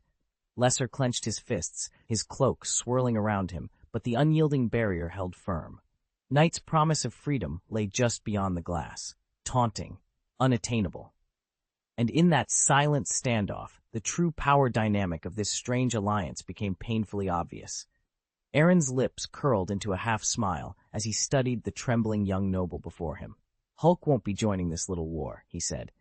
"If you can take down the Punisher, you walk away unscathed. I'd hate to lose, though. I still have questions for my guest. So only the true leader lives. Tell me, who's in charge here, you or him?" Lesser drew himself up, trying to appear unshakable. "I am," he declared. "I am Viscount Davian Lesser, only son of the Blood Clan's Grand Elder." Bauer shook his head with silent contempt, but said nothing. Aaron rolled his eyes and let out a derisive chuckle. "What sins must your ancestors have committed to spawn a worthless runt like you, and aren't vampires supposed to be sterile?" Lesser's voice wavered, but he forced out an answer. "Pure bloodlines and ancient ritual magics can override sterility, though it does take longer." "Impressive," Aaron murmured, flicking a glance at Frank. "I'll spare this noble Viscount for now." He turned back to Lesser. "The other one?" He didn't wait for an answer. "Kill him." Frank's grin gleamed in the dim light as he racked his pistol and slid in a fresh round. "This is it. We have no choice but to fight with everything we've got." Ball drew in a steadying breath. "All right, everyone, move." At his word, dozens of vampires surged toward the Punisher, eager to overwhelm him. But the sharp retort of gunfire halted their onslaught. Silver bullets could wound vampires, but these were enchanted rounds, blessed to deliver a killing blow. The weapon in Frank's hands, the Suguang rifle, packed slightly less raw power than a standard military-grade firearm, yet its true edge lay in its supernatural ammo feed. It converted its wielder's own energy into an endless stream of silver cartridges. Frank himself was no ordinary marksman. He was a soldier among soldiers, his physique already far beyond human norms, and after downing the Arbiter's elixir, he felt reborn, his strength and reflexes sharpened to a preternatural degree. The vampires darted with uncanny speed, but Frank read their movements like an open book. In the tight confines of the old hallway, they tried every angle, but he was faster. One by one they fell under his steady aim, each enchanted bullet turning flesh to ash in a blinding flash. Despite the vampires' overwhelming numbers, Frank stood unmoved. Shot after shot rang out, and the creatures crumbled untie. Nothing remained but drifting ashes. In the echo of each report, the Punisher proved why he was humanity's last, best hope. Lesser's face went ashen as he took in the scene. He'd thought himself lucky the night Frank, the so-called Punisher, had spared his life. But this was a far cry from the man he'd known back then. He hadn't realized how the Arbitrator's magic elixir worked. The more of it the body absorbed, the stronger the bearer became. Unwittingly, Frank's very role as the Punisher had turbocharged that process, letting the potion's power fuse seamlessly with him. Bauer watched with a scowl. Now he understood. The Punisher was no ordinary mortal, but a rival to his own strength. And yet, when Bauer himself had faced that vampire onslaught, he'd only managed to run for his life. He'd never been capable of single-handedly cutting down dozens of vampires the way Frank had. The thought struck him cold. Could it really be the Punisher's gun that made the difference? At that realization, Bauer's eyes narrowed. Without that weapon, even Frank wouldn't hold the line against an army of the undead. Teeth clenched, he seized Lesser, still frozen in shock, and flung him toward the Punisher. Lesser's terrified scream cut through the courtyard. Frank instinctively leveled his pistol and squeezed the trigger, then paused, confusion and shock overtaking him as he recognized the boy's face. That vamp really was hard to kill. Before anyone could react, he spun and delivered a roundhouse kick that sent Ball flying. In the same instant, Bauer darted forward, his fingers driving into the vampire's wrist. Snap! The crack of bone echoed as the creature howled, unclenching its hand, and the strange glowing dagger it held clattered to the floor. Ball snatched it up and rolled safely out of reach. "Sk," Aaron said, tilting his head with a faint smile. "This just got interesting." He gave Bauer a nod of approval. Turns out these vampires have some real talent, almost as strong as one of the elder bloodlines. Deprived of his weapon, the vampire's natural advantages against hunters were sharply reduced. Undeterred, he snarled and lunged at Frank. The two collided in a brutal fist-to-fang brawl, proof that killing monsters with steel or bullets might be swift, but up-close hand-to-hand combat was far more exhilarating. 10 minutes later, Frank stood amidst a twisted mound of vampire corpses, chest heaving. Sweat and ichorous blood coated his battered skin, dozens of cuts and bruises glinting in the torchlight. His legs shook beneath him, each breath ragged, but for all his wounds and exhaustion, a fierce light burned in his eyes. Leather forced a nervous smile and raised his hands in a placating gesture. "I don't think we need to fight anymore," he said, voice trembling. Frank didn't reply. His eyes, cold, unblinking, locked onto Ball with a hunger that needed no words. Ball's throat went dry. He swallowed hard and clenched the antique sidearm, the Dawnlight, in his hand. "Stop," he managed. "If you press on, you'll kill me." A slow, unnerving grin curled at Frank's lips. He took a deliberate step forward, and the air between them seemed to thicken with menace. Ball staggered back, panic tightening his chest. Shaking his head to clear it, he aimed the Dawnlight at Frank's thigh. He couldn't bring himself to shoot to kill. Hulk would crush him if he did. "You're leaving me no choice," Ball spat, jaw set, then squeezed the trigger. Bang!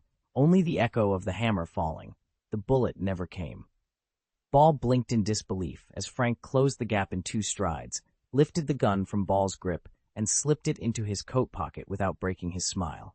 Ball staggered, legs threatening to give way. "How?" he whispered. Frank tapped the barrel against Ball's forehead. "This gun recognizes its true owner," he said softly. "It won't fire for anyone else." Before Ball could respond, a dry cough came from the shadows. Aaron stepped into the light, clearing his throat. "Perhaps," he said carefully, "we'll let him live." Frank lowered the bass. Rel, still grinning. Ball's breath came in ragged gasps, relief and fear warring in his eyes. The standoff was over, for now. Surviving isn't easy. Aaron leaned against his counter, arms folded, eyeing the two exhausted Viscounts before him. Frank exhaled a long, ragged breath and flopped onto the sofa. Hulk, disoriented for a moment, shifted back into Bruce Banner and slumped into a chair, cheeks flushed. Despite the open gate, neither vampire dared move again. Aaron's smile was wry. "You two may look young, but I'm willing to bet you understand the mess you've made here. This little shop of mine isn't much, but you certainly didn't need to turn it into a disaster zone." Viscount Leather stepped forward, lowering his gaze.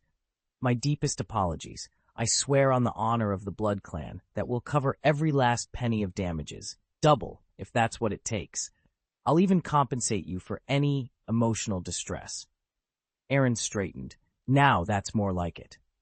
He tapped the glass display case. "As it happens, I've been planning some renovations. I intend to strip this place down to just the apothecary and the divination parlor. The rest has to go." Leather exchanged a glance with Banner. "Whatever you need, consider it done." A genuine grin flickered across Aaron's face. "Excellent, then let's get to work. I've got potions to restock and crystal balls to recalibrate, plenty to keep two capable Viscounts busy." Frank, now Viscount Leather, nodded with renewed purpose. Bruce Banner offered a tired but determined smile. The chaos of the morning was behind them. Now they had a shop to reshape and a debt to repay. "Don't shut down the other features entirely," he instructed. "Just streamline them and hide them from public view." It had been 2 years since he'd arrived in this world, and everything was finally settling into place. The modest income from his shop was no longer a concern. By pruning away unnecessary functions, he could free up resources, both digital and personal, to devote himself fully to mastering Kamartai's magic. "We'll recruit a professional designer from the Blood Clan," he continued. "I want a new interface ready in 7 days. No, 3 days. His assistant raised an eyebrow but offered a confident nod. 3 days it is. My Lord Viscount, I have high hopes for your future." Satisfied, he added, "Before you go, I need you to answer a few questions and leave your contact information." Bauer bristled. "What's this about? Who authorized you to hassle me?" Leather, ever direct, didn't waver. "The Hand and the Society. If it weren't for their meddling, we wouldn't have been overcharged, and they'd still be kowtowing to humans."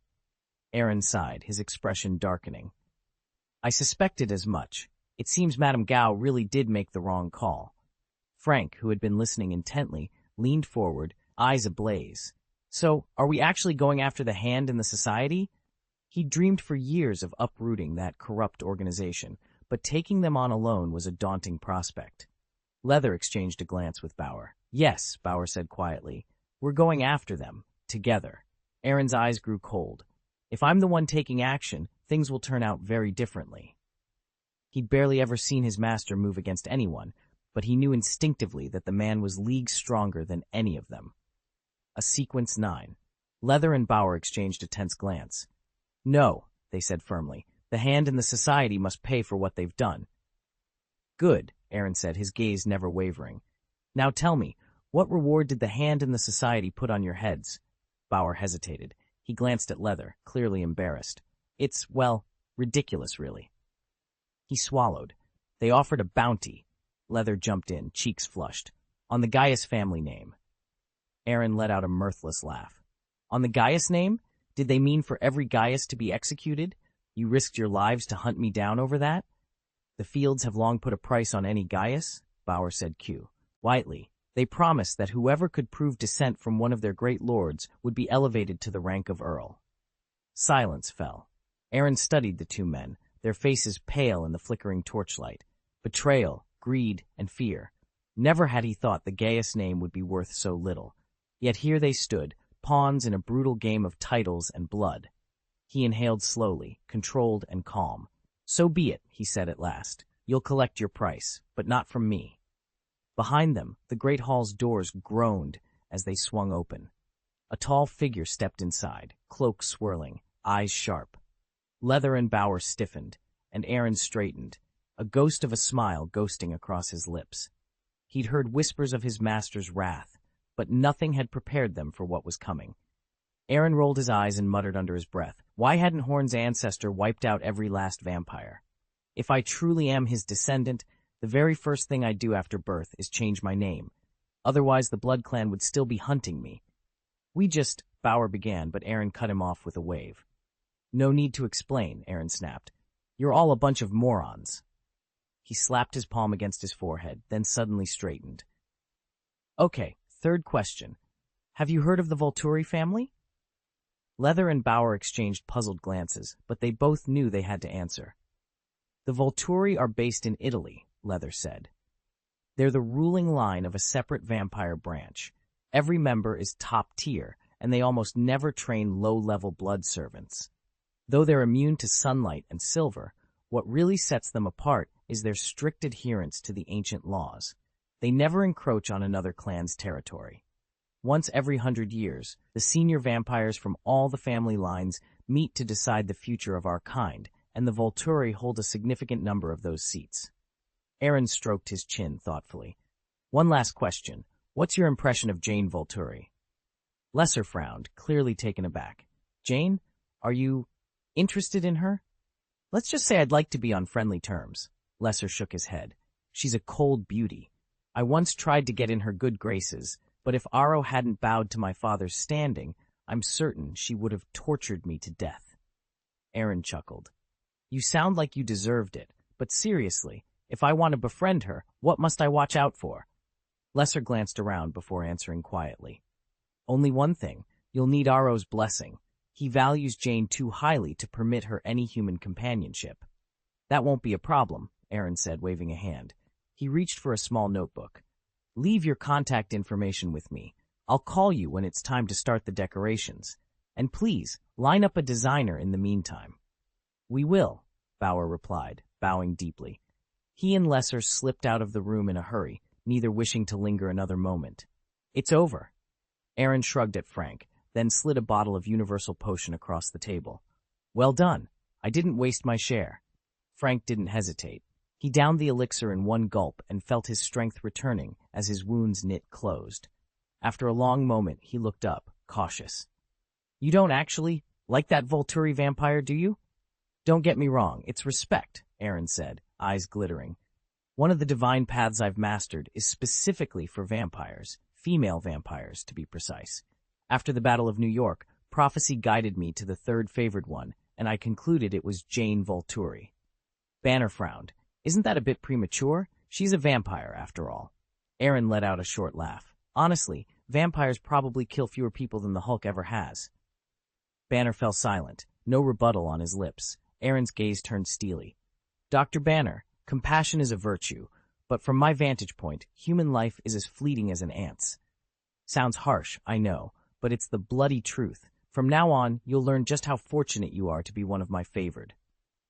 Frank shook his head with a wry smile. You really do care about ordinary people, don't you? Aaron, the ancient deity, rested his staff against the stone floor and regarded the two heroes with solemn eyes. Conquering that vampire won't be easy, he admitted.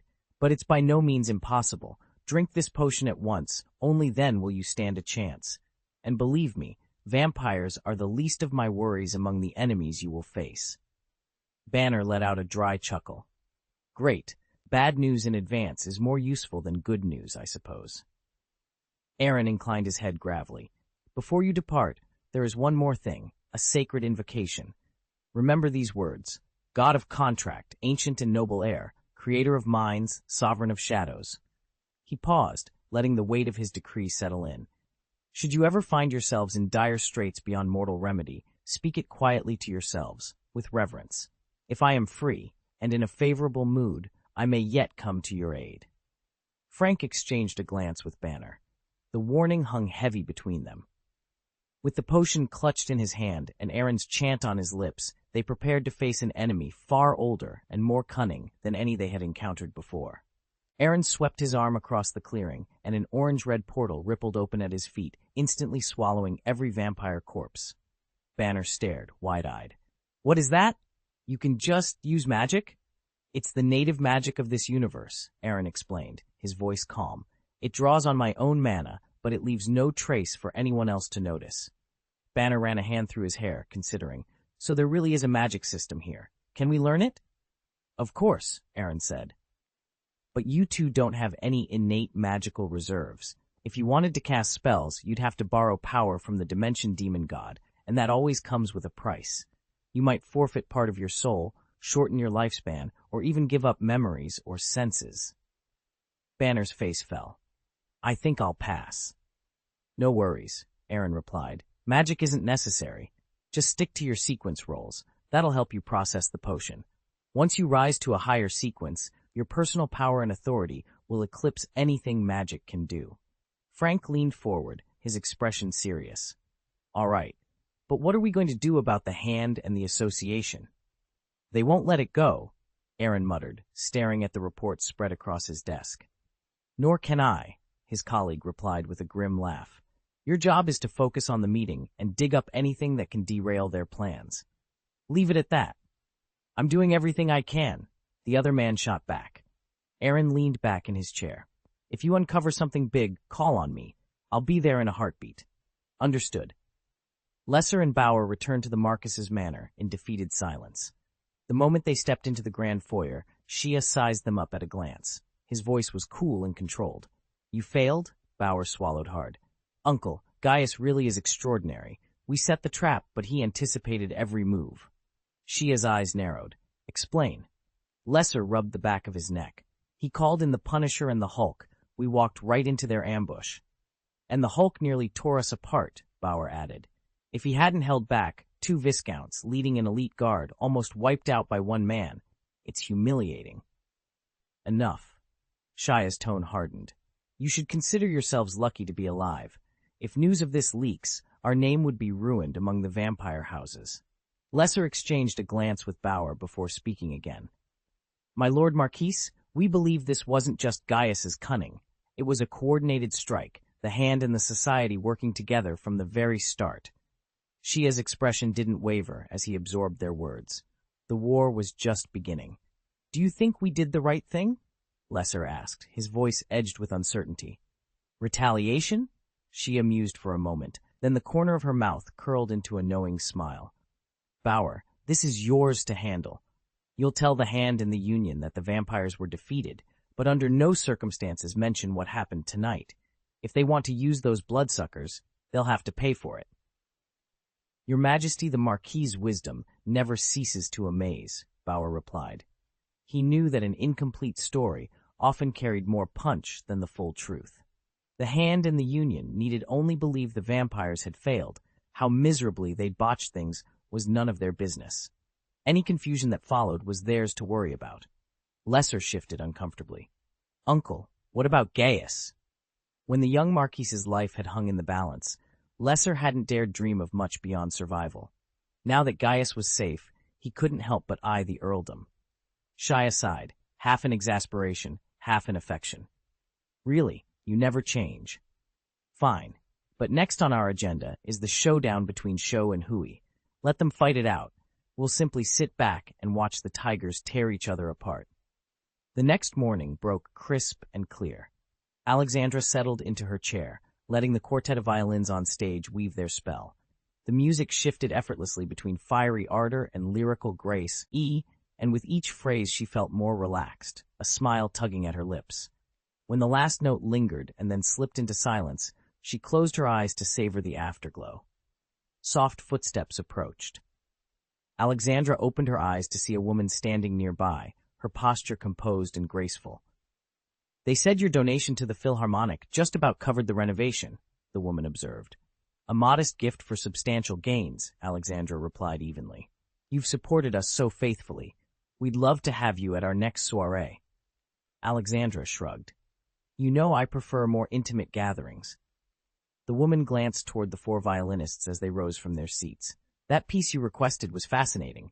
Brahms wrote so little in C minor. Beethoven practically held monopoly on that key. Yet here, you can sense Beethoven's shadow. Alexandra laughed softly. It's more than a shadow. It's a challenge. Brahms was determined to prove he could wield C minor as forcefully as Beethoven. He could be so miserly with his boldest keys.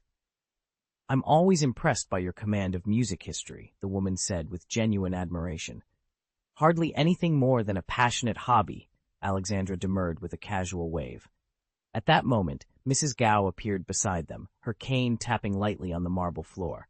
Her arrival promised another conversation, or perhaps the next movement in an evening already full of harmonies. Alexandra rose at once. Excuse me. She and Madame Gao slipped into a quiet corner of the room. Gao's face was unusually grave. The vampires failed. Failed in what way? Alexandra asked. Madame Gao shook her head. The Viscount only sent word that their mission was unsuccessful and refused to offer any details. So what happens now? Alexandra pressed. They believe we deceived them, Gao said with a sigh. They won't expend any more of their strength unless we provide adequate compensation. Alexandra frowned, weighing her words. Compensation isn't the problem. The real question is whether they have any leverage over us, whether they can expose our hand. I don't know yet, Gao admitted, but from everything I've learned about Gaius, he isn't one to swallow his pride. When Hauer's men first severed his fingers, he struck back that very night, and with ruthless brutality. If I don't hear from him within a few days, it means the vampire clan has no hold on him. We can maintain the status quo and wait for a better opportunity, but if he does come to me, then it means they're desperate, and we'll know they've overplayed their hand. That will give us the upper hand in any negotiations. Alexandra nodded slowly. Very well. Let's see how this plays out. Gao let out a long sigh.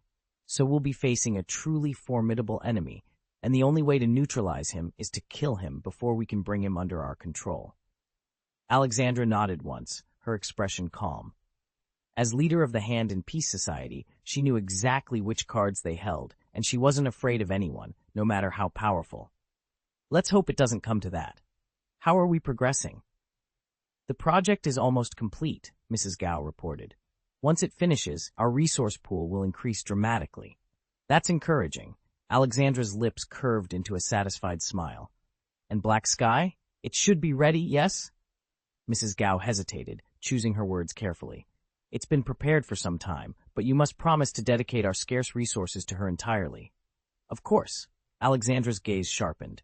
When Black Sky is resurrected, she will become the Society's ultimate weapon. Mrs. Gao swallowed hard. But she's... Do exactly as I say, Alexandra interrupted firmly. Mrs. Gao bowed her head. Yes, ma'am. Aaron deliberately avoided provoking the Hand and Peace Society, not because he feared them, far from it, but because waging war on an organization that had festered for centuries would be a nightmare. Defeat would be unthinkable. Victory, he knew, would bring complications of its own. And so he kept his enough distance, biding his time and watching, certain that the real conflict lay just over the horizon. If someone were to single-handedly wipe out a terrorist organization like the Shohui, there'd be no staying under the radar. Every agency, legal and covert, would train their sights on him. The risks would far outweigh any reward. This kind of operation is best left to others, Aaron said, his voice low. I can't afford to be too visible. Others? Abe frowned, scratching the little dragon perched on his shoulder. Master, do you mean those enemies you've talked about meeting face to face? Exactly, Aaron replied. The Hand, Matt Murdock, the Chase, Danny Rand, Kunlun, even some of my own protégés. And that's just the short list. I'm certain there are more foes out there I haven't even identified. My role is simply to nudge them toward each other. He straightened and dialed a number. Coulson. Now there's a surprise, came the reply. I wasn't expecting you to call first. I need a favor. Name it.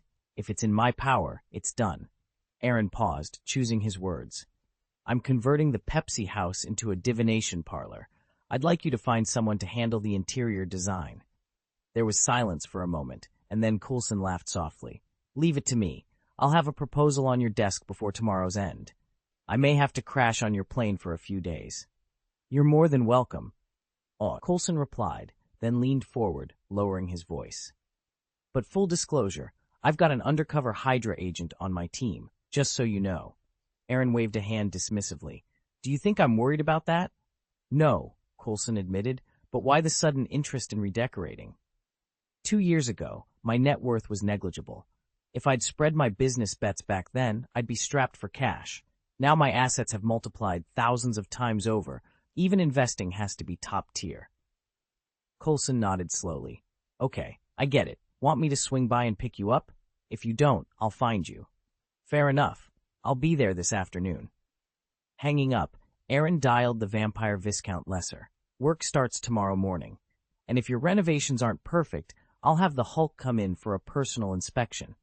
Lesser, who'd originally planned to treat the job as another perfunctory assignment, stiffened the moment he heard Hulk. He stammered apologies and repeated his promise. Aaron would be completely satisfied. That done, Aaron cleared out the entire first floor of his estate, carting off every piece of furniture and emptying the secret room of its curios and artifacts. A few hours later, he was boarding the Airbus once again, this time ready for a housewarming he intended to make unforgettable. May sat at the controls of the jet, Ward coaching Skye through combat drills in the adjacent training bay, and Fitz and Simmons absorbed in their experiments down in the lab. On the surface, everything was routine. Agent Coulson slumped into a sofa in the command lounge, staring at the floor. It all seems normal, right? He muttered, voice heavy. But apart from May, or maybe even Skye, how many of us do we really know? Aaron shook his head. No, you've got it backwards. The only person you can count on is May. Skye's not Hydra, sure, but that doesn't mean her loyalty is to S-Healed. Coulson waved a hand. She's been outstanding these past few missions, a real team player, training harder than anyone. I'm just saying you should keep an eye on her, Aaron replied. Your call what you do with that. Before Coulson could answer, the S-Shield emblem on the main display flared red. New mission alert. Everyone sprang into action and filed into the command room. Coulson tapped a photograph onto the central monitor. A clean-shaven man in his early 30s, eyes quietly intense. This is Chen Haoran, Coulson announced. Until a few years ago, he was just a street performer scraping by on tips. Then his pyrokinetic powers surfaced, ability to control fire at will. Pyrokinetic? Aaron's interest peaked. So he can both create fire and bend it to his will? Exactly, Coulson confirmed. He's been linked to a string of arson-based robberies across Southeast Asia. Our job is to stop him before more innocent people get caught in the blaze. Can he summon flames at will? Skye asked, leaning forward. More or less, Simmons replied, scrolling through her tablet. He can control any fire he generates, though the heat output is a bit lower than you'd get from, say, a standard propane torch. Still, he can handle direct contact with flame. No problem there. A bit weaker? Fitz frowned. What does that mean in real-world terms? Well, Simmons paused, choosing her words. If push came to shove, our agents, me or Fitz, could still take him down with a sidearm. His firepower isn't enough to overpower armor-piercing rounds. Aaron blinked. So this isn't just a parlor trick for lighting cigarettes? Not at all, Simmons said with a small smile. His real talent is spontaneity. No props, no torches or lighters. He just manifests flame with a snap of his fingers. Great for street performances, less ideal for staying under the radar. I see, Skye murmured. Fitz glanced up. Do we know how he got this ability? That's still under investigation, Simmons admitted. What we do know is that when the old Wantai nuclear power plant went up in flames, he was living nearby. None of the other residents showed anything like his pyrokinesis. Skye leaned back. Then how did S.H.I.E.L.D. even find out about him? Simmons tapped a few more times on her tablet. An informant caught one of his street shows on video. He lit a welded steel rod with a flick of his finger. The footage made its way to us, so we stepped in, warned him not to flaunt his gift, and then registered him. Registered him? Aaron asked, puzzled. On S.H.I.E.L.D.'s superpowered entities registry, Simmons explained. It's our list of individuals and artifacts with anomalous abilities. Skye exchanged a glance with Fitz. Got it. So he's on our watch list. He can control fire, but he's not a walking flamethrower. Anything else we should know? Simmons closed her tablet. That's the gist of it. We'll continue monitoring, but for now, he's contained, at least until we learn more. How many people are on that list? Aaron demanded. Coulson's expression tightened. I'm sorry, Aaron, but that information is classified above your current clearance level. So I'm not on it? Aaron's voice dripped with indignation. Technically, you are, Coulson admitted. But your file is exceptionally sensitive. Only level 10 agents can access it. We've never imposed the usual monitoring protocols on you. Aaron let out a sharp laugh. Good thing my background's bulletproof, right? This isn't about pedigree, Coulson explained calmly. It's about your contributions to S-Shield. You've done more for us than most agents, enough to earn a place on this list. Its sole purpose is to protect operatives in the field. Ward stepped forward, arms crossed. And in extreme cases, S.H.I.E.L.D. will take direct action to keep those agents safe. Skye leaned forward, her eyes glittering with curiosity. So you're actually taking action against objects or people? That's kind of terrifying. Aaron laughed, shaking his head. Terrified of what? You're not on the list, Skye. I am. A smug smile spread across her face. Well, tell me, how do you keep tabs on these people?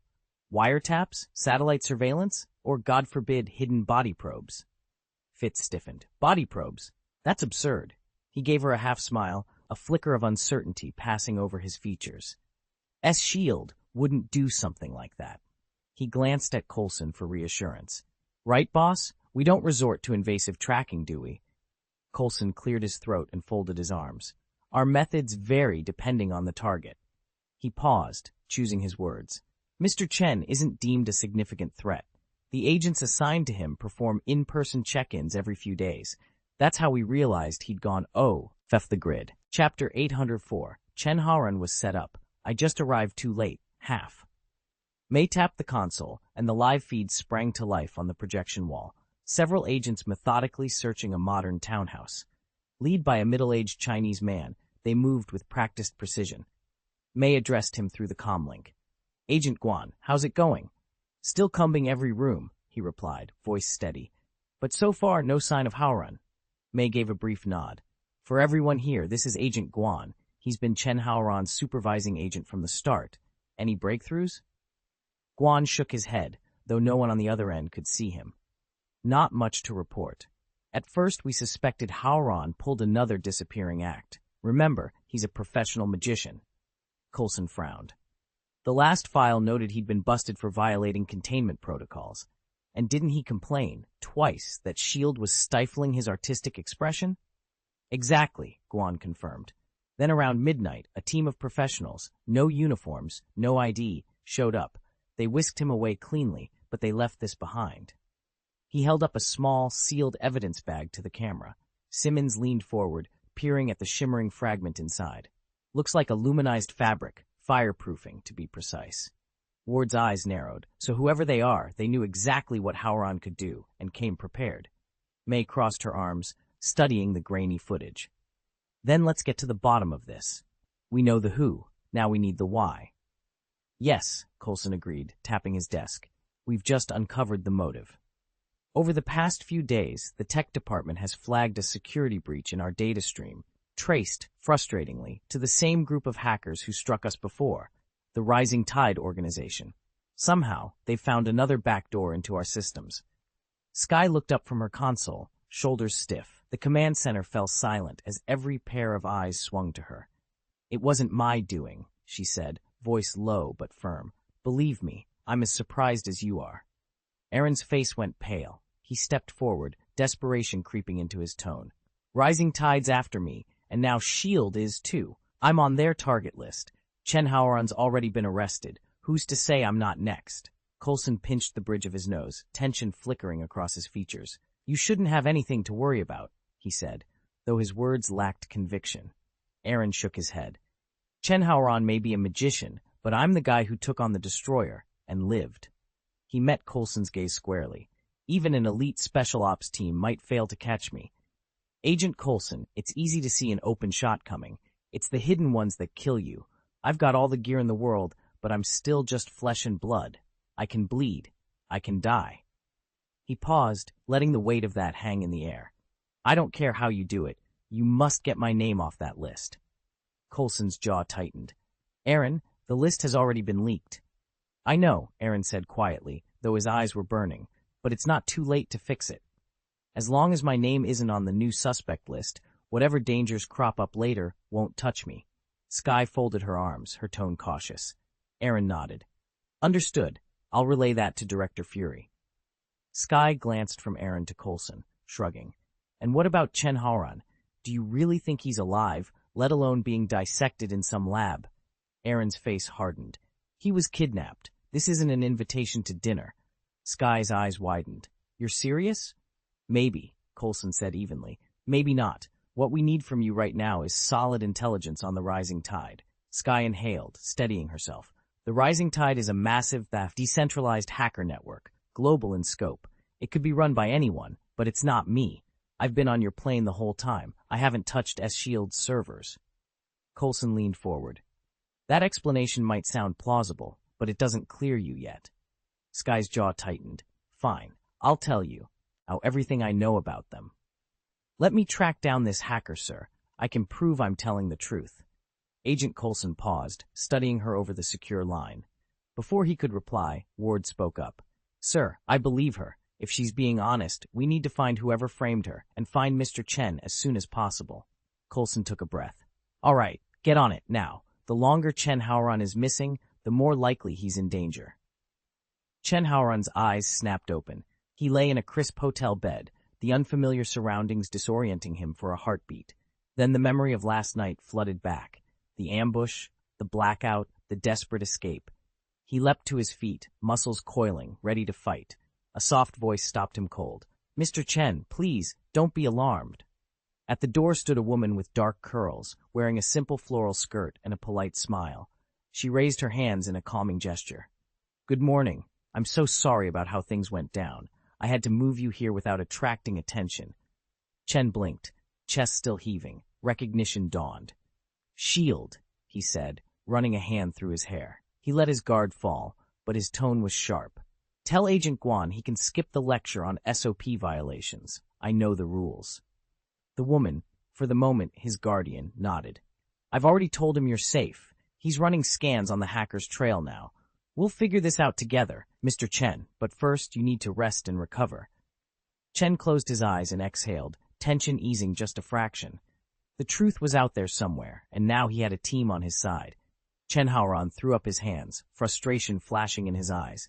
It was just a street performance. I didn't set anyone on fire. The woman before him inclined her head, her gaze calm and unreadable. I'm not from S.H.I.E.L.D., she said quietly. I'm your friend. He let out a bitter laugh. Friend? You have a strange definition of the word. Stepping forward, the girl in the flowered skirt folded her arms. Lantern light played across her face, softening her features. I understand why you're angry, she said gently. But I see something in you, real talent. If you allow me, I can help you develop it, make it stronger. You'd have the world's attention. Why? Chen's voice was sharp. What's in it for you? She met his stare without flinching. I need to run some tests. Chen's shoulders tensed. So that's the truth. Do I get to walk away, or would you rather watch me fight my way out? Without waiting for an answer, he began packing his belongings. She didn't move to stop him. Instead, her tone grew almost tender as she warned, Go now, and to everyone else, you'll be a ghost. I'll erase your memory from their minds. He stopped, his hand frozen on the strap of his pack. The alley around them fell silent. Chen Haoran realized, with a slow, sinking certainty, that there was no easy escape. The choice was his, submit to her tests, or become a nobody overnight. And neither option felt safe. Stay, you could go down in history, become world famous, the girl in the floral skirt urged, her tone laced with temptation. Don't you want Chen Haoran to be known everywhere? Chen Haoran frowned. No, I need something simpler, something more powerful, like Blazing Man. Blazing Man? He sounded puzzled. Are you kidding? She shook her head, smiling. Have you ever heard of Steve Rogers? He shrugged. No. But you know Captain America, right? He's on the evening news, on lunchboxes, plastered across classroom walls. I don't want to be a superhero, Chen Haoran insisted, though his voice lacked conviction. But if your goal is to show the world your ability, who's more recognizable than them? She leaned forward. I didn't get this power just to hide it. I want everyone to see what I can do. They will, the girl said firmly. What you want, fame, a place in history, that's exactly what I'm here to achieve, to make you the star you're meant to be. Chen Haoran's heart quickened. After a moment's silence, he let out a slow breath. Bull, a zing man. I think I'm starting to like it. Just then, Sky's fingers flew over a tablet. A detailed map sprang up on the desktop screen. and the rest of the team crowded around her, their eyes bright with anticipation. "What's the status?" Agent Coulson asked, stepping up to the workstation. "Almost there," Skye replied without taking her eyes off the screen. "I've isolated the remote access Trojan and identified the compromised terminal." Aaron leaned in. "I'm matching the TCP sessions with the signature data in the HTML logs, and got it." Coulson looked to Aaron. "You're clear on it?" Aaron nodded. "She's just wrapping up." "Good," Coulson said, sounding relieved. Skye tapped a few more keys. "Source located. Austin, Texas." "Do we have a name?" Aaron asked. "At the moment, just the cafe where the hacker breached the system," Skye said. "I'm pulling that day's credit card records to see if any known cybercriminals show up." A moment later, Skye's voice came back, calm but excited. "We've got a match."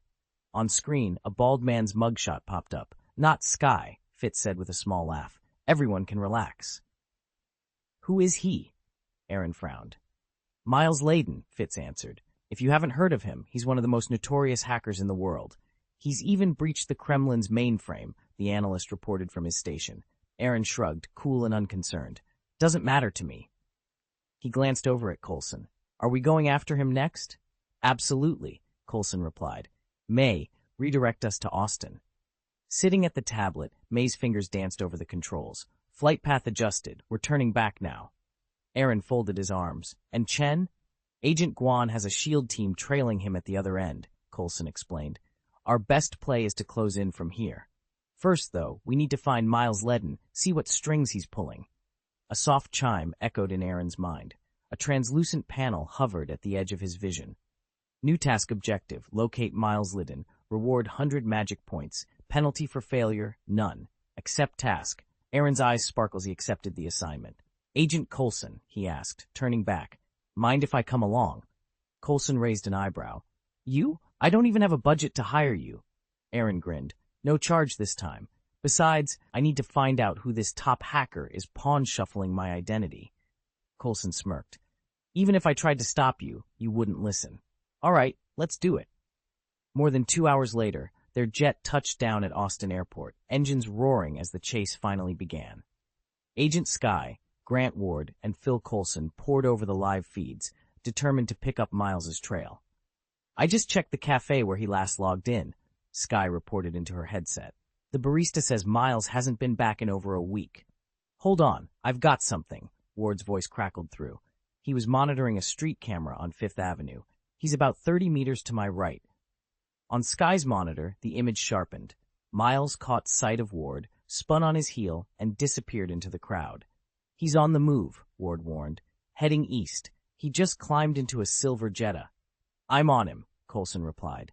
Moments later, he was flooring the accelerator of the unmarked sedan, engines roaring as he tailed the Jetta through the city. The two cars weaved through traffic, tires squealing on asphalt. Skye's voice rang urgent. "He's activated a traffic jam protocol. He's hacking the lights up ahead." Coulson jabbed the brakes as the entire intersection ground to a halt. "Damn it, he's cleared out." Ward exhaled. "Looks like it's up to me now." Coulson cast him a look over the wheel. "Think you can pick up his trail again?" Ward's tone was steady, confident. "There's no one in the world I can't find. Just give me a little time." Aaron slipped Captain Jack's compass from his ring and whispered, "Miles Layden."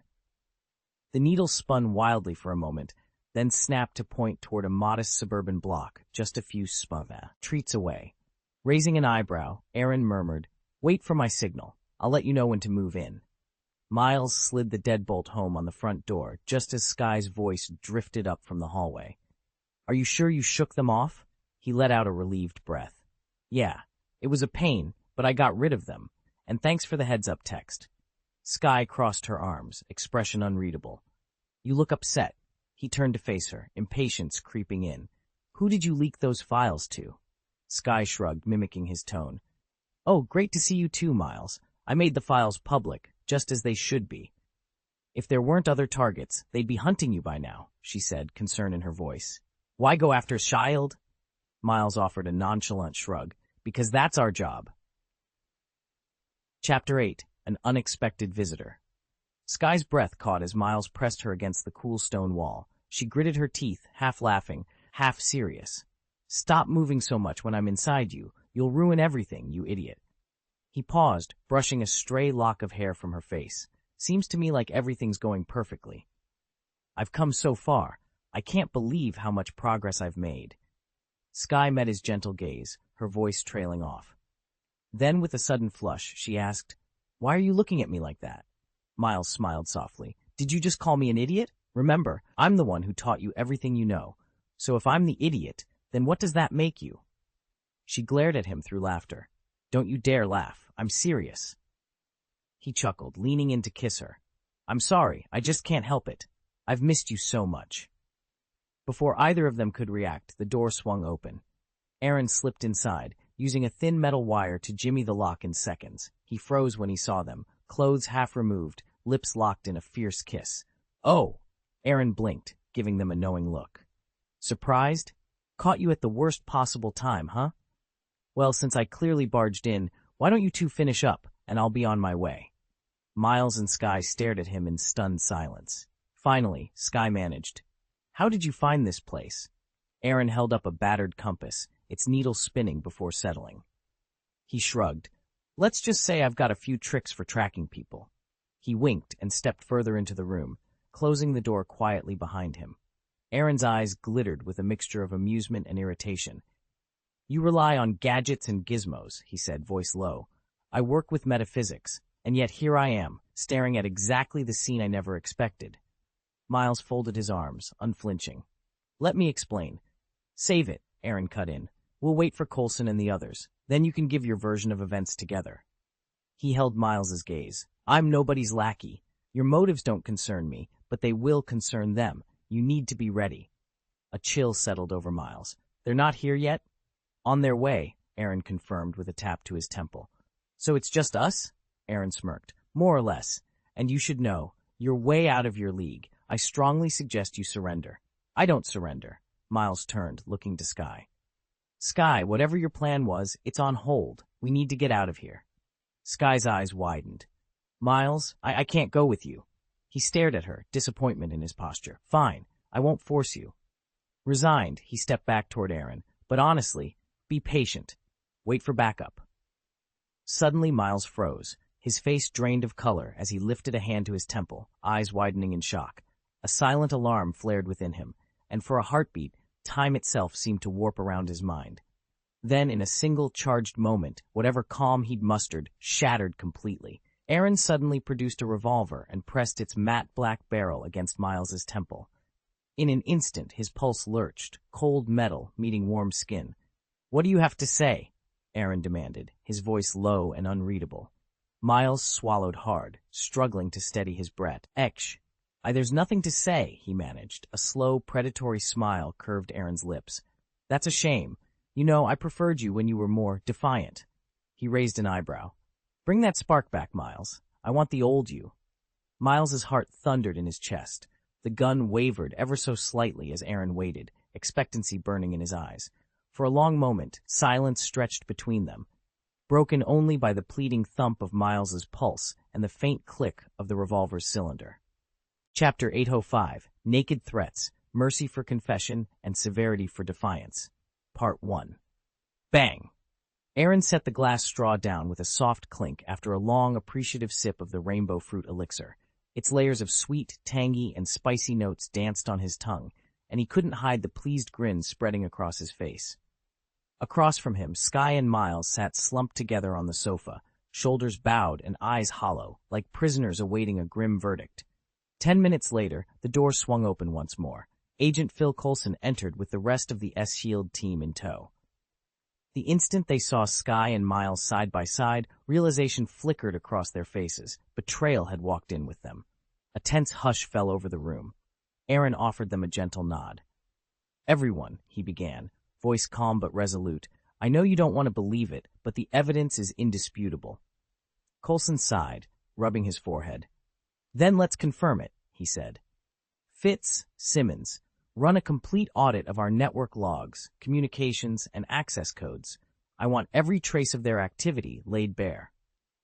Fitz and Simmons rushed to the consoles as Coulson swiped through digital records on his tablet. Sky drew a shaky breath and tried to speak, but Coulson held up a hand before she could finish. "How long have you been in contact with him?" he demanded. Sky's voice wavered. I reached out once the day I joined, just to let him know I was alive and well. Then I messaged him again today. Aaron's brow furrowed. So you tipped off the suspect? Sky winced. No, it's not like that, she said. When Miles and I first met, we were both in desperate straits. We made an arrangement. Miles slid closer and placed a steady hand on her arm. It was never meant to harm the team. We just needed each other to survive. Coulson studied the pair, weighing their words against the mounting digital proof. Confession would earn them leniency. Defiance would bring down the full weight of S.H.I.E.L.D.'s justice.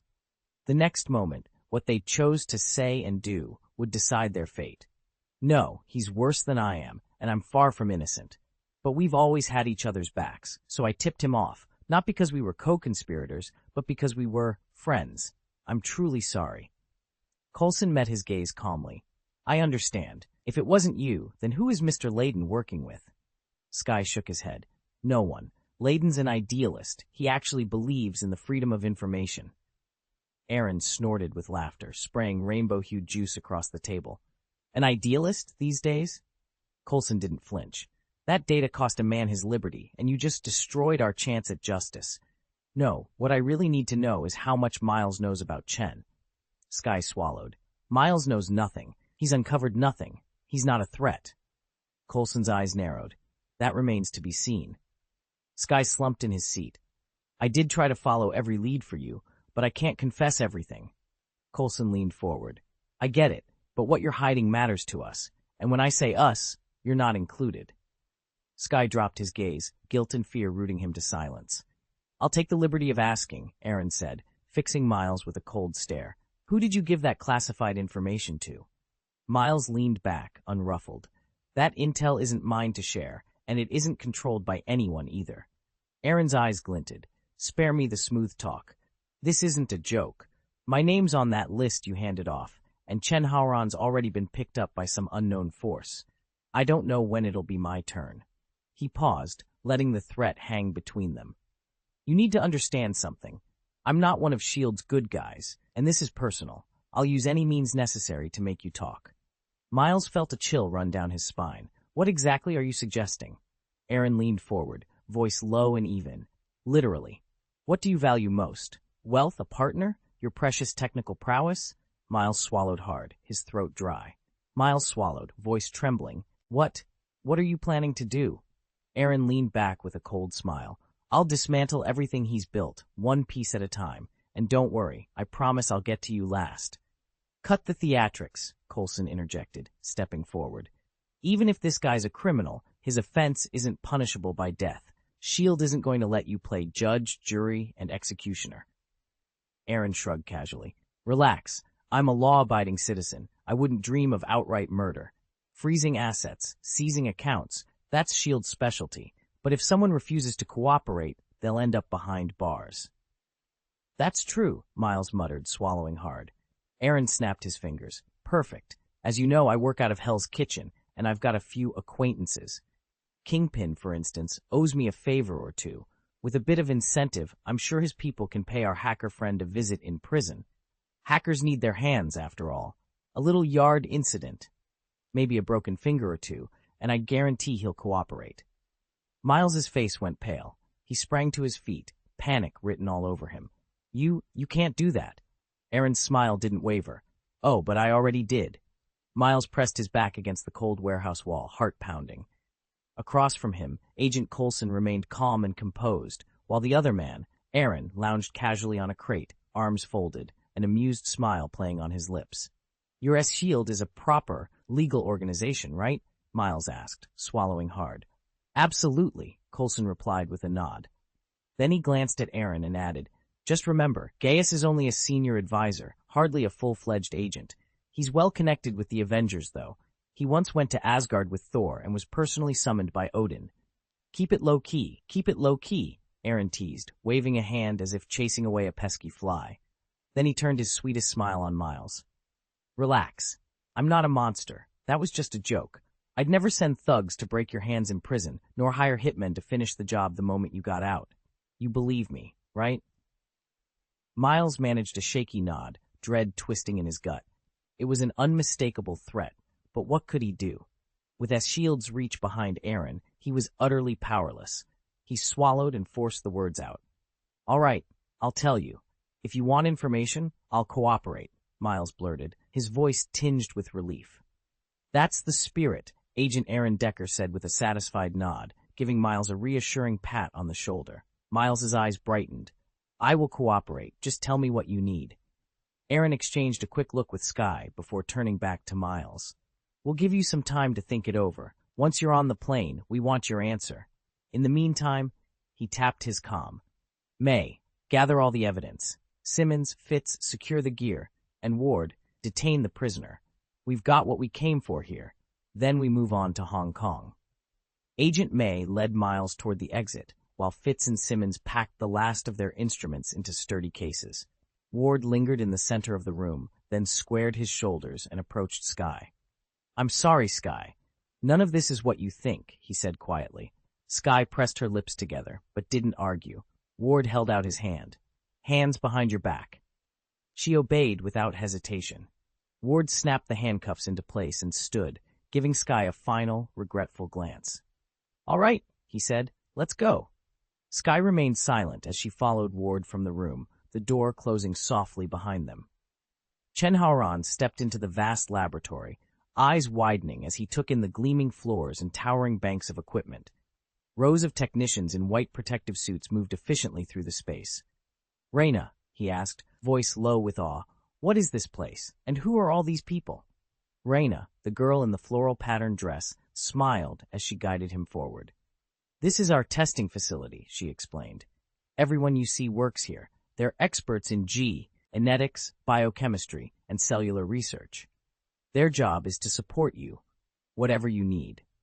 She led him to a large monitor displaying pulsing images of cells and gene sequences. The colors flared and shifted, revealing the complex dance of life at a microscopic level. "We track your vital signs in real time while we evaluate your abilities," Reyna continued, pointing out various readouts on the screen. "We need a lot of space for all the specialized equipment and for you to move freely during your tests." As they spoke, a technician approached, holding a syringe filled with a glimmering red solution. Reyna watched him carefully, then turned back to Chen Haoran. "This serum," she said, her tone matter-of-fact, "is designed to reinforce the cytoskeleton of every cell in your body. In layman's terms, it strengthens the structural framework inside your cells, making you more resilient on a molecular level." She held his gaze. "It's the next step in our process. Are you ready?" Chen Haoran swallowed, nerves and curiosity mingling as he nodded. Whatever lay ahead, he knew this place, and these people would change him forever. "One dose, and you'll feel incredible, right up until it wears off." Chen Haoran forced a laugh at the mention of wearing off. "Wait, are you saying it might fail?" "It's possible," the scientist admitted, "but honestly, most test subjects have shown remarkable improvements. I'm particularly eager to see what you'll do." He approached with the syringe while Reyna hovered at Chen's side. Chen offered a crooked grin. "So how do you like the codename Blazing Man?" The scientist ignored the question and plunged the needle into Chen's arm. "Breathe deeply," Reyna instructed. Chen inhaled steadily.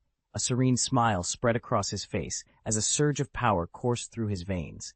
The scientist leaned forward, eyes alight with anticipation. "Feeling it yet? Let's put it to the test." With a casual lift of his right hand, Chen Haoran summoned a roaring sphere of flame. The fiery orb pulsed in his palm, casting a fierce orange glow over the lab. Chen stared at it, barely believing his eyes. Before today, the best he could muster was a fist-sized ember, good enough for a few street tricks and a bit of extra cash. Now, effortlessly, he held in his hand a basketball-sized inferno, hotter and far more potent than anything he'd ever imagined. Chen Haoran strode forward and cupped his hands. A sphere of fire swelled between his palms, hotter and brighter than any torch. With a flick of his wrist, he sent the fireball hurtling into the wall. The brick and mortar exploded outward in a shower of debris, leaving a jagged gap in the laboratory's barrier. "I'm sorry," he turned to the lab technician, whose face had gone pale. "I didn't mean to blow a hole in your wall and almost burn you to ash in the process." Embarrassment danced with exhilaration in Chen's eyes. He glanced at Lena, who had been standing nearby, and offered her a grateful smile. You know, you really are like an angel. Without your help, S.H.I.E.L.D. never would have let me show what I can do. Lena pressed her lips together, but didn't dispute him. The truth was written in the scorch marks on the floor and the gaping hole in the wall. You have an incredible talent, she said quietly. Finally. Chen's voice brimmed with triumph. The world will know my name, the Blazing Man. No one can stop me anymore. He flexed his fingers as embers danced along his skin, eager to test his power again. His suppressed ambition flared hotter than any flame. Several hours later, aboard a S.H.I.E.L.D. transport jet, the interrogation room hummed with low chatter. Agent Miles sat across from Skye, flanked by Aaron and Abe. The latter pair, a man and a small, dragon-like being, leaned back in their seats, sipping cool drinks through straws as if they'd just come from a beach, not the aftermath of a superpowered breakout. Miles brushed back his hair and sighed. I guess due process isn't exactly S.H.I.E.L.D. style. Skye caught his eye and offered a half-smile. Outside, the horizon stretched in perfect lines, but inside that cramped metal cabin, loyalties and secrets burned brighter than any flame. Aaron leaned back in his chair, a wry smile curling his lips. It really comes down to your choice. S.H.I.E.L.D.'s rule is simple. Confess, and we'll treat you leniently. Resist, and you'll see just how severe we can get. So, are you going to confess, or are you going to resist?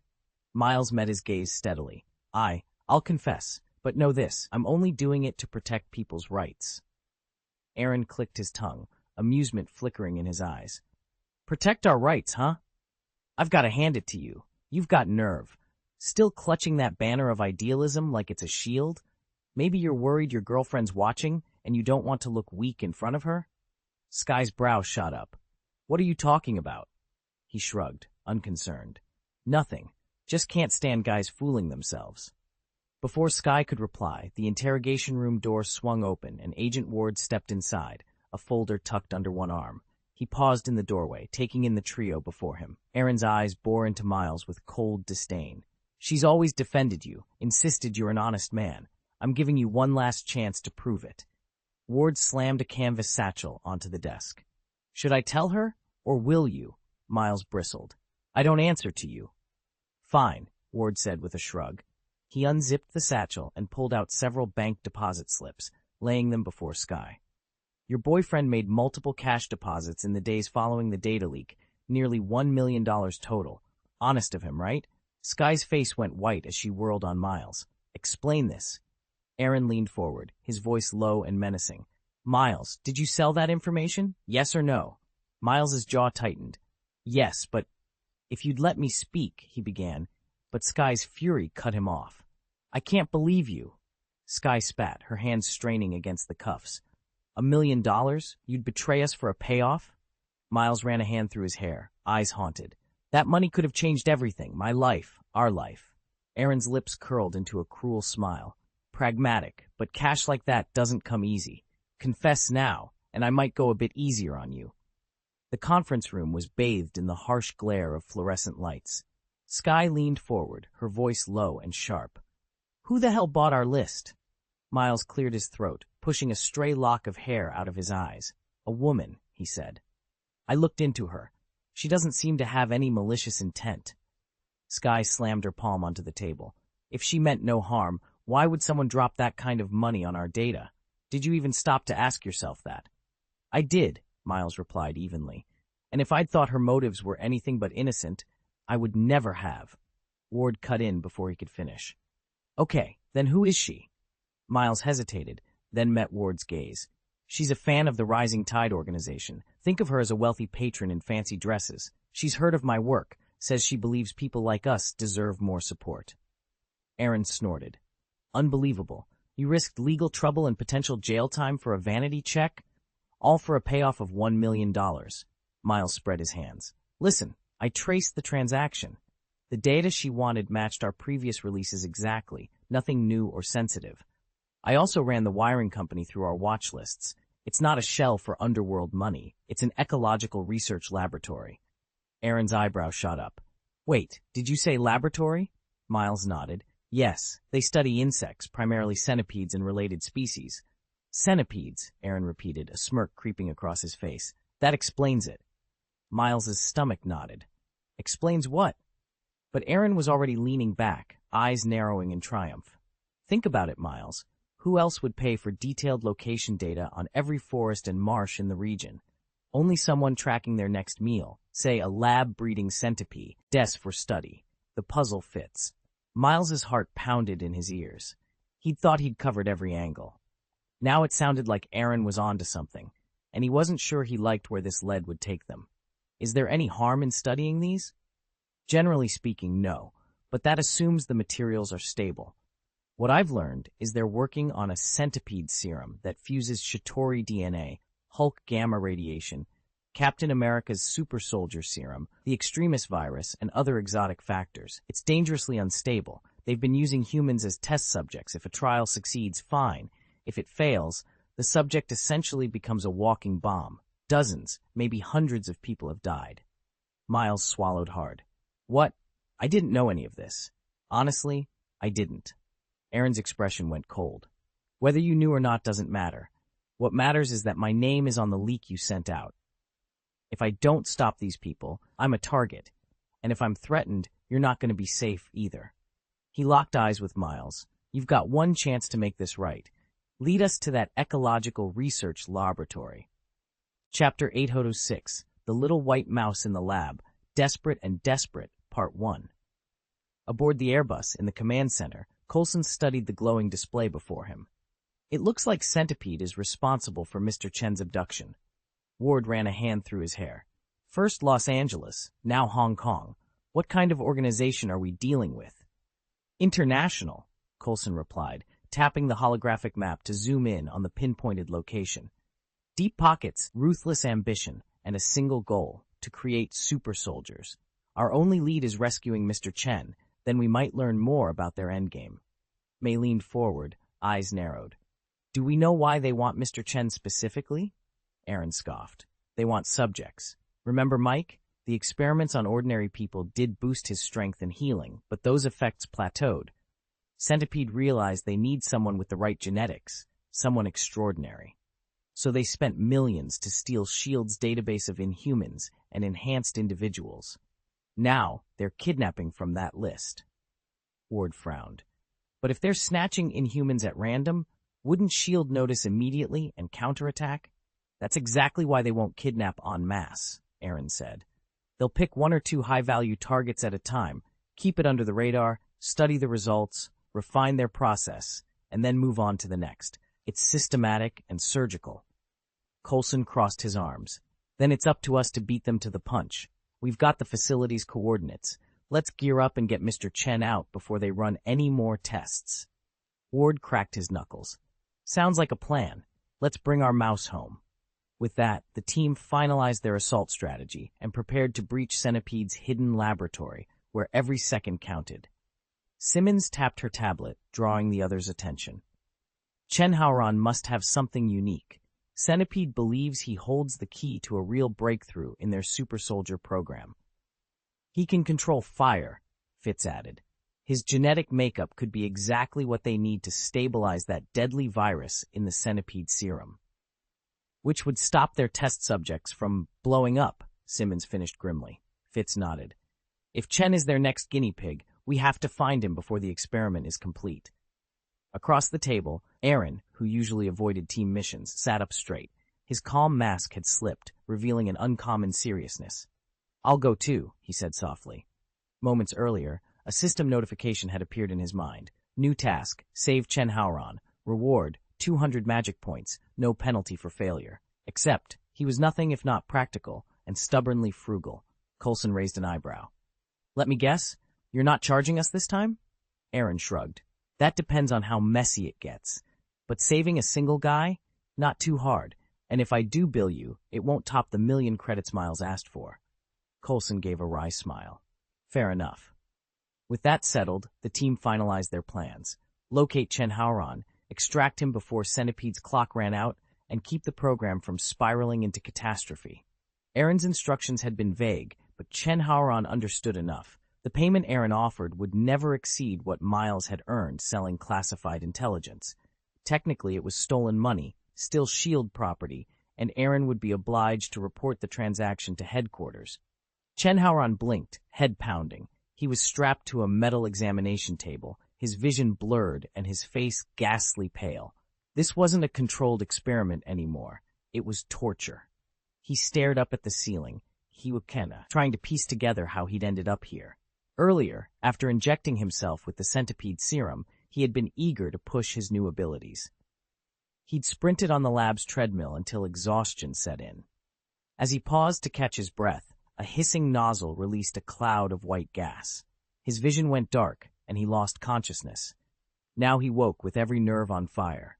His clees felt shredded. Every breath was a stab of pain.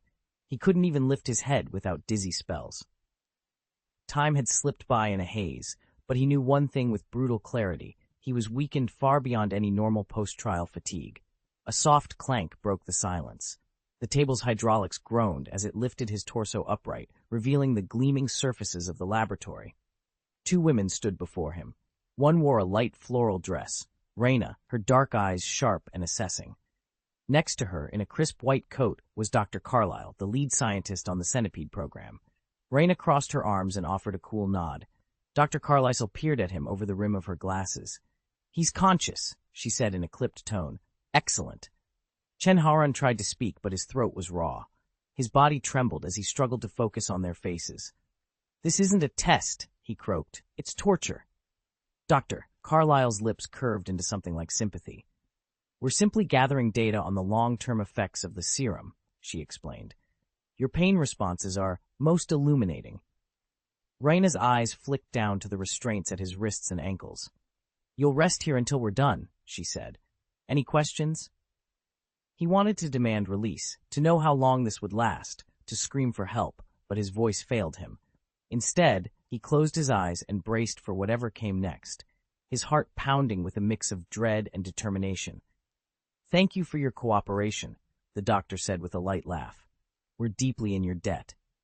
Tears stung Chen Haoran's eyes. "I swear I won't let you succeed," he spat, opening his palm. Instantly a wavering flame flickered into life. "Ah!" Chen Haoran howled as the blaze scorched his skin. He blew it out, but not before his palm swelled red, blistered, and exhaled tendrils of white smoke. The stench of burning flesh filled the air. "What did you do to me?" he demanded, his voice trembling. The doctor stepped forward, studying him with clinical interest. "Your gift's origins remain a mystery, but we discovered why you don't feel the burn. Your platelets are heat-proof." Lena added, her tone cold and precise. "So we extracted them." The words hit him like a blow. From a nearby tray, the doctor picked up a small canister filled with a dark crimson liquid. "Take this upstairs," she ordered the technician, then turned to leave. Lena followed without so much as a backward glance. Chen Haoran's voice cracked as he called out, "Lena, you said I had a gift." Lena paused in the doorway. She looked back for a long moment, her face inscrutable. "You already donated it," she said softly, then stepped into the corridor, leaving him alone. The door hissed shut behind her. Chen Haoran slumped to the floor, his anguished cries echoing down the sterile hallway. The Airbus settled with a gentle roar in front of the unmarked laboratory. As the engines powered down, Ward swiftly stowed his equipment and readied himself for what came next. Agent Coulson approached. "May and I will lead the field team," he said. "Gaius, you take point on logistics and support. Ward, you stay here with our detainees." Ward bristled. "Sir, I'm Sky's supervisor. I'm responsible for her." "It was my decision to bring Sky on this mission," Coulson interrupted. "You voiced your concerns, reminded me of the risks. I'll handle whatever fallout comes." Ward clenched his jaw but said nothing. Across the tarmac, Agent May watched them with her customary, unreadable calm. "All right, let's go," Aaron said lightly, falling in beside Coulson and May. "This assignment's a breeze compared to dealing with the Peruvian military police." They stepped off the Airbus. Once clear of the engine's heat, Aaron leaned toward Coulson. "Do you really trust him?" Coulson paused. "I'm not sure." He glanced at May. She considered thoughtfully. "Ward's always been one of our hardest workers. I haven't detected any selfish motives, and there's no evidence he's been in contact with outside parties. I'm inclined to trust him, so far." Olsen exhaled, tension in his shoulders. "I want to believe that too, but until Director Fury has rooted out every last Hydra agent in S-Shield, blind trust is dangerous and irresponsible." They shared a silent nod, each bracing for the mission ahead. Then, without another word, the three agents headed toward the lab's reinforced doors, determined to face whatever lay inside. "Where are Fitz and Simmons?" Agent Coulson asked. "For now, they're safe," Aaron replied with a shrug. "But let's not get ahead of ourselves." Coulson nodded. "Understood. Thanks for the update, Aaron. And remember, don't make any snap judgments." Aaron grinned. "No problem. I'm just a consultant after all. The war between SH Shield and Hydra isn't exactly my fight. Good luck out there." They joined Agent Guan's team in front of the target building. Coulson unrolled a schematic. "This place has 5 floors. The first 4 are R&D labs. The 5th is labeled maintenance, but it's drawing nearly half the building's power." "Either they're powering the world's largest vacuum cleaner," May joked, arms crossed. "Or that's where Chen is being held," Coulson said, cutting her off. "Here's the plan. Teams B and C will infiltrate through the service tunnels. They'll lock down the lower floors under martial law and broadcast a warning. Any stray centipede serum is extremely unstable and could detonate at the slightest shock." "Got it," Aaron said. "Where do we make entry?" "On the roof," Coulson answered. Before anyone could react, May fired her grappling claw. It caught the lip of the penthouse level, and with a flick of her wrist, the motor whirred and hauled her up the side of the building. "Wow," Aaron breathed. "Gotta admit, S-Shield agents can be pretty badass." Coulson raised an eyebrow. "Is badass really the word you want to use?"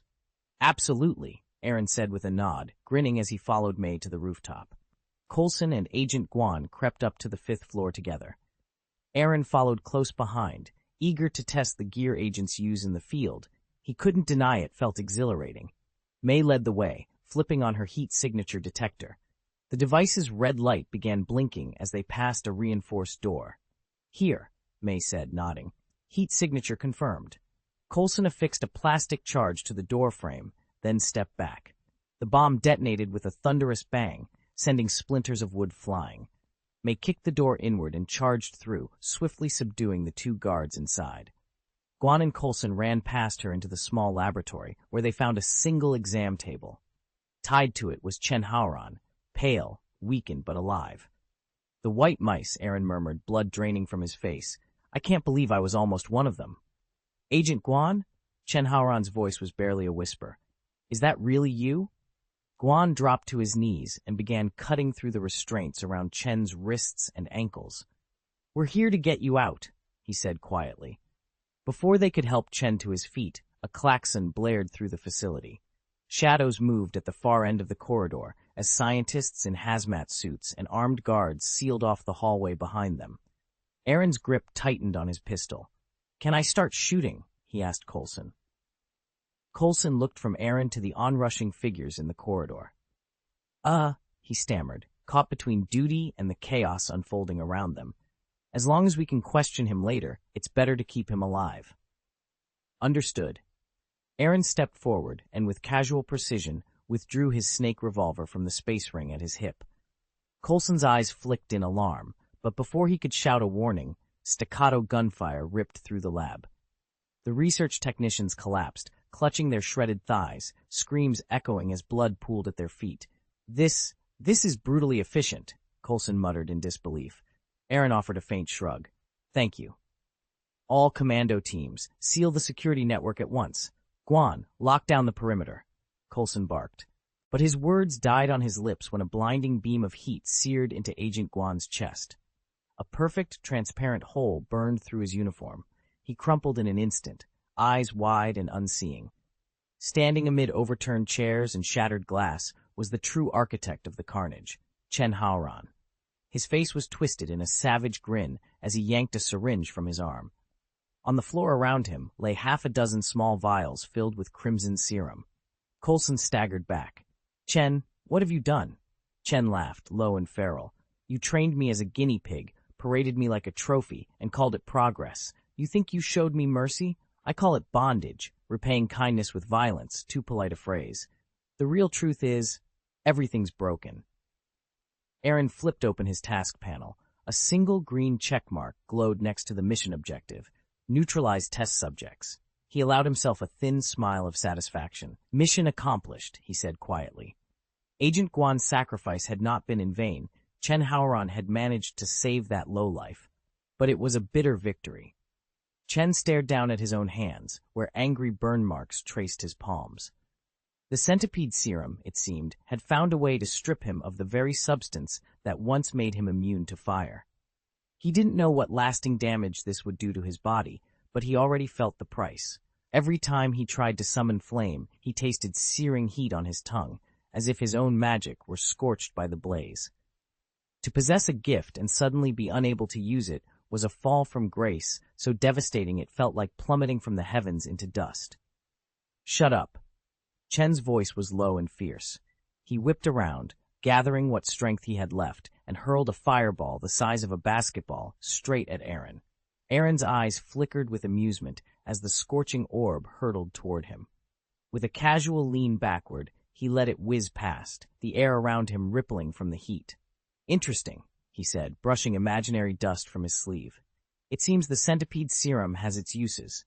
Before, your power was little more than a parlor trick. Now you can launch what amounts to a terrorist assault. It's been enhanced. But I don't recall the lady in the flowery dress warning you about the side effects." He smiled, the edge of triumph in his tone. "Shame you found out the hard way. This serum will make people explode, and the more doses you take, the bigger the blast." "Don't lie to me," Chen Haoran snapped, his voice cracking with anger.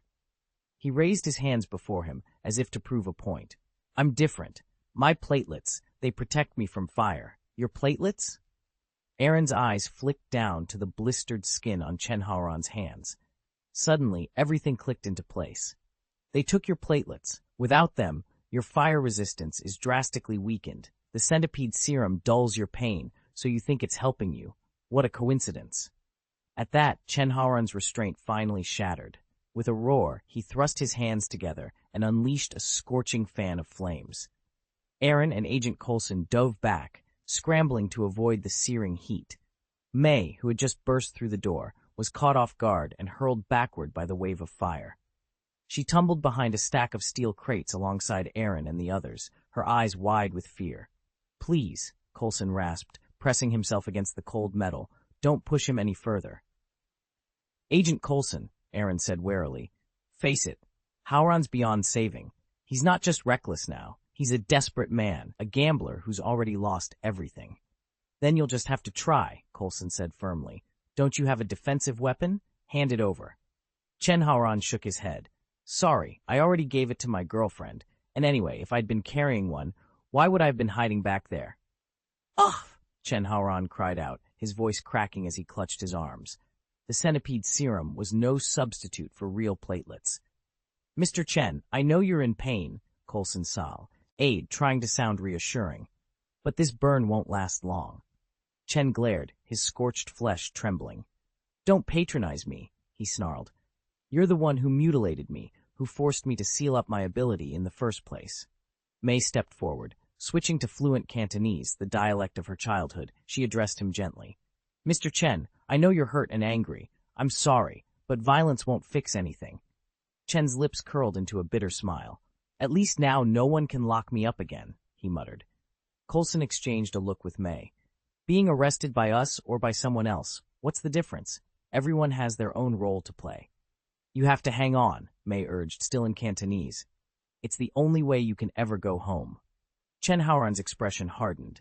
"I don't want to go back," he said flatly. Coulson hesitated, then nodded. "All right, but you're doing fine, okay?" He'd studied Mandarin before, but Cantonese, and the many other regional dialects, still threw him for a loop. He hoped Chen understood the sentiment, even if not every word. "Not bad," Aaron sneered, arms crossed. "He's made his choice, walked straight into the dark."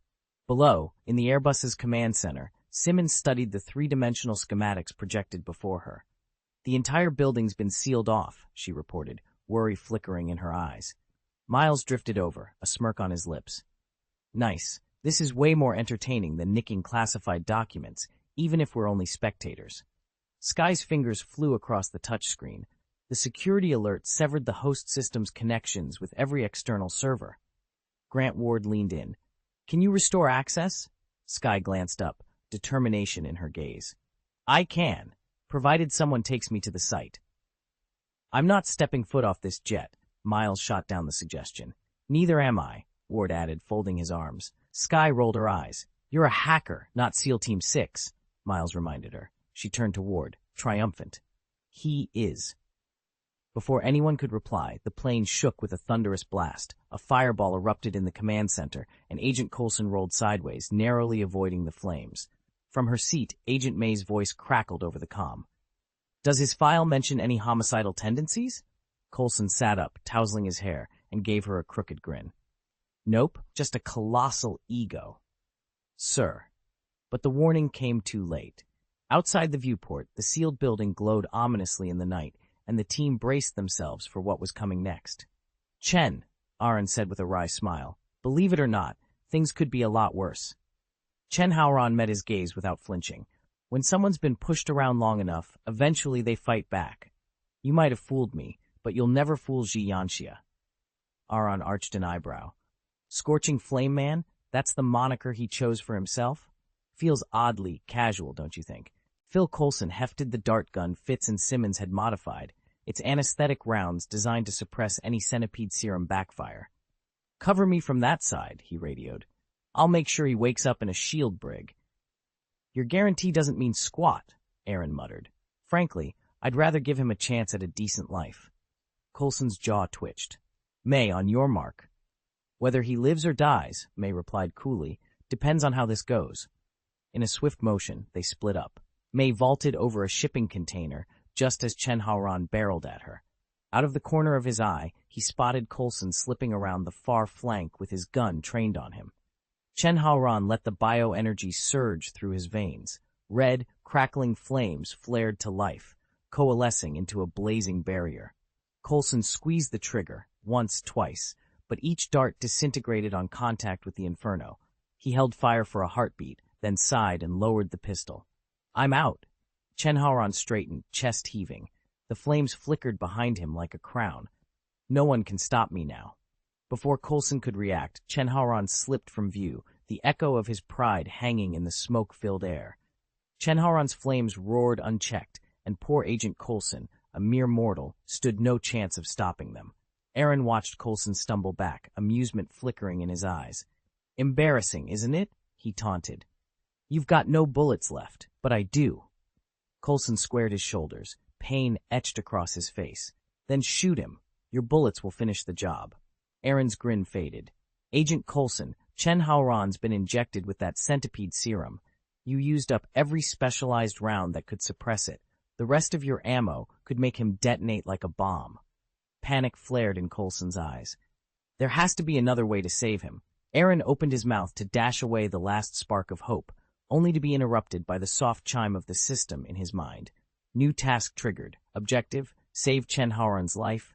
Reward, 200 magic points. No penalty for failure. Do you accept? Aaron glanced at the prompt, then smirked. Of course I accept. Coulson exhaled, relief flooding him. Thank God. Before the words were fully out, Aaron's boot shattered the moment.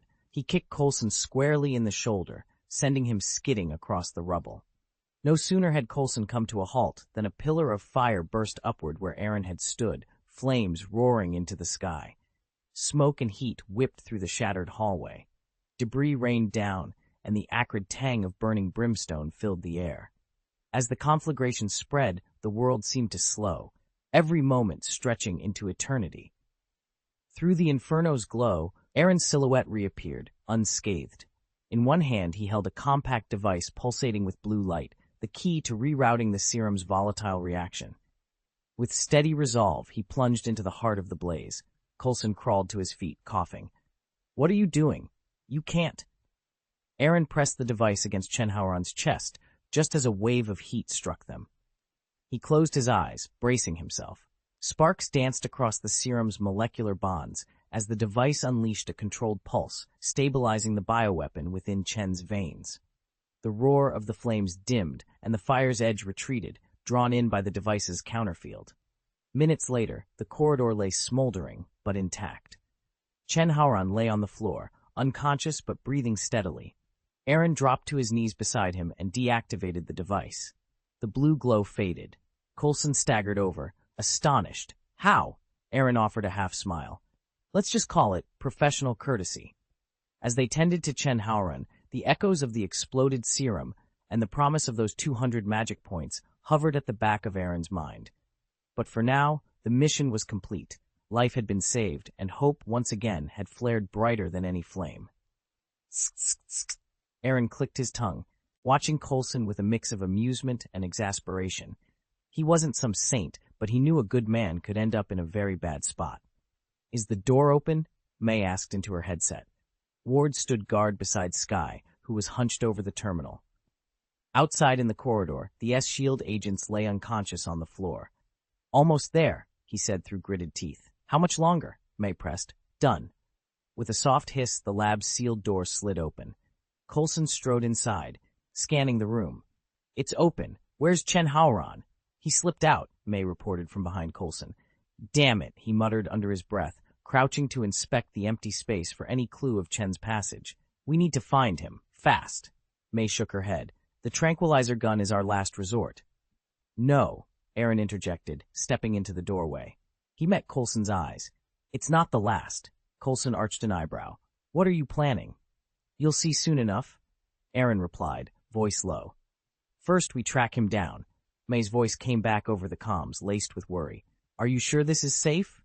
"Absolutely," Aaron said, lips pressing into a firm line. "I'm not going to let him die or blow himself up. This is the best I can do." Coulson straightened, nodding once. "All right, Chen can't have gotten far. Let's pick up his trail." And with that, the hunt was on. Raina steered the cart bearing Chen Haoran's platelet samples into the elevator, the doctor trailing anxiously behind. Then, from the far end of the corridor, a sudden shout rang out, "Stop!" Chen Haoran emerged at the intersection, his face twisted with fury and marred by fresh burn scars. The centipede serum's side effects had left his skin laced with irregular, pulsing red veins. The doctor froze, her blood running cold. She knew better than anyone the cruelty she'd inflicted on him. Now that he was free, there would be no mercy. Desperately, she dashed for the closing elevator doors, but Raina was quicker. With a single tap, the doors slid shut. "Good luck," Raina said calmly. Ding! The elevator ascended, leaving the doctor stranded in the silent hallway. She spun around just as Chen Haoran's heavy footsteps began their grisly approach. Pressing her forehead against the cool metal, she fought for composure. "Please, wait," she stammered, forcing a smile that cracked her lips. "We can help you. We can make you stronger. We'll spread the name Jianxia across the world." Chen Haoran stopped a few paces away. Slowly, he crouched into a stalking predatory stance. His eyes gleamed and a cruel smile curved his lips. "It's already done." Boom! Chen Haoran slammed his fists onto the metal floor. Crimson flames erupted from his knuckles, streaking across the ground and engulfing the nearby doctor in an instant. "Ah!" she cried, her scream cutting off as her flesh charred to coal and crumbled away in a matter of seconds. Stunned, Chen Haoran staggered upright, staring at his hands, blackened and seeping with ember-red veins. "Mr. Chen," Agent Coulson said urgently, stepping forward with placating hands raised. "We don't want to hurt you. Your condition is already dire, but if you cooperate, there's still a chance we can help." Chen's eyes blazed with contempt. "Do you really think Jianxia will believe your lies? I warned you, he's gone mad." Aaron, standing just behind Coulson, sighed and clasped the older agent's arm. "Agent Coulson, you've done everything you can. Leave the rest to me." Coulson shot Chen Haoran a rueful look, then reluctantly fell back. The tension in the room crackled like static. Chen let out a low, derisive laugh. "So you'd challenge the great Jianxia? Do you even have the strength for that?" Aaron straightened his jacket, his voice steady. "I've faced worse than you, and come out on top." At that moment, flames flickered to life around Chen Haoran's hands. With a roar of fury, he lunged forward, every ounce of his power driving him into the attack. Flames coalesced into a swirling tornado and hurtled straight toward on Waltfalk. Unfazed, he rubbed the ring on his finger, then produced a small box that glowed with a pale blue light. The ice box, a legendary treasure of the frost giants. The moment he opened it, a surge of blue-white frost energy exploded forth, colliding head-on with Chen Haoran's inferno. Within seconds, the fiery vortex was sheathed in ice, transformed into a frozen cyclone. Chen Haoran's eyes went wide with shock as he poured every ounce of heat into his flames, but it was like trying to melt a glacier with a candle. Click, click, click. One by one, the frosty tendrils snapped his fire shut, creeping along his arms and legs until he stood immobilized in a coat of crystalline frost. "That should do it," Walt Falk said coolly, snapping the box shut and tucking it away.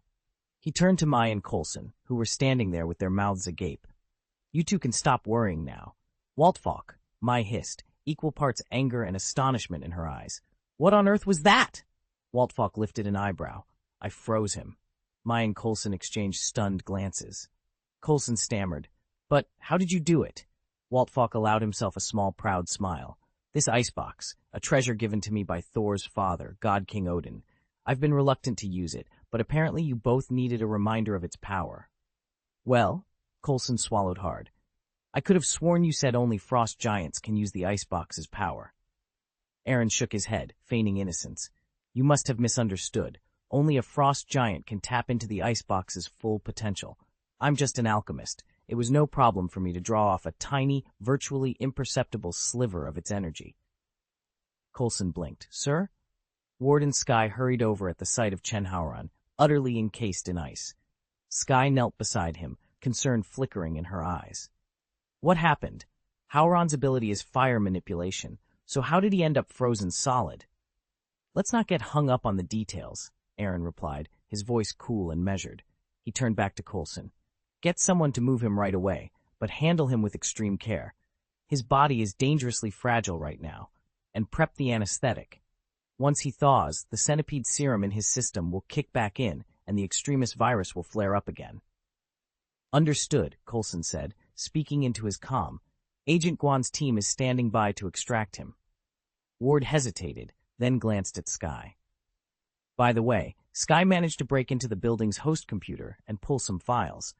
It's not a lot, but maybe we can find the centipede. Maybe." Once they'd wrapped up the situation with Chen Haoran, Coulson, Aaron, and the team headed back to their private jet. Coulson reached into his pocket and produced a small velvet box, handing it to Miles. "You've got two options," Coulson said. "Open this box and accept what's inside, or we'll lock you up tight in one of our holding cells." Miles hesitated. "Can I get a hint?"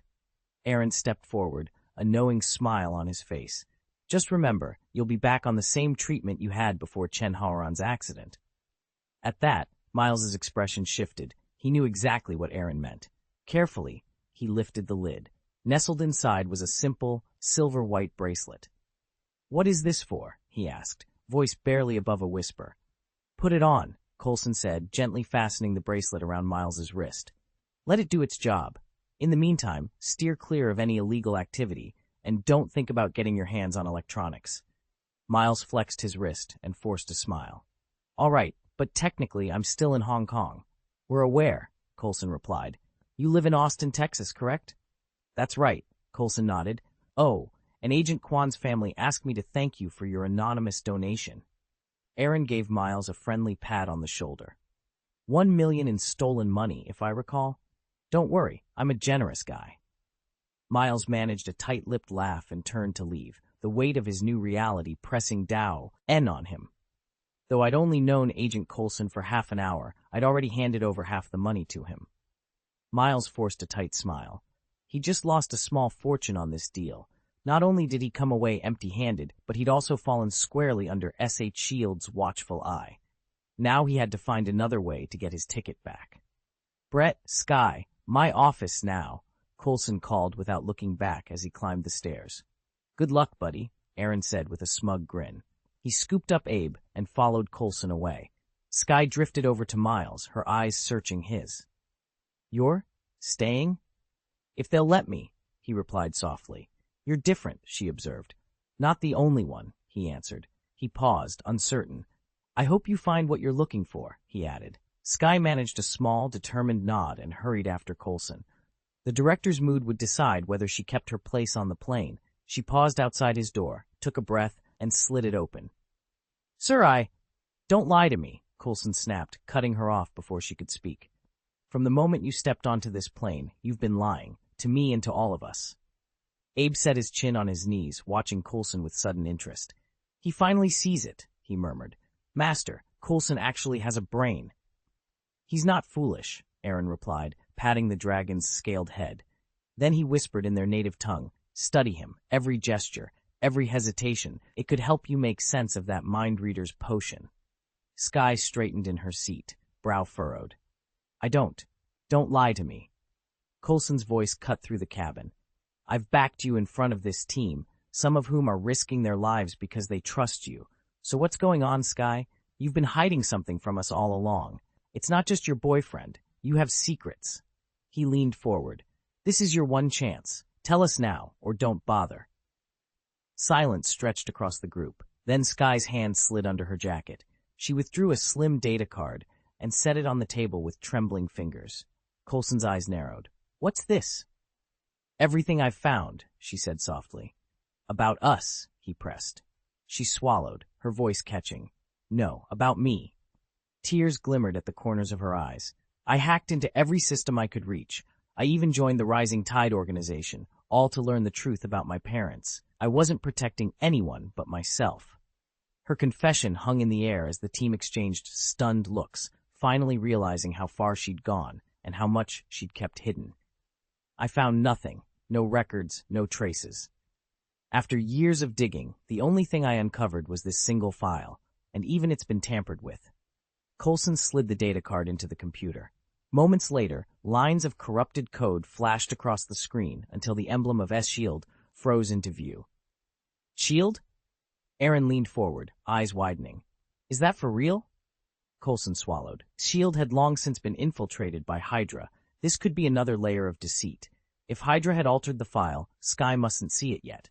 Not until they'd cleansed the organization from the inside. He met Aaron's gaze.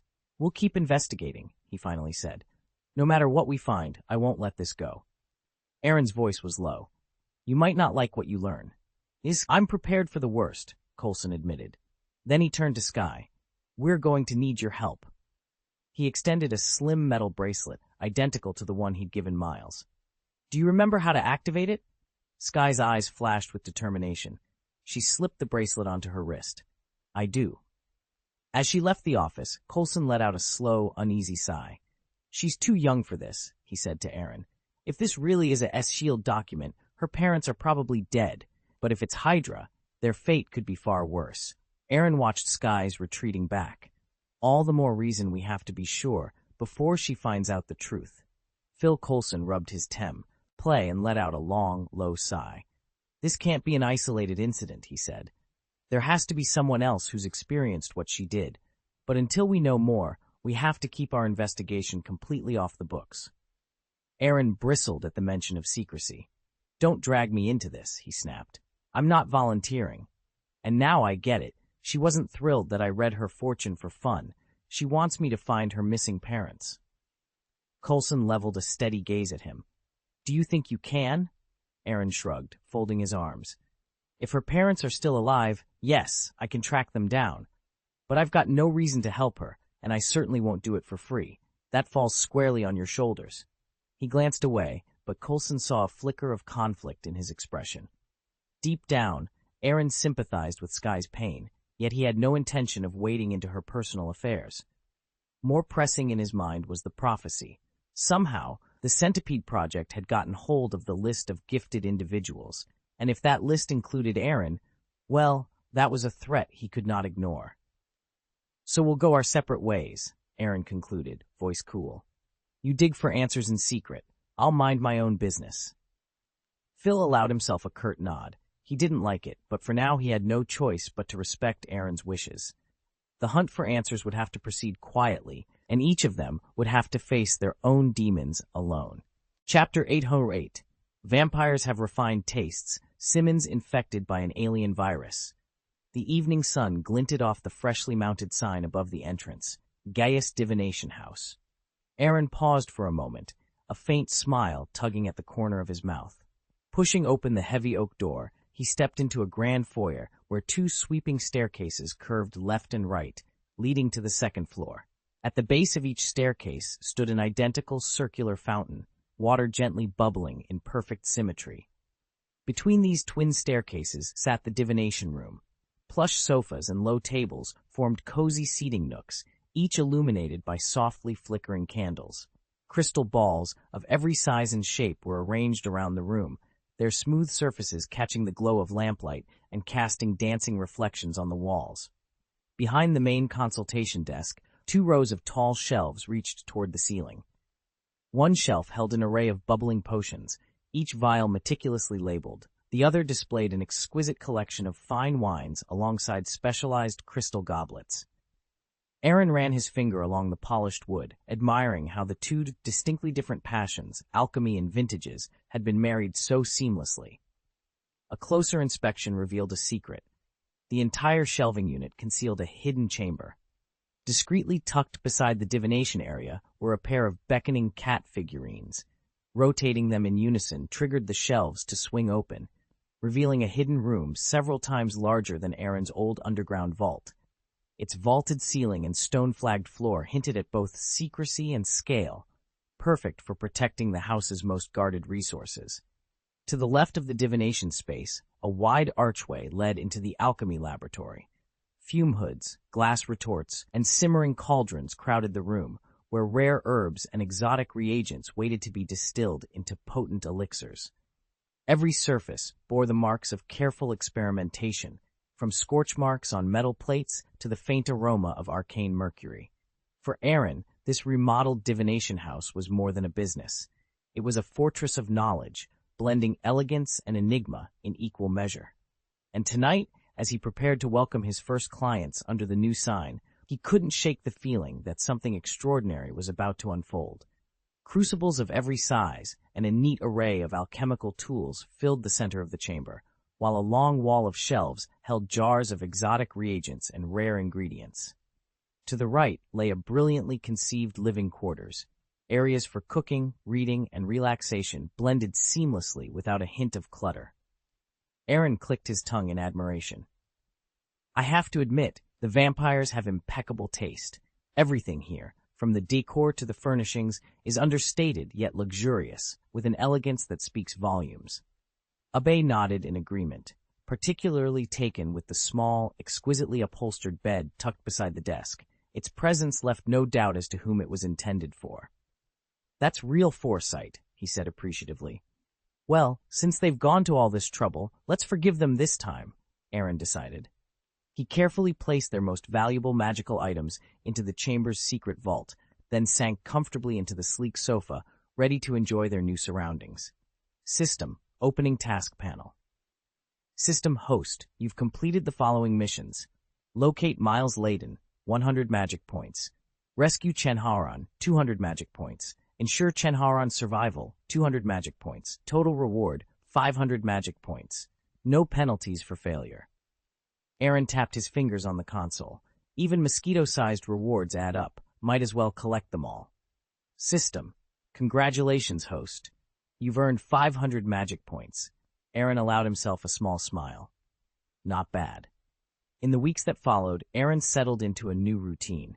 Each morning he signed in, then dedicated himself to rigorous magic training and advancing his alchemical stud, IES. Between sessions, he maintained his interstellar link to the thought body, a counterpart now safely ensconced in Asgard. At first, he kept to the fringes of the Great Space Channel, carefully experimenting with spatial magic, but with each passing day, his confidence swelled. Though he wielded only half the magic reserves of a native Asgardian, he knew his transfiguration skills were well disguised. Only Odin, in all Asgard, might perceive his true power. Quietly and deliberately, Aaron wove himself into the fabric of Asgardian life, until at last he was seen not as an outsider, but as one of their own. He decided it was safest to keep a low profile, just another anonymous civilian. He avoided reaching out to anyone unless absolutely necessary. Yet with Jean, everything was different. Their messages grew longer, more frequent, and undeniably warmer. He longed to see her in person, but leaving Xavier's Institute without permission was out of the question.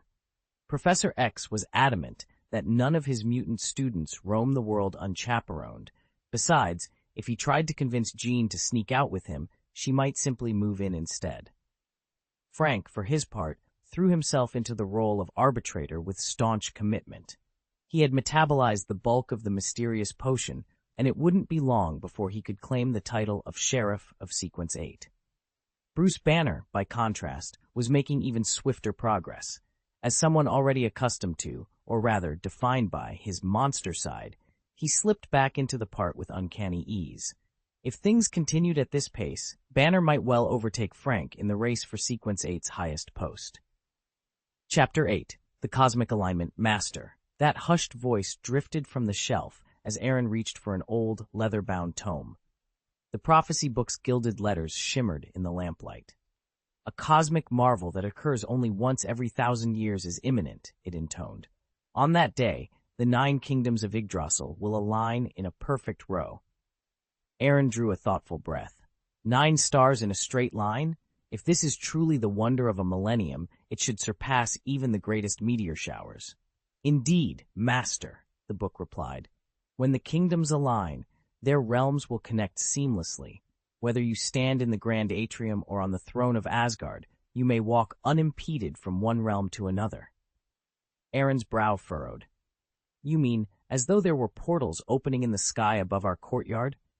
The pages rustled with an affirmative whisper. At the height of the alignment, 8 additional portals will appear overhead, granting passage to each of the other kingdoms. A twitch of unease crossed Aaron's lips. 8 open gates. Frost giants could emerge at any moment, or worse, the fire giants. Yet he reminded himself that this should be manageable. Asgard's engineers had just completed repairs on the Rainbow Bridge, and Thor himself was leading the army to suppress unrest among the 9 realms. He could hardly fail to make an imposing display. Still, the knowledge of those floating gateways, giant arcs of shimmering energy hovering above, sent a chill through him. This cosmic event might be magnificent, but in the hands of an enemy, it could be catastrophic. He closed the prophecy book with a steady hand, eyes gleaming with determination. When the alignment comes, he would be ready. The 9 kingdoms might stand side by side, but Aaron would ensure that Asgard held the balance of power, whatever the heavens unleashed. Aaron leaned back against the corridor wall, replaying the brawl they just walked away from. After taking a beating like that, no one in their right mind would pick another fight with them, at least not anytime soon. He let himself relax for a moment, closing his eyes when his phone buzzed in his pocket. He glanced at the screen. Agent Coulson. Aaron tapped answer. Agent Coulson, what's going on? On the other end, Coulson's voice sounded anything but calm. We're in trouble, serious trouble, and it's only been a few weeks since I got off the plane. Aaron sat up. If you're calling me, this has to be big. Talk to me. It's an alien virus, Coulson said, his voice tight. It originates from a Chitauri helmet. It doesn't spread through the air or by bodily fluids. It transfers via electrostatic discharge. Aaron frowned. Electrostatic? The virus delivers nearly 2 gigajoules of static energy straight into the victim's brain. That's almost twice the energy of a lightning bolt. Aaron ran a hand through his hair. Okay, I get that it's dangerous. So what happens when someone's infected? Agent Simmons, Coulson said quietly. She's been exposed. Silence crackled in Aaron's ears. Simmons, brilliant, resourceful Simmons, infected by an alien virus packing the power of a thunderbolt? Whatever was coming next, they didn't have a moment to lose. That's just my luck, Aaron muttered as he ended the call. Across the city, Agent Coulson's eyes were fixed on Dr. Simmons, slumped against a stainless steel counter in the makeshift laboratory. He drew in a slow, sharp breath. She has at most 2 hours, he reported, voice tight. Aaron ran a hand through his hair. Okay, where exactly is the jet now? In the middle of the Atlantic, Coulson said, tone flat. Aaron stared at the ceiling. Ha! Very funny. This isn't a joke, Coulson snapped. Think of me as a patient looking for treatment. If you come up with any solution, you call me immediately. You're supposed to be a regenerator. What about your viral research? Rolling his eyes, Aaron replied. Right, I'll do my best. He hung up and collapsed onto the sofa, completely speechless. As a regenerator, eradicating an alien virus should take him minutes. But with Simmons aboard a plane floating in the vast Atlantic, hope felt absurdly distant. Might as well start planning a funeral. Just then, a soft chime echoed through his apartment. A semi-transparent window hovered before him. New task, rescue Gemma Simmons. Reward, 500 magic points. Failure penalty. Accept? Aaron pinched the bridge of his nose. Of course, a rescue mission appeared the moment he lost all hope. He exhaled, tapped accept, and braced himself. No matter how impossible it seemed, he thought, I'm the one who signed up for this. Aaron studied his dwindling magic gauge.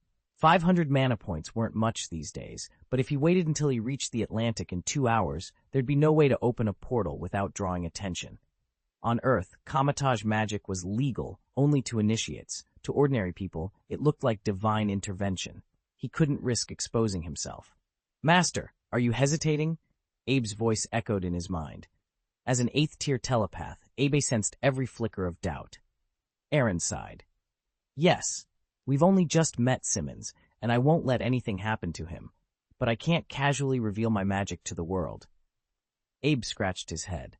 Well, you could cross the ocean without spells, just fly by pushing your endurance to the limit. Fly, without magic. Aaron frowned, recalling his alchemical vows. He shook his head. No, if I'm going to spend these 500 points, I might as well make it count. He squared his shoulders. Abe, take care of the safe house. I'll be back soon. Gathering every scrap of mana into a single sphere in his palm, Aaron flared with arcane light and vanished in a streak toward the horizon. I'll be back in a few hours, Aaron called over his shoulder. I understand, Master, came the quiet reply. Aaron pushed open the door of the divination house and strode to the garage. He vaulted onto his motorcycle, flicked a switch on the handlebar, and fired up the engine. The bike roared to life and tore down the lane. As he crossed into the suburbs, he flipped to flight mode. With a whir of servos, the wheels retracted under the chassis, and the machine hovered. Blue-white flame licked from the exhaust, thrusting him skyward as he set his course. At Airbus Labs, the fluorescent lights buzzed overhead. Dr. Leo Fitz stood, just outside the containment wing, cradling a sleek, pistol-like device. Through the reinforced glass, he watched Dr. Gemma Simmons methodically prepare her workspace. Look, Fitz began, holding up the tool. I've perfected the delivery matrix. It's fast, efficient, everything we need. Tracking down the right mineral compound to stabilize our antiserum and conduct the electrical pulse was a nightmare, but I think this does the trick. Simmons didn't look up. She adjusted her goggles, her expression tight. Let's not call it a vaccine, she replied, voice clipped. It's antiserum. There's a world of difference. She lifted the device from Fitz's hand and examined its cartridge, which glowed faintly with a milky fluid. These antibodies should bind to any antigen the alien virus exposes, if it even presents one, she muttered. Methodically, Simmons slid open the first cage, coaxed a lab mouse into a small restraining tube, and closed the latch. Sorry, little guy, she whispered. Fitz leaned against the glass, heart pounding. Simmons touched the barrel of the device to the tube. The panel on its grip lit up. With a soft click, she activated it. A low hum filled the chamber, and a pinpoint beam of energy struck the mouse. It twitched once, then lay still, the antiserum now coursing through its bloodstream. Simmons stepped back, scanning her readouts. We may finally have our answer, she said. Fitz exhaled, relief mingling with anticipation. Here's hoping. The lab lights dimmed and flickered as Simmons set the trembling white mouse back into its cage. Come on, come on, come on, she whispered, barely daring to hope. Inside the enclosure, the mouse floated upward, its body rigid. Then a thin blue arc snaked through the air, zapping into its skull. The experiment failed. Simmons closed her eyes in silent agony, but there was no time to grieve. If they didn't perfect the antiserum soon, their patient would die in excruciating pain. Another burst of blue electricity, and the second mouse fell limp. Simmons's hands shook as despair threatened to overwhelm her. Outside the lab compartment, Fitz stood by a console, nervously checking his watch. Suddenly, Coulson's phone rang. He glanced at the caller ID and answered on the first ring. Gaius, did you find a solution? I did. Open the hangar doors. I'm right behind the plane. Coulson hesitated for only a moment. Then Fitz sprinted to the control panel and lowered the Airbus ramp. The massive doors groaned open, revealing a lone figure hurtling through the clear blue sky. Against the backdrop of white clouds, the dark silhouette grew larger, closer, and with it their hope. Aaron roared in on a sleek black hoverbike, blue afterburner trails flickering against the afternoon sky. He twisted the throttle one last time, drifted down the narrow landing ramp, and cut the engine with a soft click. Sky's jaw dropped. Oh my God, this is way cooler than Lola. Coulson merely folded his arms and let her have the moment. He loved his retrofitted car, Lola, but next to Aaron's bike, it felt like a clunky antique. Aaron kicked his helmet under one arm and strode forward. Okay, what's the situation? Fitz hurried up, cheeks flushed. Simmons has run 2 treatment trials so far. Both failed. How much time do we have left? About an hour, maybe a bit less. Aaron rubbed his chin. An hour? That's still enough time for lunch, or even a quick hollow chess match. Fitz went pale. You're not seriously suggesting we slow down, are you? Gemma's trying to save a life here. Aaron held up a hand.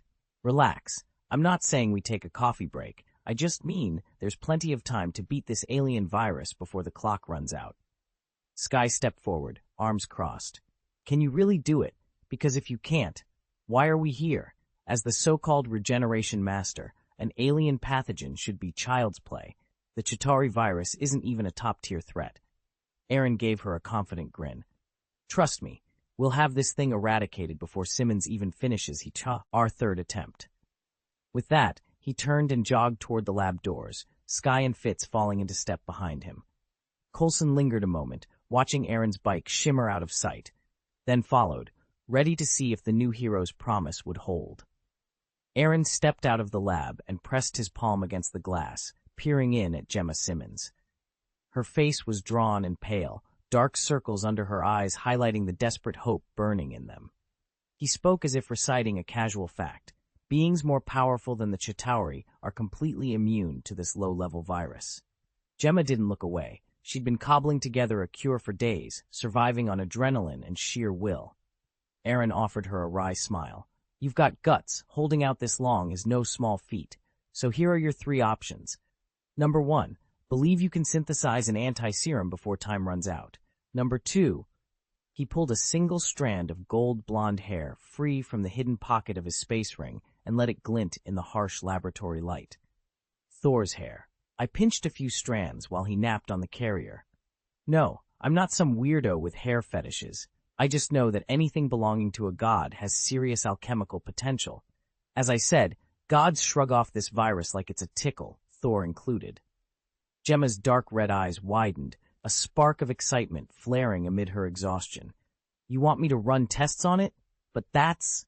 She glanced at the hair, then at the rows of infected cell cultures, as if weighing miracles against protocol. Aaron nodded. Exactly.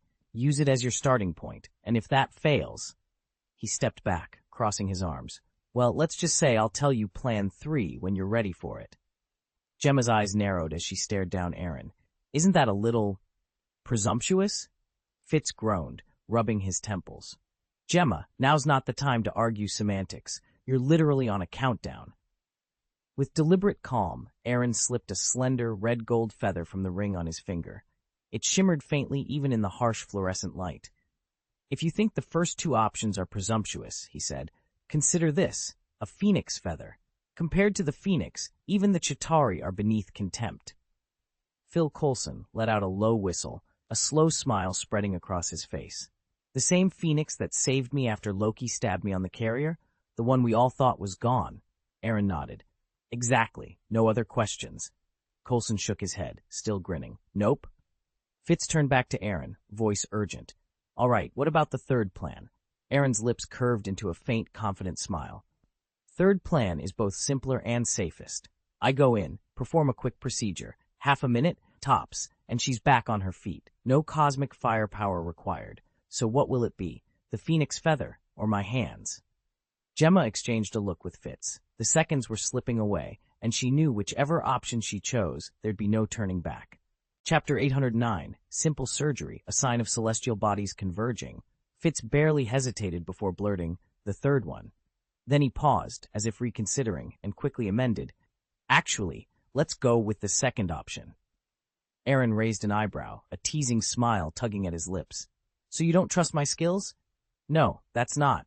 Ah, it is, Aaron cut in good-naturedly. But fine, the 2nd it is. He placed Thor's lock of hair carefully on the table. Good luck. Agent Coulson reached toward the single brilliant red plume resting next to it. What about this phoenix feather? Don't touch that, Coulson, Aaron warned, his tone suddenly serious. Thor's hair? I can scrounge up more of that in a heartbeat. But this feather is mine, personal property, and it doesn't come cheap. Want it? $1 million flat. Fair price. Coulson waved him off. Forget I asked. With that settled, Fitz whisked Thor's hair down to the lab. Simmons was waiting, already laying out vials and pipettes, her eyes shining with excitement at the prospect of finally synthesizing the serum. The onlookers collectively exhaled. Thor was in good hands, and their confidence was restored. Coulson turned back to Fitz, curiosity in his voice. By the way, what's wrong with your motorcycle? I'm an alchemist, Aaron said with a confident grin, leaning over the motorcycle's engine. Tweaking a bike's performance is nothing for me. Agent Coulson raised an eyebrow. Tweaking? This thing is already hitting Mach speeds. We're over the Atlantic, covering thousands of kilometers in an hour. Aaron tapped a small control panel. Just let me push it to maximum output. Even Stark's Iron Man armor struggles to keep up. A hush fell over the agents as they exchanged incredulous looks. Finally, Skye spoke up. Okay, but how did you even know where we were? With a flourish, Aaron produced a weathered compass from his coat pocket. This belonged to Captain Jack. Best piece in my collection. Legend says it doesn't point north. Instead, it locks on to whatever you're after. Wealth, love, knowledge, even people. On my journey, it only ever pointed one way. That's how I found you. Skye's heart pounded. So it could actually find anyone, or anything. Aaron held the compass out to her, but his tone turned cautious. It's powerful, but not all-powerful. It can't locate someone if they're too far removed from its magic. Skye leaned forward, voice softened by hope. Could I borrow it? I'd do anything to find my parents. Aaron studied her for a long moment, then nodded. All right, let's see what this old compass can do. I promise I'll return it as soon as I'm done, Skye insisted.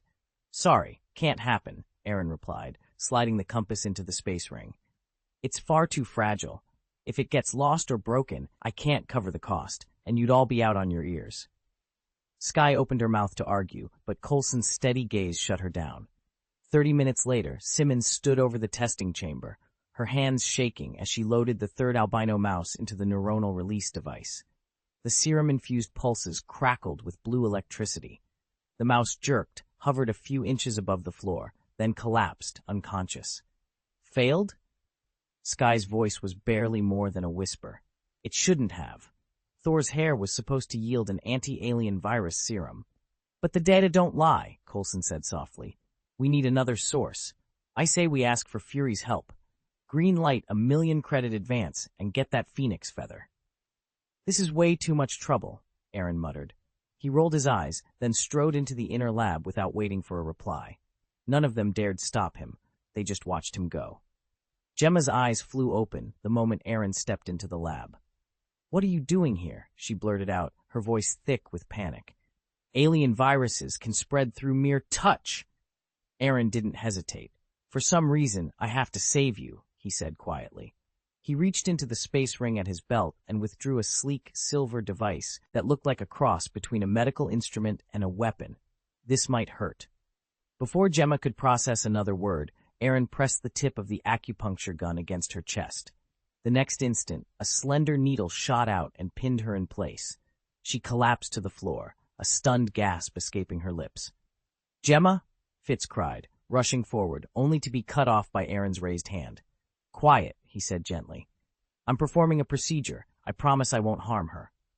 He popped open a tiny vial and dabbed a drop of pale liquid onto his thumbnail. With a practiced flick, the nail elongated into a near-invisible 10-centimeter needle. Silently, he jabbed it into Gemma's shoulder. 2 seconds later, he withdrew the needle. Ah! Gemma screamed, her body convulsing with pain. But within moments, the spasms subsided, and she lay still. Done. Aaron stepped back and cast a calm gaze over the stunned onlookers. Prepare a nutrient infusion and monitor her vitals. She should recover fully after a few days of rest. Phil Coulson, who just arrived, frowned intently. What exactly did you do? He asked, voice low but firm. Aaron met his gaze without flinching. I've neutralized the viral cells with a targeted nanoserum. It's the only way to stop the infection's spread and save her life. The fluorescent lamps hummed overhead as Dr. Aaron Pierce withdrew the syringe from Dr. Rye, Gemma Simmons's arm. He pinched his fingertip and held it up. A single droplet of milky white serum glistened beneath his thumbnail. I gave her an injection, Aaron announced. This formula jumpstarts cell division and provokes a temporary antibody response to the alien pathogen. In effect, it lets the body damage itself just enough to flush out the virus. It isn't permanent immunity, so stay clear of reinfection. I can't spare time for a second field mission. Simmons rocked on her feet, swaying slightly, then steadied herself against the lab bench. Sunlight slanted in through the blinds, highlighting the faint bruising at the injection site. Sky Keating exhaled in relief. So, we're clear? She flipped her datapad closed. I've been saying all along this virus is low grade. Even Thor, or Steve Rogers, would shrug it off. At the far end of the room, Agent Ward peered into a small observation cage. The third white mouse inside trembled and let out a high-pitched squeak. What about this little guy? He asked. Why is it still reacting? Aaron nodded toward the rodent. The serum worked. Virus is gone. But our energy pulse knocked it unconscious. We misjudged the amperage. Simmons sank onto a nearby stool, rubbing her arm. I should have monitored it more closely. That treatment felt like 1,000 needles all at once. Aaron gave her shoulder a reassuring squeeze. You're stable now. No lasting side effects from the procedure. Sky stepped forward, concern softening her features. You should rest, Gemma. Seriously, no more heroics today. Ward crossed his arms with a wry smile. Agreed. We want our biochemist back at full strength. Simmons managed a tired grin. Thanks, everyone. I'll try. As she settled onto the examination couch, the team exchanged relieved looks. For the first time in days, the lab was quiet, proof that their breakthrough had finally worked. Gemma, Coulson said softly, I'm granting you 3 days leave. Go home and spend some time with your parents. Thank you, sir, she replied, relief washing over her features. Coulson gave a curt nod. That's settled. I need to get going. Aaron, he turned to the young man standing at attention. You owe me a favor. Don't forget it. Aaron snapped a salute. Understood, sir. Coulson paused, as if recalling something. Now, what was it you wanted to tell me before? Aaron's eyes sparked with excitement. Right, the prophecy. 9 stars will soon align in a perfect row, a cosmic phenomenon that only happens once every few thousand years. Coulson raised an eyebrow. You were going to tell Nick Fury? He shook his head. Never mind. He's probably busy. Let's not both are him. At that moment, a transparent notification window slid into Aaron's field of vision. Mission, rescue Gemma Simmons. Status completed. Reward, 500 magic points. Penalty for failure, none. A calm, mechanical voice followed. Congratulations, host. You have completed the system task and earned 500 magic points. Aaron leaned back against the couch, a broad grin spreading across his face. 500 magic points for a few hours' work? That was almost too easy. If you can find more missions like this, count me in. Coulson shrugged on his coat. We'll see what comes up next, he said, giving Aaron a wry smile before heading out the door.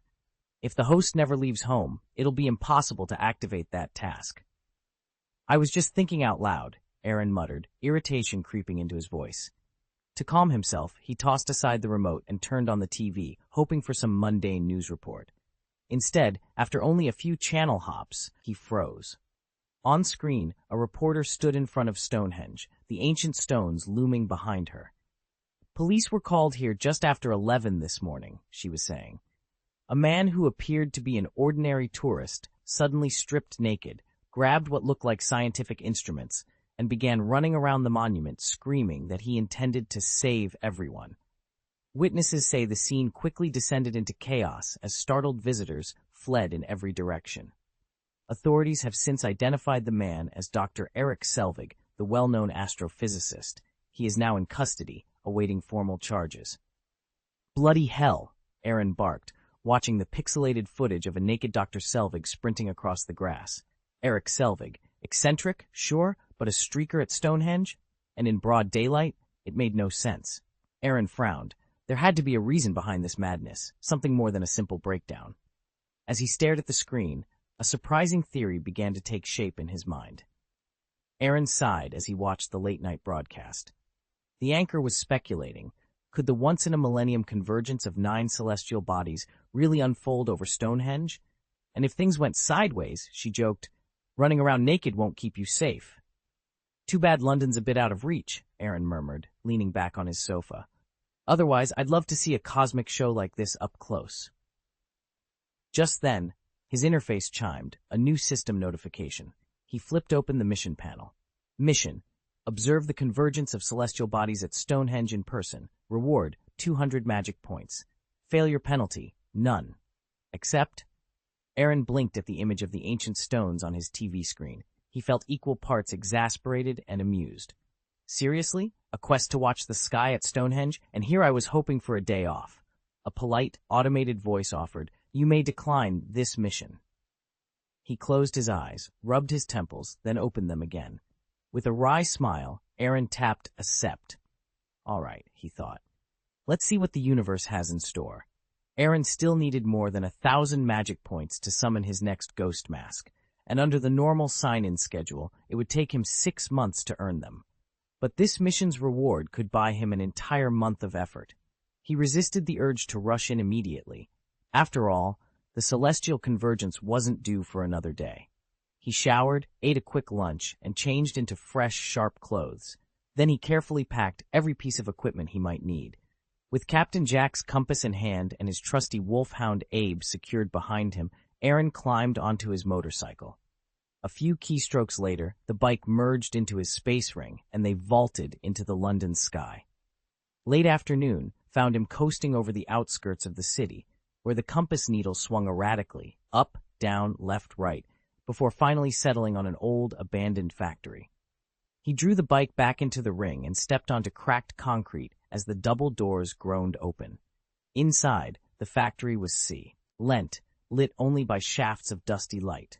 Aaron made his way to the vast central hall, an odd tingling at the back of his mind. He froze.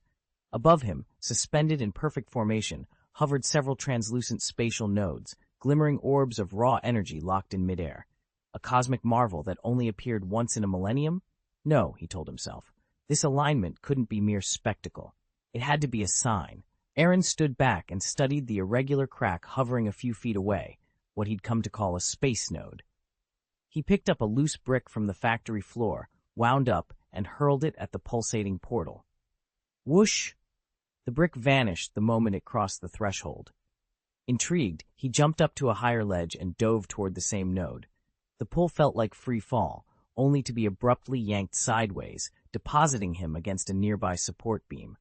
Back and forth he went, gravity surging and ebbing each time he shuttled between nodes.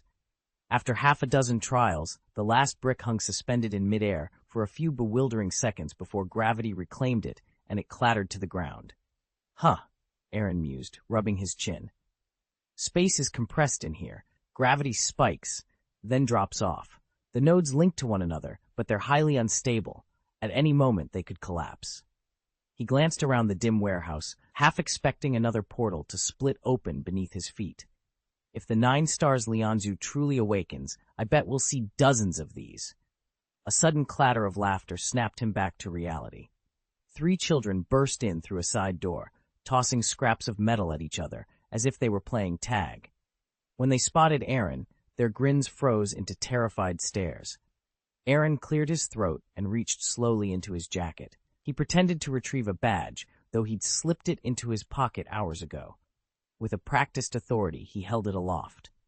Bureau of Investigation, he announced. By order of martial law, this facility is sealed off. Please remain calm and follow my instructions. Aaron's warning echoed down the hallway. If you want to play, find another spot. Understood? The 3 kids, barely taller than his knees, nodded furiously and scampered off. Aaron waited until their laughter died away, then crouched beside the shimmering spatial nodes they'd been marking. A quick scan with his handheld spectrometer confirmed nothing out of the ordinary. Satisfied, he packed up and headed for the factory's exit. As he stepped into the dusty courtyard, a sleek red sports car screeched to a halt. The driver's door opened, and out stepped Dr. Jane Foster in her crisp lab coat, followed by her assistant, Daisy. Trailing them was a lanky boy cradling a bundle of experimental gear. "Aaron!" Daisy dropped her load and dashed forward, enveloping him in a surprise hug. "I didn't expect to see you here. Happy?" He laughed softly, brushing a stray lock of hair from her face. "Long time no see." Aaron glanced past Daisy at the boy. "And this must be?" Daisy waved a hand, half dismissing him. "This is Ian, my intern, but don't get the wrong idea, we're strictly professional." Aaron raised an eyebrow. Got it. Interns these days are practically everywhere. I've got one, Jane's got one, and now… Ian, the boy interjected, straightening his glasses. My name's Ian. Just call me Ian. Jane folded her arms, studying Aaron with a bemused expression. Well then, Aaron, what brings you to our little corner of the universe? Although, she tapped her chin, faking offense, I should be the one asking questions. I am the astrophysicist here, after all. Aaron grinned. Fair enough. Let's trade notes. He gestured toward the nodes he'd just examined. I was checking for flux irregularities. Nothing alarming, but I thought you'd want a heads up. Jane's smile sharpened. Always prepared.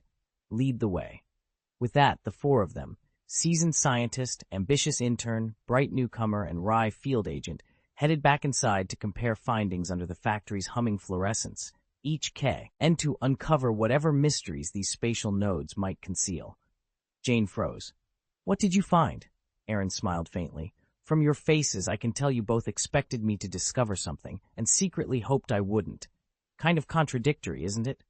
Jane shrugged, helpless. You are with S.H.I.E.L.D. after all. Exactly why you're worried, Aaron said, arching an eyebrow. But rest assured, your fears are baseless. Yes, I carry S.H.I.E.L.D. credentials, but I'm not here on classic agency business. I'm not going to file a report on this anomaly, and frankly, even if I did, it wouldn't solve anything. Daisy shot Aaron a skeptical look. You know what's going on here? I know only what I've gathered so far, Aaron admitted. A few educated guesses. Jane pressed on. And those guesses are, let's hold off on theories until you see it for yourselves. Aaron led them through the cavernous factory floor to a cordoned-off spot. This is the epicenter. Daisy frowned, scanning the empty concrete expanse. It looks ordinary. Aaron crouched, scooped a small pebble from the ground, and held it before them. With a casual flick of his wrist, the stone floated, suspended perfectly in midair. It hovered without any visible support, utterly defying gravity. Daisy's jaw dropped. That's not normal. There's still room, Aaron said. Grabbing the stone, he tossed it into the air. For an instant, it seemed to vanish. Yet the next moment, it reappeared lower down, hurtling straight toward the ground.